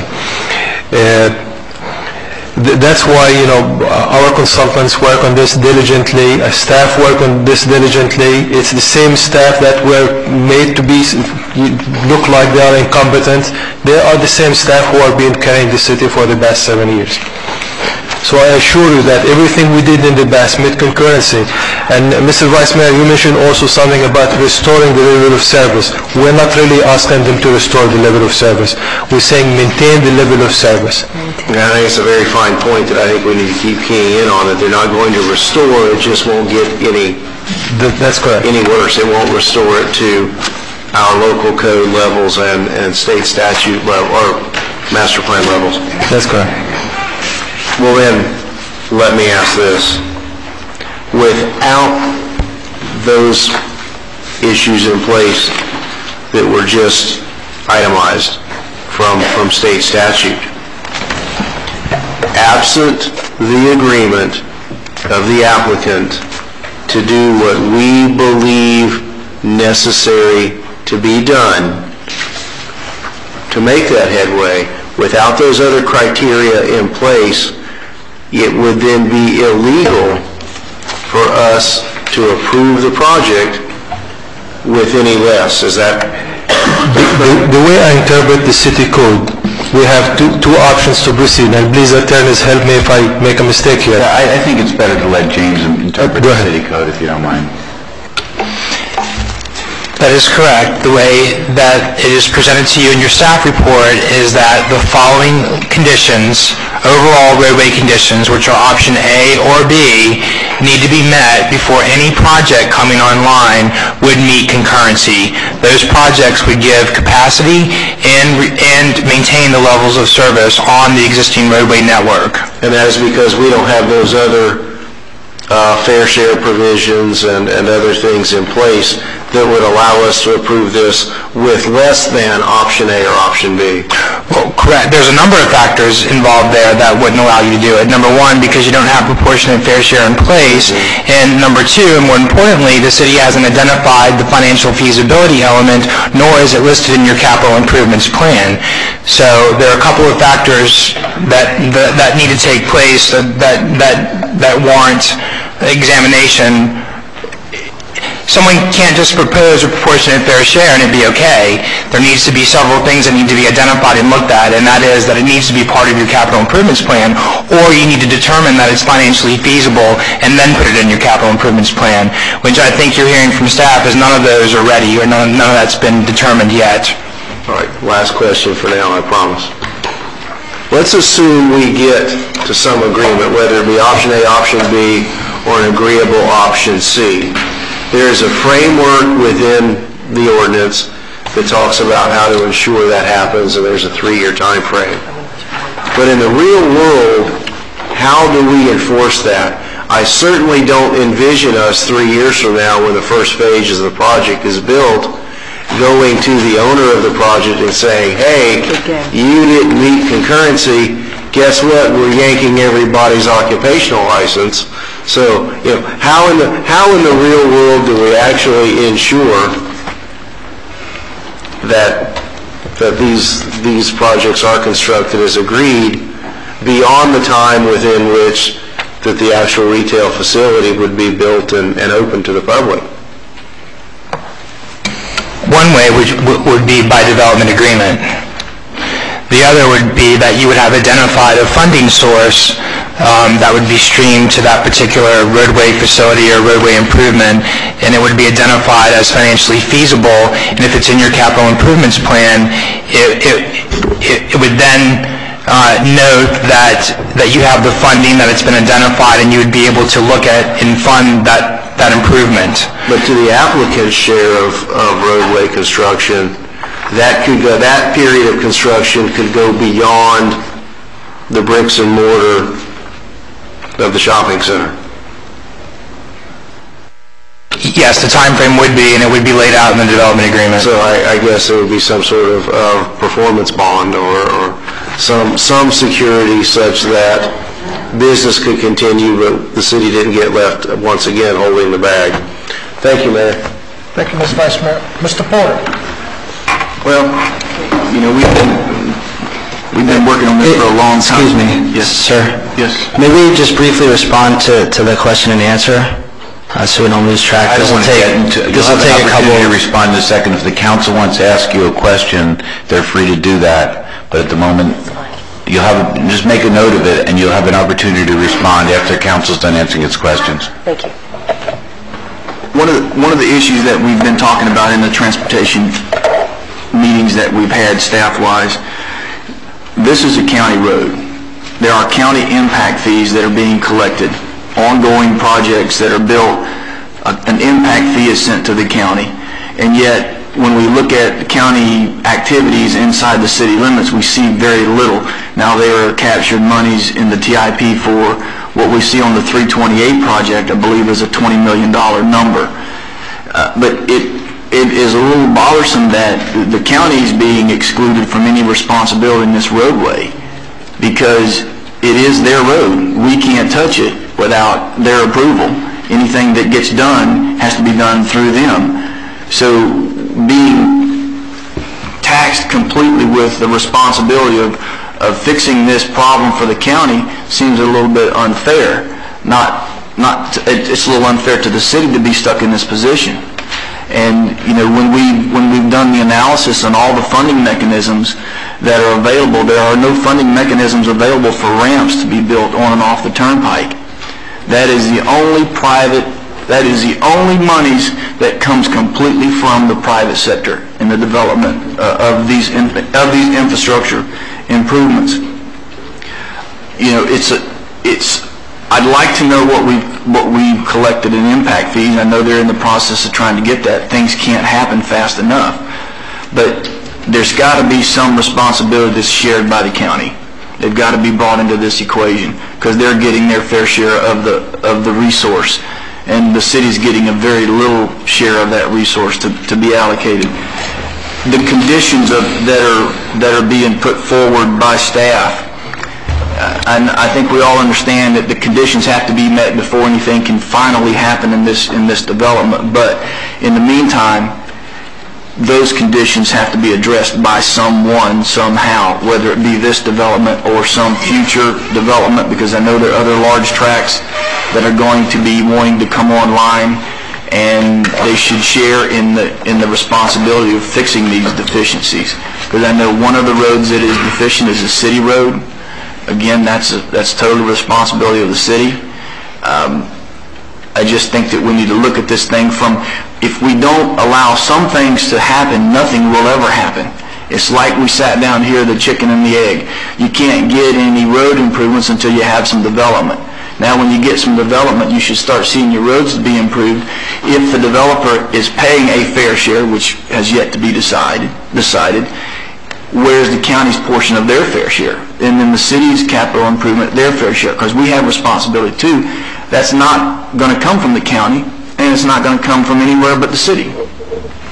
So, as we go forward, if we can go forward, all players need to be pulled in, but I think we need to be very careful about the fact that if we take all the private sector money and fix the county's road and not fix the ramps on and off of the turnpike, we will wake up one morning in really bad shape, because everybody's taking these roads, the majority of the people taking these roads, interior roads, are trying to get to the turnpike to go north or come south.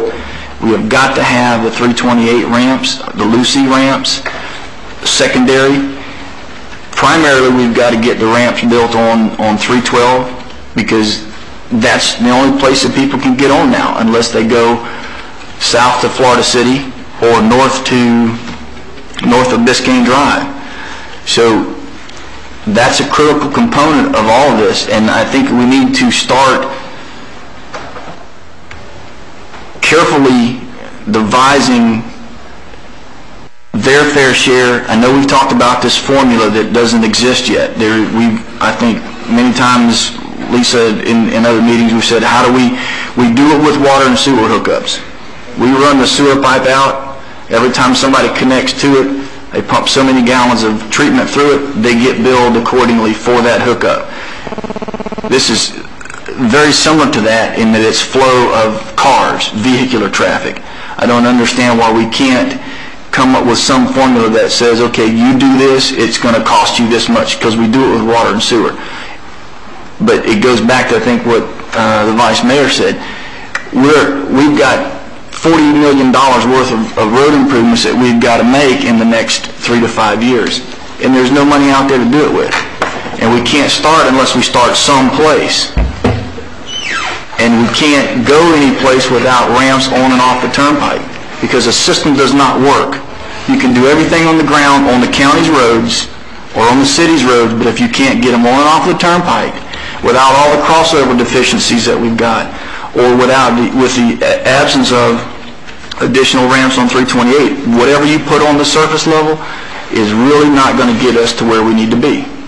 Now, is that incorrect from the staff, or is that correct from staff? As far as the ramps are concerned. That's correct. I just did want to add that chapter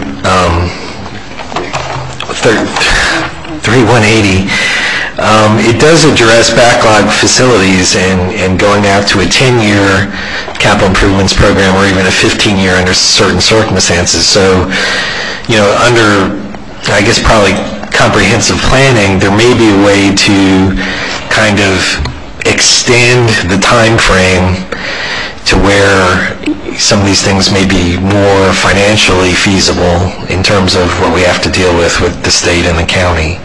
So there is mechanisms in the statute that kind of allows you to beat that chicken and the egg thing, where you kind of proceed and then you try to get, you just delay the financing from it, but you can allow development to go forward, which is, one of the things that I hope, we'll be able to do here shortly.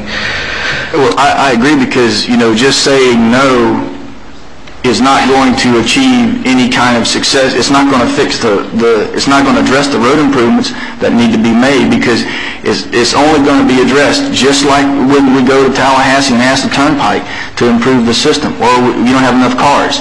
Well, we can't do any more cars because we can't move around. Well, you need more cars. It doesn't need to be a catastrophic situation before we can address some of these problems, and it's an incremental way we address them.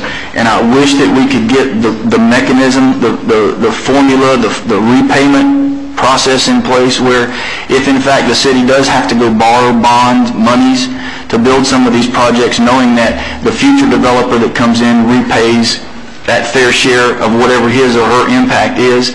As the county allocates its money in the TIP, it goes into repayment of what the city had to up front. If we don't do some of these projects, we're here and we have to stop. It's a self-imposed moratorium on the entire city. So, there's got to be some flexibility on how we approach this. We got 3 years to work out some of these other issues, but we need to know who's going to pay for them over time. And I agree, we cannot put the city in a position where it's liable and responsible for all of the other shortfalls of estimations of how much this is going to cost, because we never know from minute to minute with all the fluctuations in steel and concrete. But as we proceed, one final question about this, the conditions that are put on this. If, in the opinion of staff, if we can approve this with these conditions. These conditions do not mean that DDR is responsible for all these improvements, but these improvements will need to be necessarily addressed, whether it be by the city, by another future developer that's coming in around the corner, and we can impact and put those monies in those specific places to overcome the deficiencies. Correct? Correct. But if we want this to go forward, they need to agree to these conditions. DDR does. Is that? No, that's not correct. Well, then what are we arguing about? The recommendation is they don't need to agree to anything. You have a quasi-judicial matter before you. You grant or deny the application. You grant the application with conditions. If they don't comply with the conditions, they can't build the development, but it doesn't mean they need to agree. You don't need to have them standing up and saying, we agree to the conditions in order to approve this. You can approve it with staff recommendations. You can change the recommendation. You don't need their approval. You're acting in a quasi-judicial capacity. I mean, it's wonderful when they stand up and say those conditions are great and we agree to them. We have that a lot here, but it's not technically correct what you said, and that's why. That's fine, because I need to know. The thing is, in staff's opinion, in order for the city to be protected, completely protected, in order for us to forward this through this process, we should, in fact, mandate that these conditions be attached. It is our professional opinion, and not only for this developer, but also similar situated applicants. I agree. Thank you, Mayor. Thank you. Ms. Bell? Thank you. I've been sitting here and I've been listening to everything from both sides. And by the way, very, very good presentation from our staff, from our planning department. Very well done. I love it when we get so much information that we can actually, when we come in here with a lot of background, so I really appreciate that. This city we are equipped with very, very good traffic consultants, a very good planning staff who is a traffic expert herself. We have experts on the law, we have our attorneys, we have statutes, we have concurrency rules, and we have things that we have to abide by in state law as well as our own City of Homestead code. That being said, we have issues, and I wanted to be noted that the pavilion project, I don't think anybody sitting on this council is opposed to the project.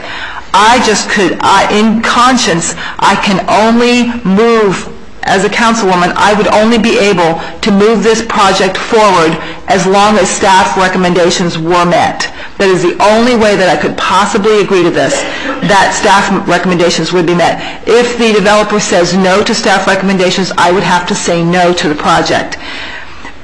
I wanted also to be noted, for the record, that it was stated a couple of times, and I wrote it down, we have not approved a project that has not met concurrency, because some innuendos were put out there, if you will, that we have approved other projects that basically didn't pass the muster. So I wanted to state that we have not approved a project that has not met concurrency. Also, we have approved projects recently conditionally. We have approved many things conditionally because they have to meet concurrency. So this is not the only project where concurrency has been an issue. And these were residential projects as well. So we've been sitting up here talking about concurrency. We just had a traffic master plan where our planner as well as our traffic consultants sat with each and every one of us for probably an hour plus going over these issues. The number one issue in the city of Homestead as far as traffic goes is the issue of concurrency. So for me, it would be irresponsible to go forward with this project without meeting and going forth with staff recommendations. That's what we have our attorneys, our consultants, our traffic consultants, our city planners. That's what we have the statutes for, is to go with their recommendation. And that is what I am recommending tonight. And I have no problem moving this project forward, and I will go ahead and make the motion now. No, not yet. Oh, not yet. I'm sorry. I'm sorry, but we need to go through and give everybody... Trying to jump the process here. Again, we're still... I'm sorry to drag you through this, but this is what the code said, and I need to be particularly careful. No, thanks for keeping me in line here. Any further questions through the chair that the council has? Okay. Well, I'm not finished. Okay. Don't push me. I think that from everything that I've read, and I read the statute, and what I've looked at with the city as well as the state, I think it would be illegal for us, if you will, to go forth with this project without agreeing to all of the recommendations that were proposed by staff, because it would not meet concurrency, and I don't think that would even be legal for us to go ahead and go forth with that. So I'm going to put that out there. Any further questions? Mr. Vice Mayor. Thank you, Mayor. Question to you, Richard, or your staff. If this were to move forward, subject to the conditions proposed by staff, both in the summary and within the body of the proposed ordinance, on page 3 it says, number 1, overall network. Following roadway improvements described in either option A or B must be in place. And one of the laundry list of items is included in a capital improvements plan applicable to the facility. Included in the city's adopted annual budget. Right. Implicit in that is there the risk that if the applicant fails to do certain things, or only does what the applicant has proposed to do tonight, that a future council could put its collective arm around this particular applicant and say, don't worry, we'll put those full roadway improvements in our budget. Or conversely, can this applicant or other future applicants who are being called upon to make other improvements point back to to this approval and say, city, you are required, because funding is not coming from anywhere else, then City of Homestead, you go use your money to complete those improvements. Are we at that risk? But one of the options is that it's included in the city's adopted annual budget at the time of building permit issuance. So the answer to your question is, or included in capital improvements. Correct. Now, did those two items come from the state statute that was quoted earlier? And must they be included, or can we strike those two items to take that risk? I think even though the state statute was, and I'll defer to James on this, but I think even though he was quoting from the state statute, I think the end of that conversation was that because we don't have those things in place at this time, that provision of the state statute was inapplicable. Correct me if I'm wrong. Well, the provisions that you are referring to, those are specifically denoted and called out in your code in section 1.5, so that's already mandated in our code. I think what he's referring to is what the gentleman was reading before, where he was saying in order to prevent the local governments from having liability, if these conditions are met, then they can grant development approval. No, did this laundry list of either-ors come from that statute? And my concern is can the tables be turned on us and we be called upon by this and future applicants to reach into our collective city pocket and complete or do additional improvements? Well, only if you agree, because you control the process and you control the budget. Mr. Mayor, that ignores the influence of lobbyists, positive and negative. I'm just asking a question. Mr. Mayor, thank you, sir. Anisin Kasdan, since the legal issue has been raised, if we may address it briefly, myself and Mr. Seymour from my office, I'd just like to state that the applicant has been put in a catch-22 position. This city does not have a concurrency management system. It hasn't adopted a proportionate share ordinance. And they are not yet in the process of being adopted or created. What we are being told is that because there are failing levels of services on certain of the links which may be affected by this project, that even though the developer is being asked is willing to do more in terms of mitigating impact than the impacts it creates, it still will not be allowed to go forward under your code, which allows the development of this kind of project on this kind of site until such time in the future that we don't know, that a system is adopted, a concurrency management system is adopted, a proportionate share system is adopted, and all of these improvements, some of which have very little to do with this project specifically, like the Lucy Street interchange, are put into place.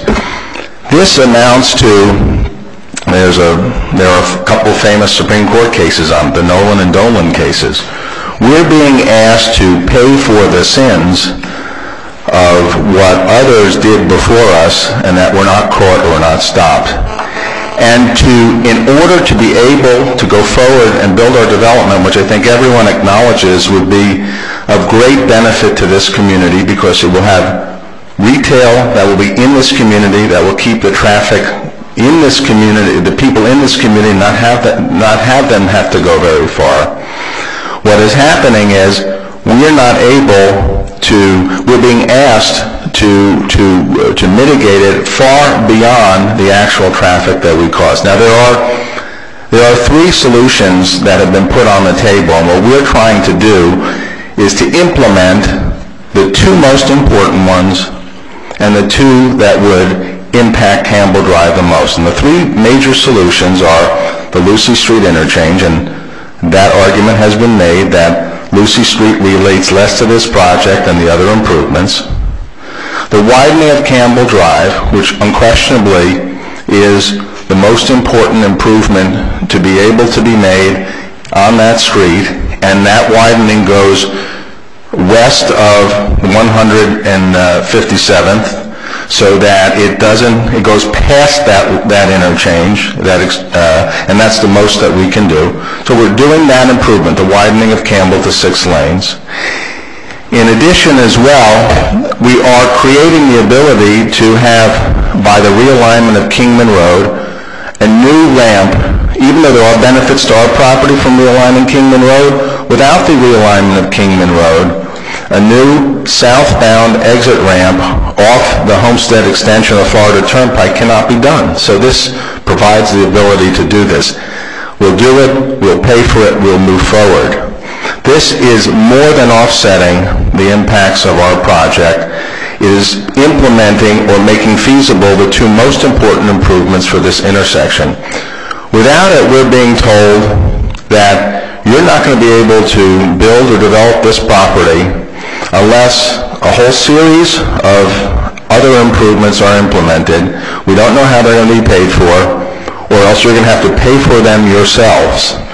So this is tantamount to telling us we won't be able to move forward on developing our site as we're allowed to under the code. If I may, I'd like to have Brian Seymour amplify a little bit more on these points, because we're at a critical juncture in this project. We certainly thank you for your indulgence in listening to this presentation, the lengthy presentations that have been made tonight, but we have a couple moments more to present to you. Good evening, Mr. Mayor, Vice Mayor, Council. My name is Brian Seymour. I'm an attorney with the law firm of Gunster Yoakley.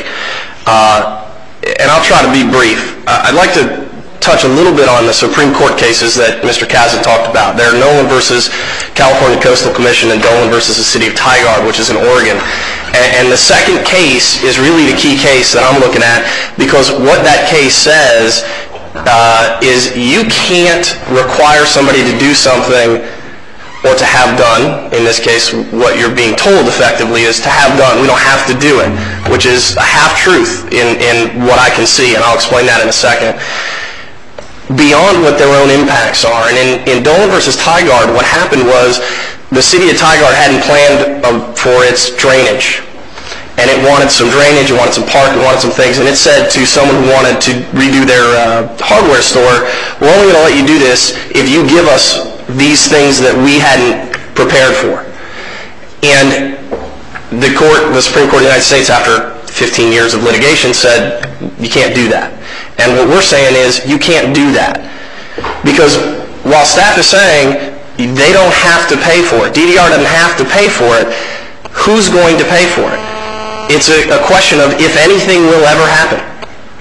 And that's the problem we get into. They then say to you, well, you can be assured because they can't get building permits, but the statute they put up on the board, on the screen there, that they read you doesn't say the words building permit anywhere in it. Except 3 years after.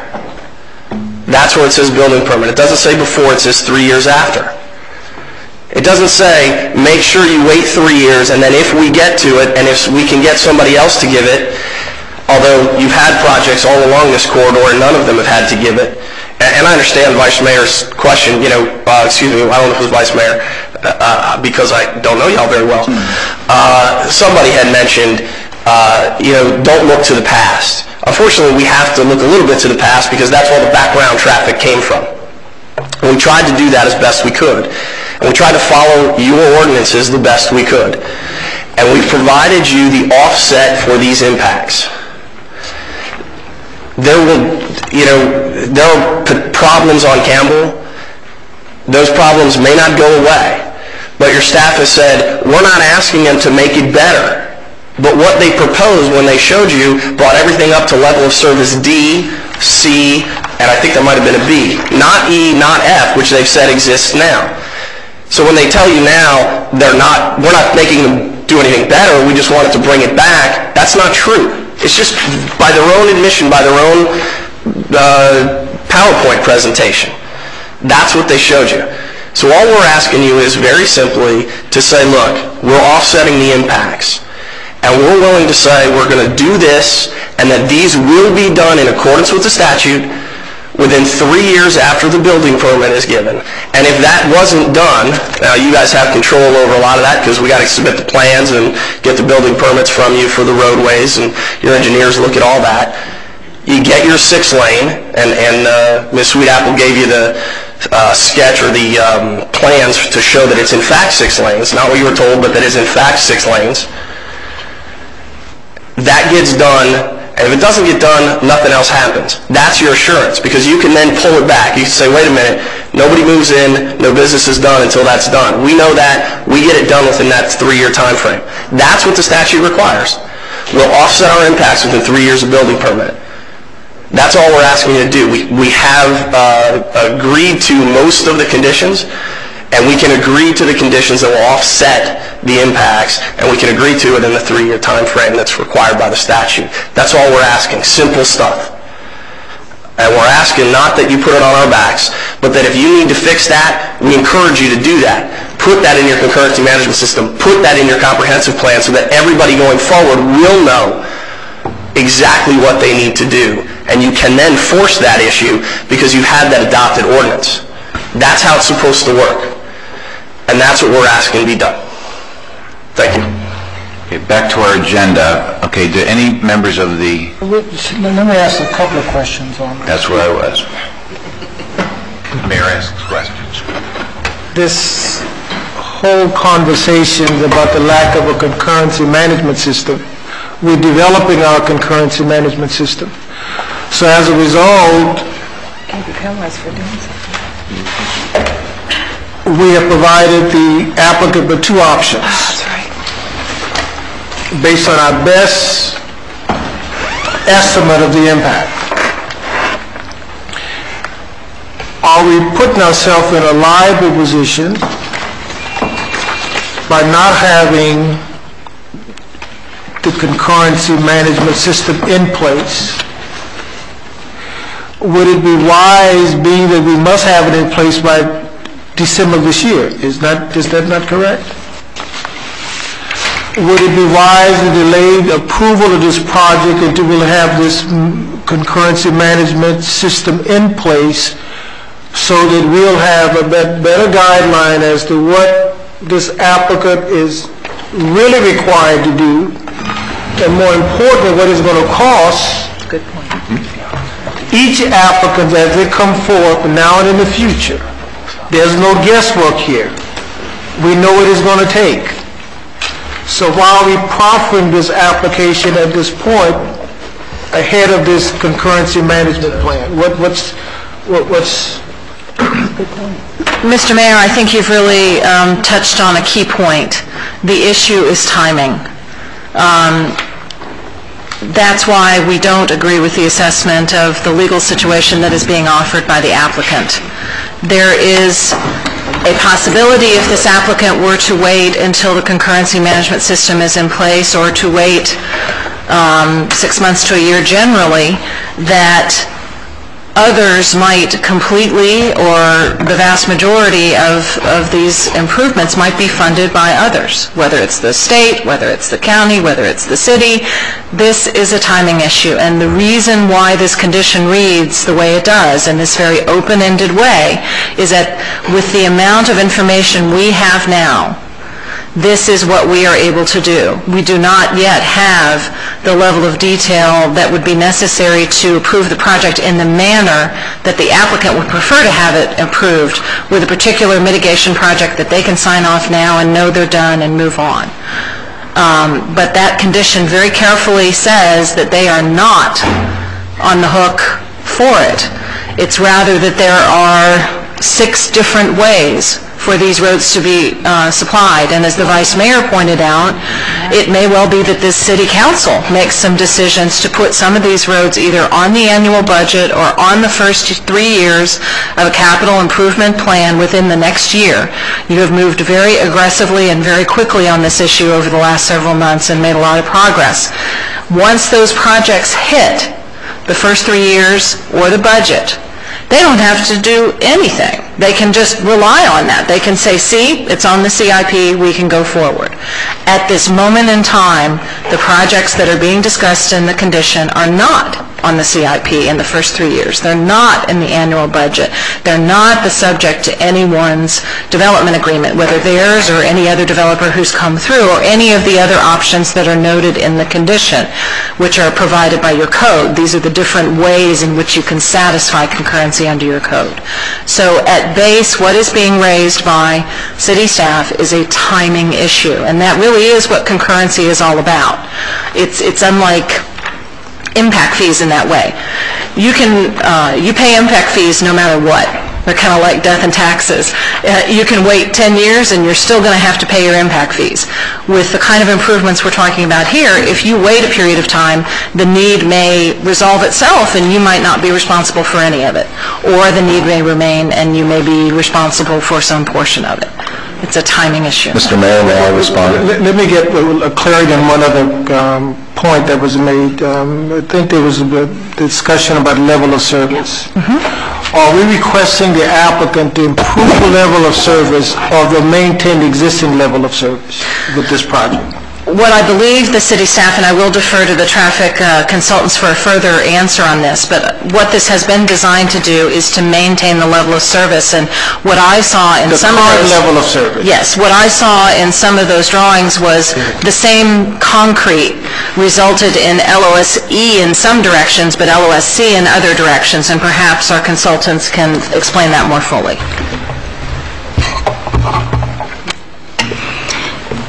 With the overall network improvements with options A and B, we reach an overall level of service E in the westbound direction, overall level of service C in the eastbound direction of traffic. But the current level of service is not E or C. The current level of service with the traffic numbers measured out there right now is level of service E. Yes, Mr. Mayor. Go ahead. If I may, to briefly respond to the city attorney.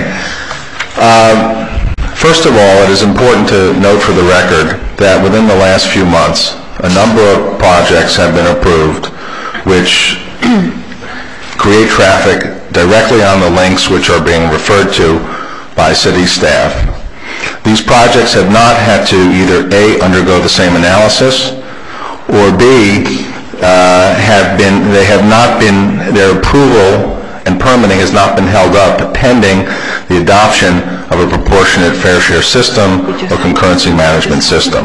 So there is no question, and they have had final plat approval. There is no question, therefore, that this project is being held to a different standard and a different standard of review than other projects have been held to just within the last couple of months. And that's important to note. Secondarily, with respect to the city attorney's interpretation of the application of concurrency, what she is saying is that there is in place a de facto moratorium, that development will not be allowed as is permitted under your code, not due to any actions of the applicant, but until such time as the city develops a concurrency management system or proportionate share system. Until such time as that happens, and we don't know exactly what's going to be involved or exactly what the exactions are going to be, a de facto moratorium has been imposed, and that we believe is not legal or proper under Florida law or under federal law. And we are being made to pay the price for that. Finally, with respect to the reading of Chapter 163.3180, the requirement today under the law is that transportation facilities needed to serve the new development shall be in place or under actual construction within 3 years from the date of approval of the building permit, which is still quite a ways out. The conditions that are included in the recommendation of your staff go well beyond what the statute or Chapter 163.3180 now requires. They're saying that these improvements don't have to be completed underway within 3 years of obtaining a building permit. They say they must be under construction or assured by a binding construction contract executed at the time of building permit, that we have to actually go beyond what the statute itself now requires. And so, even in that regard, they're asking for more than the law allows in the state today for us to become, for us to be able to proceed with this project. What we would request of you is that we be treated the same way that other projects have been treated and have been adopted in the last couple months in this city, that we not be put in an indefinite limbo, which, if the staff recommendations are approved, is the exact result of what would happen, because we don't know if and when we would be able to accomplish everything that needs to be accomplished to get this project moving forward, or what it would cost necessarily, unless we took all of the burden upon ourselves, which of course is completely unfair, because we're paying for traffic created before our development came about, and we're being asked to make solutions from which many others will benefit but will not necessarily have to pay for if we do that today. So we think that it's a misreading of the law with respect to traffic concurrency.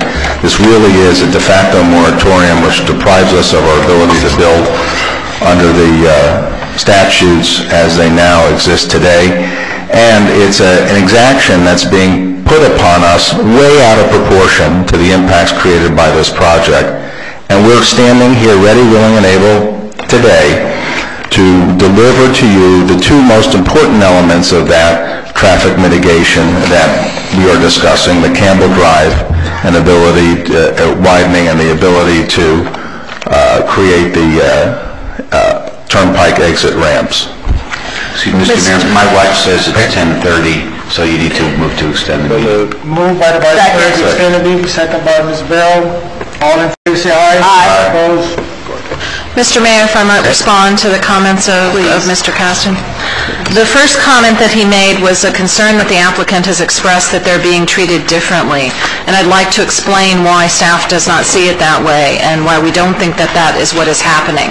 You have been sitting here at your council meeting seeing projects recently that have come forward with a different kind of condition, that have said, if something was wrong, something was amiss, we didn't have all the information, we reserve the right to come back and look at this. That condition was crafted to address the situation of projects that were coming before you for final plat. Right. What your code says is that concurrency is applied prior to the time of subdivision approval.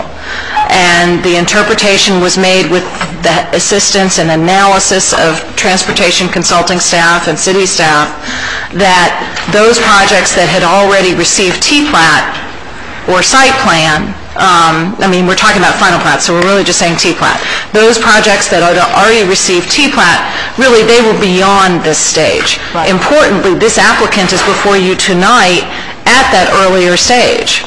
They don't have a T-plat. They don't have a site plan.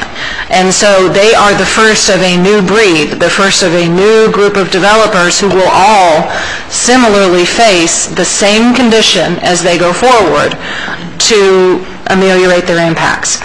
So we have, in fact, been very careful in talking with your staff and working with your staff to make sure that what you have been reviewing throughout and approving throughout this time frame either is already beyond the point of vesting, it already has its T-plat or site plan, or it doesn't affect the roadway segments that we're talking about tonight. Of course, you have a bigger city, and there is the possibility for other development to go on that would not affect this. The second point that was raised by Mr. Kasdan was the notion that this is a de facto moratorium, and I do dispute that because the way the condition is written, it also recognizes that it can be satisfied through the provision of something in the future, 3 years in the future. There are 6 options. We're not making them up. They're on the face of your code. They've been there for 15 years. That's what your Chapter 1.5-6 says are the options to meet concurrency. They can be in the annual budget. They can be part of a development agreement and so forth, all of those different options. So there is the same kind of time lag that is being highlighted by the applicant applies under our condition as well, and there is time for things to be totally resolved before this condition potentially stops anyone from doing anything. The third point being raised by Mr. Kasdan is that I think I've already covered the code covers those 1 through 6, and that's where that comes from. And so basically those are our thoughts in response to those statements, and if you have any further questions, we'd be glad to address them. Does the council have any further questions at this point? You'll have another time to answer questions later, ask questions later. I'll have a comment. Mr. Mayor, may we respond? I'll reserve it. Just if it's a legal comment, go ahead, and if not, you're going to have a full opportunity to make a rebuttal after we're done. Yes, this is a legal response, and I want to lay the factual predicate for it. Thank you, Nissan Cappy Sweetapple. I think that what we have is a fundamental difference of interpretation of 163 through 3180-2C.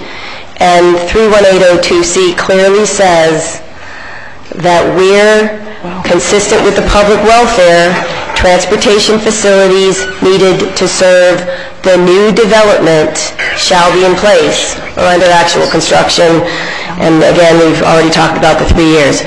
The point is that notwithstanding the proportionate share ordinance that you all will adopt in December of 06, notwithstanding the concurrency management system, which is under development by your staff, notwithstanding the fact that you haven't prepared your CIP to fund all of these important projects that your staff has now identified, notwithstanding any of that, if an applicant comes to the table in the city of Homestead or in any city in Florida, consistent with state statute, and they are willing to build into the network the capacity equal to or greater than their impacts, then they have met traffic concurrency.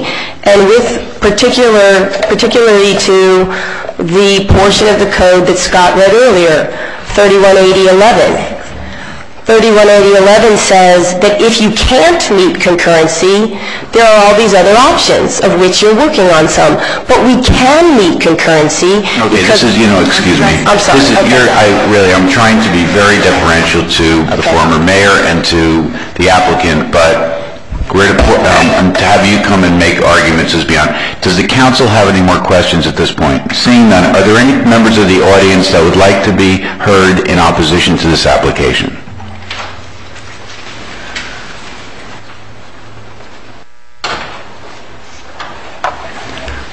Kevin Sullivan, 1860 Southeast 6th Court. I'm here tonight as a resident. I'm not representing any other organization. My first comment is I am just so impressed with the presentation of the staff. I really think you deserve a pat on the back or a clap from the audience because it's one of the nicest presentations I've seen the staff put together. I do have to commend the traffic consultant from the applicant. She pointed out an issue that us on the east side have been saying for a long time, and that's that when anybody looks at these developments, you have to remember that the DRI for the villages of Homestead, there's a lot of unbuilt lots out there yet, and they are going to be built one of these days.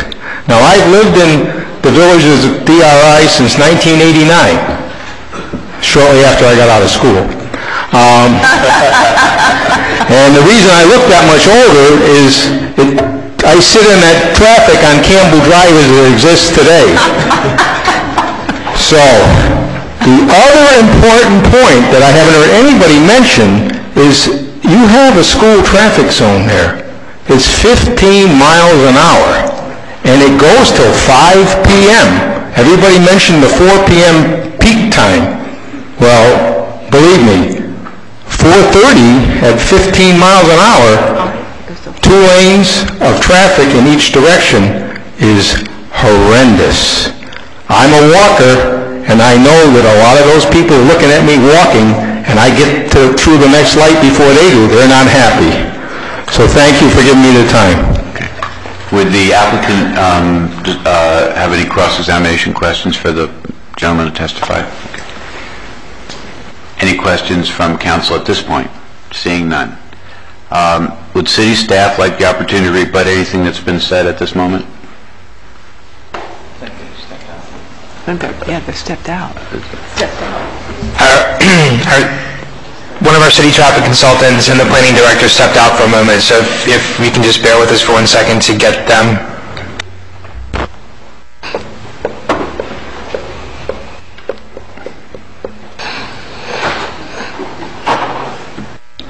While we're waiting, does any other member of the public wish to testify in this? Any other member of the public? Okay. And then after they testify, Mr. Kasdan or Mr. Marcus, you're going to be given an opportunity to put on whatever rebuttal that you'd like. Briefly.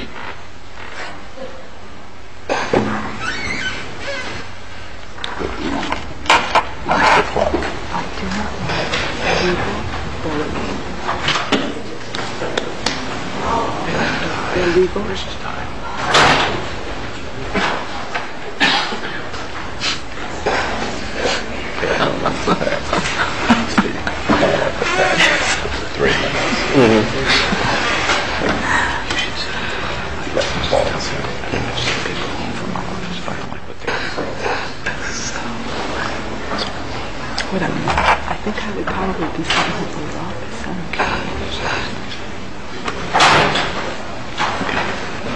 Would city staff like to put in any rebuttal testimony? I believe so. I think they're getting their thoughts together. Okay. Briefly, please. Mr. Vice Mayor, we're putting our notes together throughout the presentation, and there's a couple of points we want to touch upon. Thank you. The applicant stated that what is the problem and why has the city approved other projects, and why is the city now claiming this? Previously, the city has relied on applicant traffic submittals done by professional engineers and consultants in reviewing project impacts. In order to properly review and analyze these submittals, as well as develop an update to our transportation master plan, the city hired its own traffic consultant who has required all applicants to submit the same materials for adequate review. As soon as the city became aware of the capacity and level of service issues along Campbell Drive, as well as the surrounding roadway network, the city has consistently treated all similarly situated applicants in the same manner.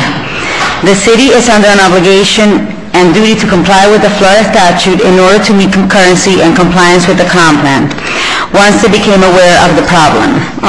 Unfortunately, the applicant is the first seeking approval on the overcapacity and failing roadway network before you tonight. But there's other, quite similarly, it's the first application to face this issue, but they are far from the last. So we have other applicants that we are working with now currently with these issues. There's also, the applicant stated that they mitigate the impacts and they are enough. This is fine under the staff's condition, and it does not specify how much they are responsible for. It simply states that these improvements need to be in place to meet concurrency. If they are not, concurrency is not met, and it's the same for all future similar situated applicants. Also, we are offering more than staff says that we're offering. Staff based its analyses on the submittal material, not on statements that were done in meeting that we're going to move this improvement east or west. We're basing on this submitted material to us. That's the only way we could do our review. If there's going to be new submitted material, then we need time to review it. Staff, traffic consultant, the planning consultant, and also your legal counsel. We, also, Scott, if you have anything else you would like to rebut. Thank you. Okay, Mr. Kasdan, Mr. Marcus, a brief rebuttal.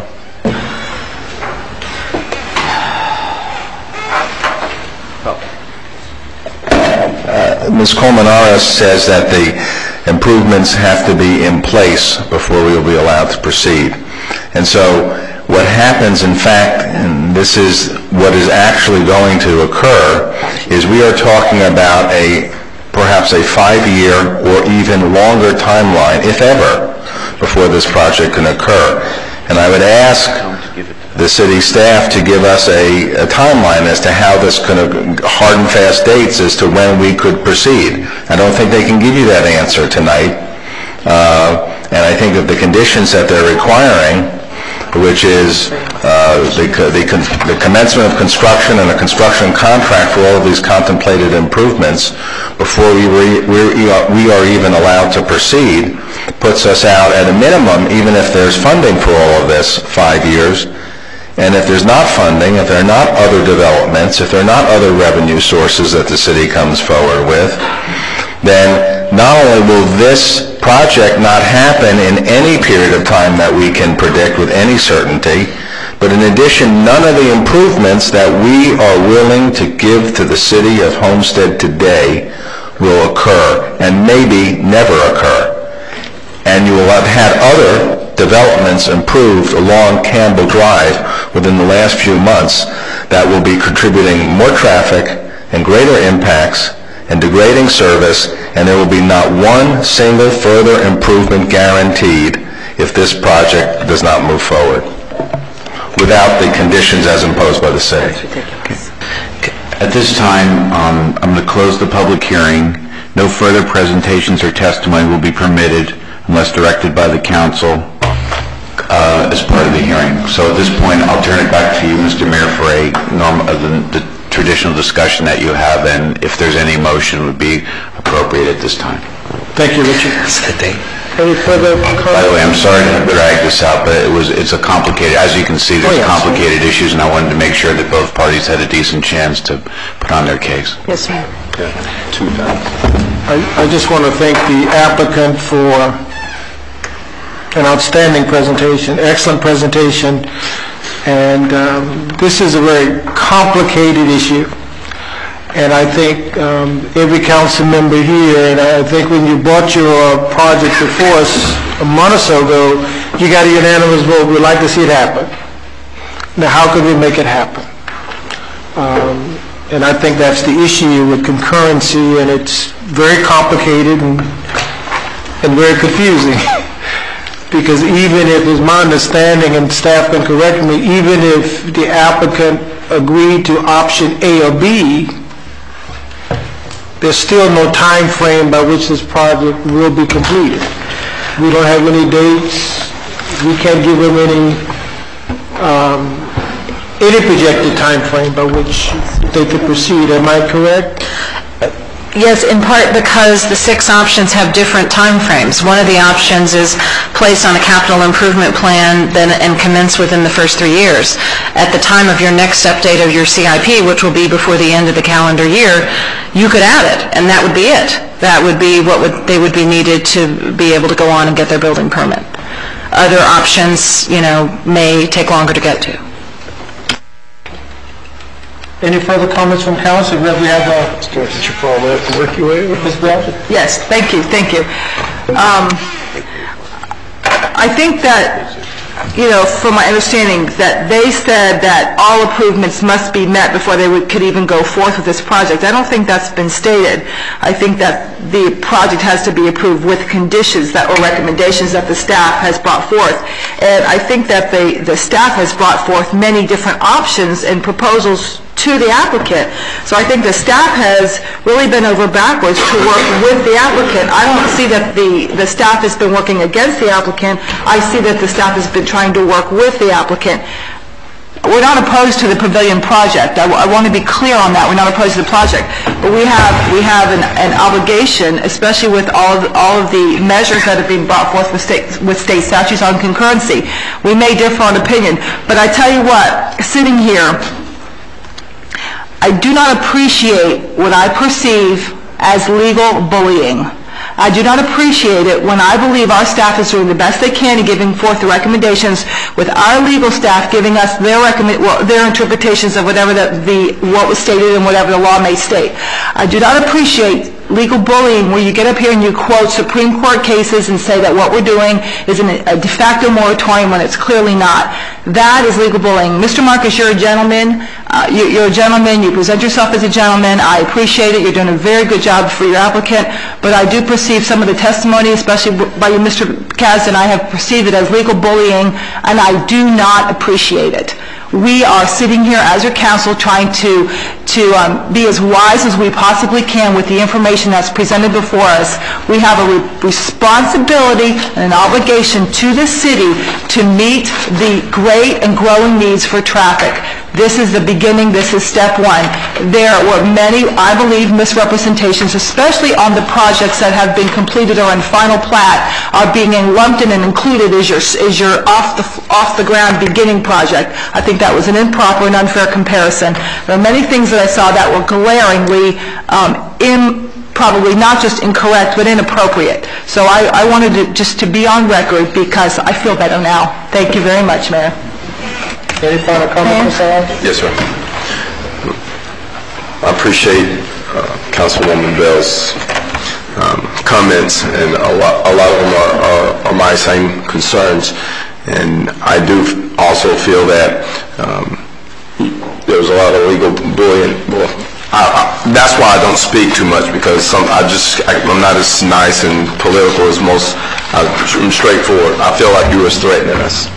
Bottom line, and being on that side of the table, looking for our favor, and I do want to find a middle ground somewhere, and hopefully, we can find that middle ground and have that opportunity to speak. But I hope, again, Mr. Marcus, with all respect, you are doing a great job, and we do respect you, but the colleagues that are there with you highly has disrespected us tonight, and hopefully if there's an opportunity that we can come together, I hope they come with a different attitude and a different aspect in asking for what they're asking for. If we're going to ever find a middle ground, you don't need to come with threats. You need to come with solutions, and I don't appreciate being threatened when you're asking for a solution. So we need to be able to come and find middle ground, and I want to see the project go. I would like to see it successful, but there first of all need to be an attitude change, and then we work on our differences, because we'll never get there. The staff has given out options. You guys have stayed your ground. That's where you're at. You have made no attempt to give any form of concessions, any form of negotiations, and we've had to deal with just the one thing. What you started with is what you're ending up with. There needs to be some type of change in the future if we ever see this again. Thank you. Thank you, Mayor. We all know we've been threatened, and we all know there's been mischaracterizations tonight.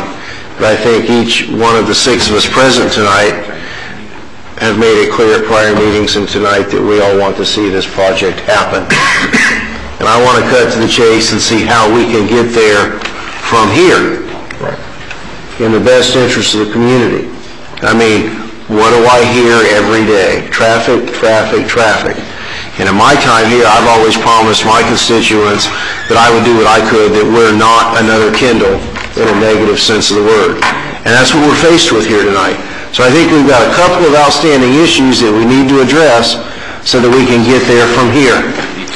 Now, with the understanding that no one from our side of the table has represented that all of the improvements required in the conditions have to be completed before the project proceeds, I guess I have two basic questions of the applicant. Number one, if this moves forward with the recommendations, our vote of approval with the recommendations contained in the staff report,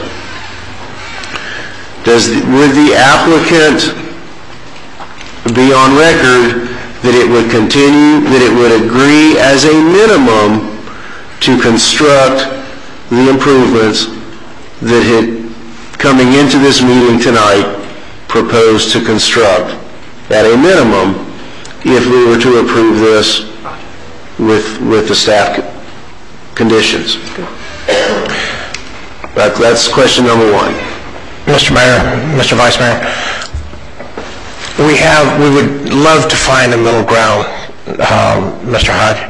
We would attempt to, this is what has happened in this situation is we have a beautiful project by all accounts, and what's happening is a horrible situation of timing.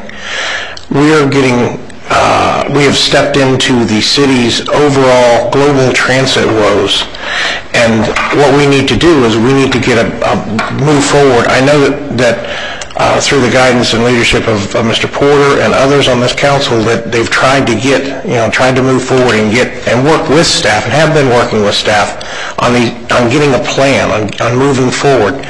If Mr. Hodge,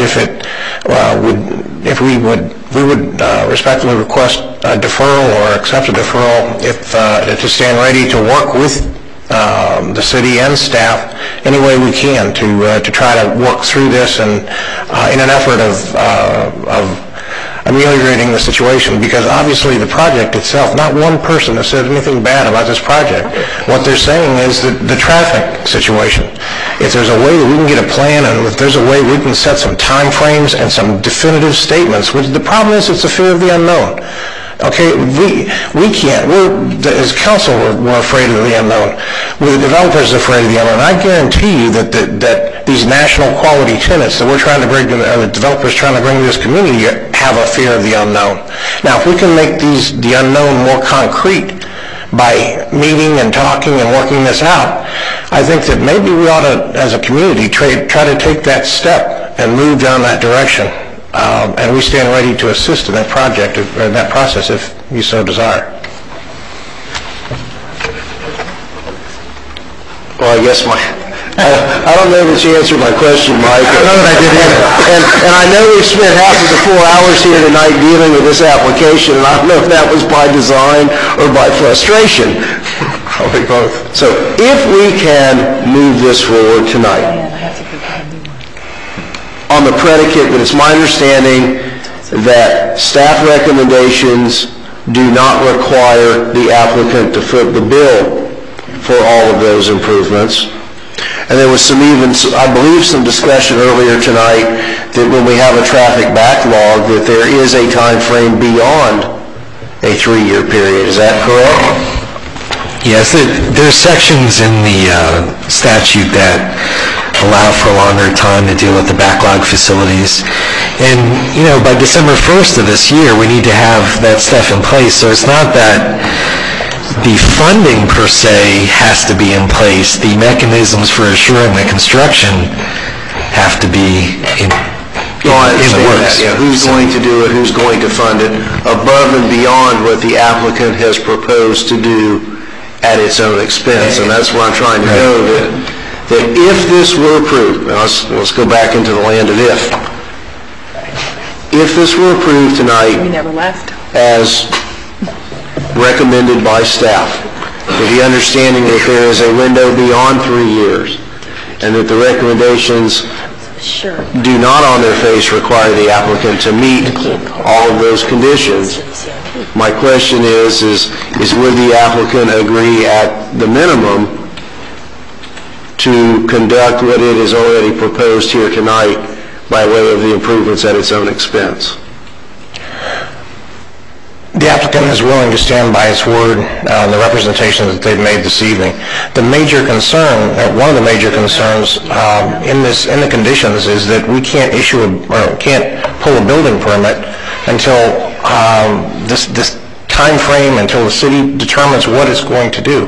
That's why I'm suggesting that if this plan or if it would be feasible, if there's something concrete that we can do in the next 2 weeks, a deferral may be in order, or if you could remove the fact and allow them to get a building permit, that may...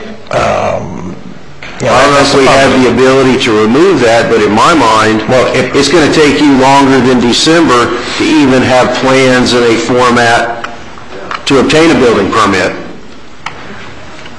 This is Jeff Martin with the developer.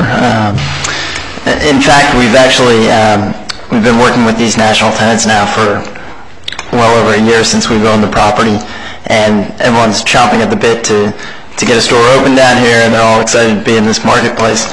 And through all this traffic negotiations that's been going on back and forth, we've actually had time to move forward on some of these civil drawings for some of these tenants. So we're ready to go. We would love to meet some of these national tenant opening dates and bring these services to your community. And quite honestly, we feel that if we have such an open-ended window here, that we're definitely jeopardizing this deal for all these tenants, and this project may never happen if we can't have some kind of time frame to it. Does the applicant want to request a deferral then? I think that's a good idea. Yeah, that's good. I think we would request a 2-week deferral. I would move that. I think that's a good idea. Is that the correct procedure, Richard? I would move that we If defer. they requested a deferral, you might want to ask staff what they think about the time period, whether anything can be done in 2 weeks. Mike. Mr. Mayor, council members, I just want to make it very clear. The reason it's on the council agenda because they requested to push it through the council agenda. We staff try to work with them to try to come up with a formal or a solution before we come in front of council, and they chose to proceed, and that's why we moved it with conditions. However, I cannot really sit here and promise you it will be done in 2 weeks, because there's lots of work left, especially when we start talking about preparing the ordinance for a fair share. It's going to take some time. Like, what would you think would be to defer it 2 weeks, if there's not enough time to get anything done, is just a waste of everybody's time. What do you think is a realistic time frame to try to get something done? I would defer it to Sherry to come up with a time frame. And then the applicant could make a comment about it. Yes, we are finalizing our comprehensive amendment, and I will ask for 4 months. That takes us to December, mostly. No, that's Almost. October.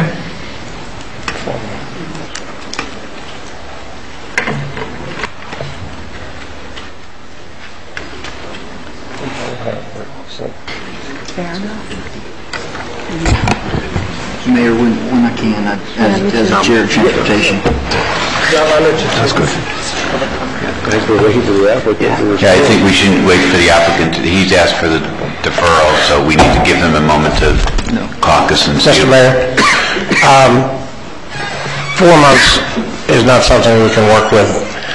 If we were to come in, have 2 weeks to work with staff and to maybe we can get a process in place, maybe we can work in language that we can find a middle ground consistent with Mr. Hodges' representations. We stand ready to move forward in an effort of conciliation, try to work this out. But we need to move forward, and just picking a 4-month figure out of the air is, with all due respect, that's not moving forward. Maybe it would help. Sherry, maybe you could explain, was there a particular reason why you chose the 4-month time period? Yes, we need to do our comprehensive amendment.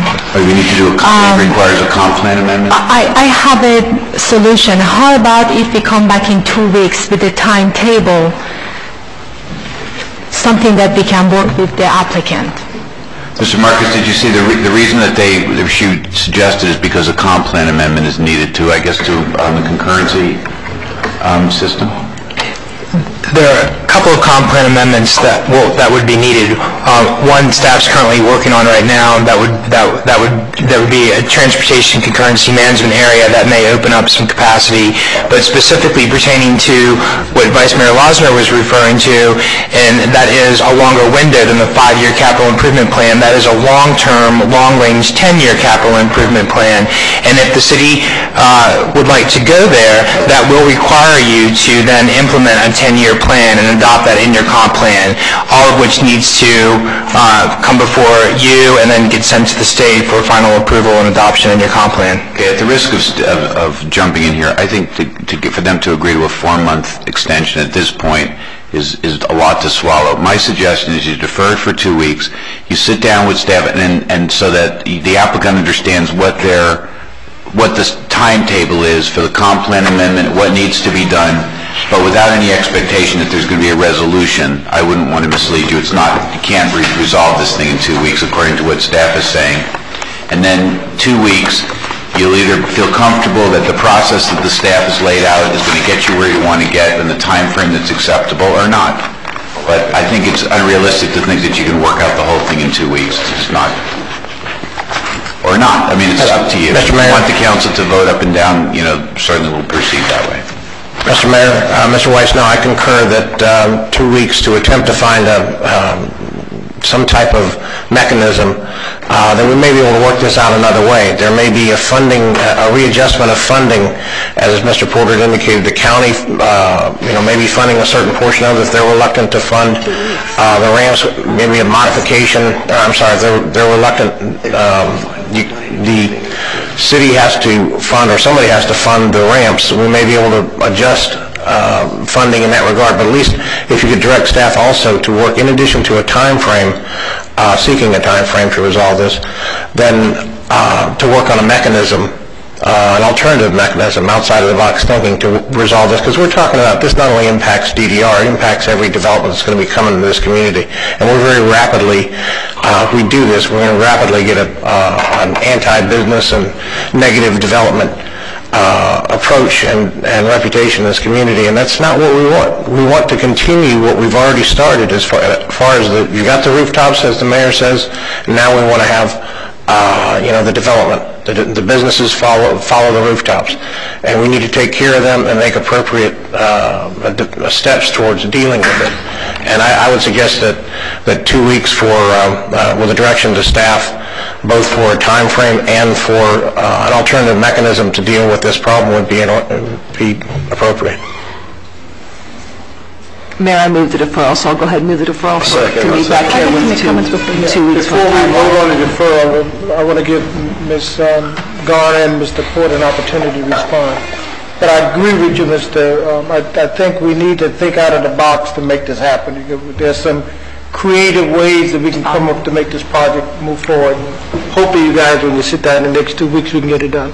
Ms. Garner. Thank you, Mayor. Mr. Marcus, when you first brought this project forward, I let you know that my concern was traffic. And after listening to your presentations and our staff's presentations, I just can't agree with you. It does need to be 6-lane on 8th Street, but stopping at 157 instead of continuing to 162, to me, would just cause a bottleneck at the bridge, which would move the problem from in front of your project to down the street. That's not taking a holistic view of it and fixing the problem. So unless there was going to be 6-lane all the way down the street, I couldn't support that. And our staff is very professional. They put together a good, comprehensive package for us to look at, and I have full faith in them. I would have to go with the motion as it was made, as the staff recommended with the options that they put in. Maybe we can figure out funding in a different way.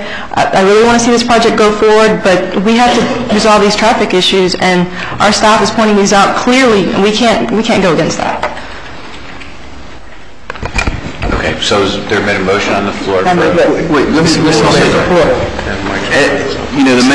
mayor put together this transportation initiative to take a look at our transportation problems of today and of tomorrow. And we talked about the fact that 328, we went to the federal government, got $7.6 million, and some of it is allocated to West Maui, some is allocated to 328.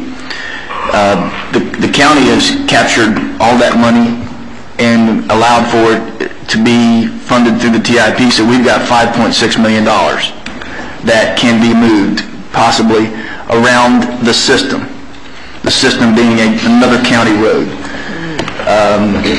So there's $5.6 million on the table right now for the city to work with that we could take a look at, that are some of these options that we're talking about to alleviate pressures beyond the bridge or whatever the case may be. So what I would request of staff and of the development community is that we somewhat bury the hatchet that's been going on between the two groups, and from the fact that it's not a he said, she said argument any longer. It's going to be what these folks up here say. And we need to be very open-minded when we approach each other from the dialogue, internal dialogue, as to what we will, at the next meeting, I hope, come to some sort of solution, whether it goes through like this, with additional concerns attached to it, or less concerns. But as we go forward, I think that the staff and Mr. Marcus, the team that you work with, need to be a little more open-minded to the solution, and because we're put in a very, very difficult situation. We want the project. We want the project. We don't want any traffic scenarios that are going to overbear, this community. But this is not the only one that's going to do it. It's going to be others behind this. So that's why when we look at this, we really need to look at this part of the puzzle. We have to plug it in, knowing that there's another piece of the puzzle that has to be plugged in as well.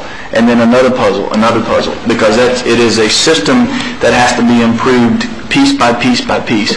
So my feeling is, if we don't have the conditions and we don't mandate ourselves as a community to look at these conditions and say, look, these things have got to be addressed through our own mechanisms, through impressing upon the county, through impressing upon Florida Turnpike Authority or the private sector community to fund the ramps. So I agree with the council if it takes 2 weeks, but I would encourage both teams to work very, very open-minded with one another, because at some very, very near future we will make a decision up here because we have to, and it may not be to the conditions. I'm in favor of the conditions right now because we have to do this. In order for us to survive, we have to do this. Thank you, Mayor. Thank you. There's a motion to defer. Let's move it to So Mr. Shahad, and then it's good. Go ahead. Go ahead, Mr. Shahad. Mr. Mayor, council members, may I please urge you for the 2 weeks to work on the time frame, but to come up with a funding mechanism is not practical. All we're doing is we're just going to give the parties an opportunity to sit down and for them to try to get comfortable with what the staff is recommending in terms of timing, and if there's some other ideas, they'll talk about them. But it's just a 2-week period to see whether the parties can start to work together. Nobody expects a solution in 2 weeks. We won't have to do this 5-hour dialogue. I was just going to say there should be the public hearing has been closed. For the record, unless the council votes to reopen the public hearing, there'll be no further testimony at that time. Just the council, if Mr. Marcus or Mr. Kasdan want to address the council regarding what happened in the 2-week period, but no further testimony. And then the council is going to vote. So there would be a motion to continue the public hearing on this matter until 7 o'clock on June 19th, at which time the council then will take up this matter again, and depending on what happened, make a decision one way or another. So good. All in favor of the deferral? Aye. Aye. Opposed? Having said that, on the other hand, I will be on vacation. Send David. Thank you all very much. Thank you, Mr. Mayor. Thank you.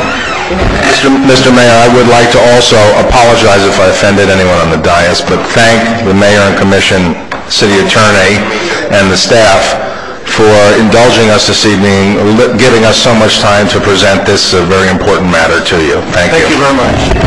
Next time is the second reading of the ordinance of the City of Homestead, Florida, adopting the Southwest Neighborhood Master Plan and rezoning approximately 357 acres within the Southwest Neighborhood Master Plan area to plan urban development for a property generally located east of Southwest 187th Avenue, west of US 1 south of 320th Street, and north of Southwest 328th Street, legally described as Exhibit A. providing an effective date. I'll move it. Moved by Councilwoman Bell, second. Sorry, excuse me. We actually need to do the legislative matter 8A, the second reading of that first, before we do the rezoning to the Southwest Neighborhood Master Plan. Okay, so I don't have to read it again. Why don't you open up the public hearing on D, and then we'll just defer it for a second. Any comments from the public? Any comments on the public? If not, I'll close the public hearing. Okay, 8A is an ordinance of the City of Homestead, Florida, amending the City Code of Ordinances by amending Chapter 30 zoning, Article 3 district regulations by establishing Division 23 Plan Urban Neighborhood District, providing for severability, inclusion in the code, conflicts, and an effective date. This is the second reading of public hearing. I'll move it, Mayor. Moved by Councilman Bell, second by Councilman Hodge. Any comments from the council? If not, I'll open the public hearing. Any comments from the audience? Any comments from the audience? If not, I'll close the public hearing. Any final comments from council? Roll call, Madam Clerk. Vice Mayor Losner? Yes. Councilman Porter? Yes. Councilwoman Bell? Yes.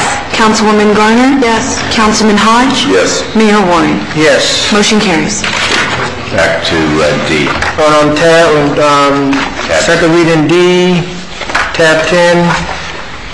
Any comments from council? Any final comments from council? If not, roll call, Madam Clerk.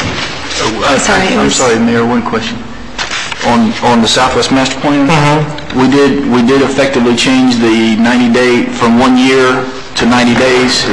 Yes. Yes, that language has been changed pursuant to our conversation at the last council meeting. Okay, thanks. To reflect that it's a standard 90 days now. Okay, I just wanted to make sure. I know there was a lot of discussion. Okay, thank you, Mayor. Roll call, Madam Clerk. I'm sorry, Mayor. It was moved by Councilwoman Bell and seconded by whom? Moved by Councilwoman Bell, second by Councilman Hodge. Okay, thank you. Councilwoman Bell? Yes. Councilwoman Garner? Yes. Councilman Hodge? Yes. Vice Mayor Losner? Yes. Councilman Porter? Yes. Mayor Warren? Yes. Motion carries.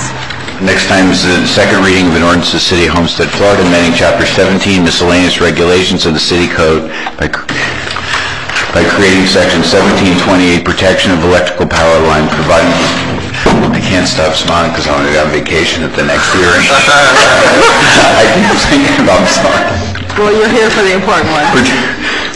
I'm sorry, protection of electric power line, for protection of electric power lines from vegetative growth, providing for severability in the inclusion code and effective date. Second. Properly moved by Councilwoman Bell, second by Councilman Hodge. Any comments from council? If not, I'll open the public hearing. Any comments from the audience? Any comments from the audience? If not, I'll close the public hearing. Any final comments from council? Roll call, Madam Clerk. Councilwoman Garner? Yes. Councilman Hodge? Yes. Vice Mayor Losner? Yes. Councilman Porter? Yes. Councilwoman Bell? Yes. Mayor Warren? Yes. Motion carries. Next time is an ordinance of the City of Homestead, Florida, amending City of Homestead General Employees Retirement Plan by amending Sections 22.5-135,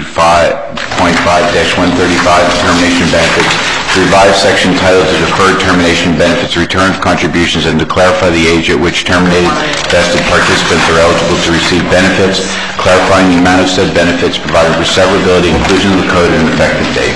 Motion. Motion by Councilman Hodge, a second? Second by Councilman Porter. Any questions from council? If not, I'll open the public hearing. Any comments from the audience? Any comments from the audience? If not, I'll close the public hearing. Any final comments from council? Roll call, Madam Clerk. Councilman Hodge? Yes. Vice Mayor Losner? Yes. Councilman Porter? Yes. Councilwoman Bell? Yes. Councilwoman Garner? Yes. Mayor Warren? Yes. Motion carries. Public comments at this time. Any comments from the public? Any comments from the public? No comments. Business from the city manager? I think it's wise at this time. I'll defer next time. Mr. Manager. Report Mayor and Council, Councilwoman Wilma, Councilman Bell. Well, Mayor, I have a whole bunch of stuff, but I'm going to pass on that tonight. Good. Councilwoman Garner. Not tonight, Mayor. Thank you. Councilman Hodge. No, sir, Mayor. Vice Mayor. I just want to observe that it's about time that our colleagues Hodge and Garner had one of these marathon meetings. That's all. And Bell. Get used to it. Yeah. We've had quite a few. Councilman Porter? Just one thing, Mayor, real quick. At one of the previous meetings, we talked about the signalization on the roads up and down US 1 and one on Old Dixie and 15th. The county did come down. They did open up the signal for an additional 10 or 15 seconds. So hopefully we should start to see some more east-west traffic flow. And I'd like to thank Mike and Julio for getting that done. What's the location, Jeff? Well, they did US 1 and 328, US 1 312, US 1 304, Old Dixie and 304, and Crum Avenue and North 8th Street. So, and they added I think it was at 10 seconds, an additional 10 seconds. So, it doesn't seem like a lot, but I think it is in the real scheme of things. So, hopefully we're seeing better traffic flow east-west across US 1. Thank you, Mayor. Okay, good. Thank you, Mr. Porter. And for me, the appointment of David Payton and Judy Wallman to the elected official senior management retirement committee. Moved by Mr. Porter, the second by Mr. Hodge. All in favor, say aye. Aye. Opposed? And the official appointment of the Mayor's Youth Council members, Joseph Peretta, Kevin Rennick, Rosel Vasquez, Emmanuel Carranza, Rachel Orr, and Francesca Melendez. Moved by Councilwoman Garner, second by Councilman Hodge. All in favor say aye. Aye. Opposed? Ladies and gentlemen, meeting is adjourned. Chief.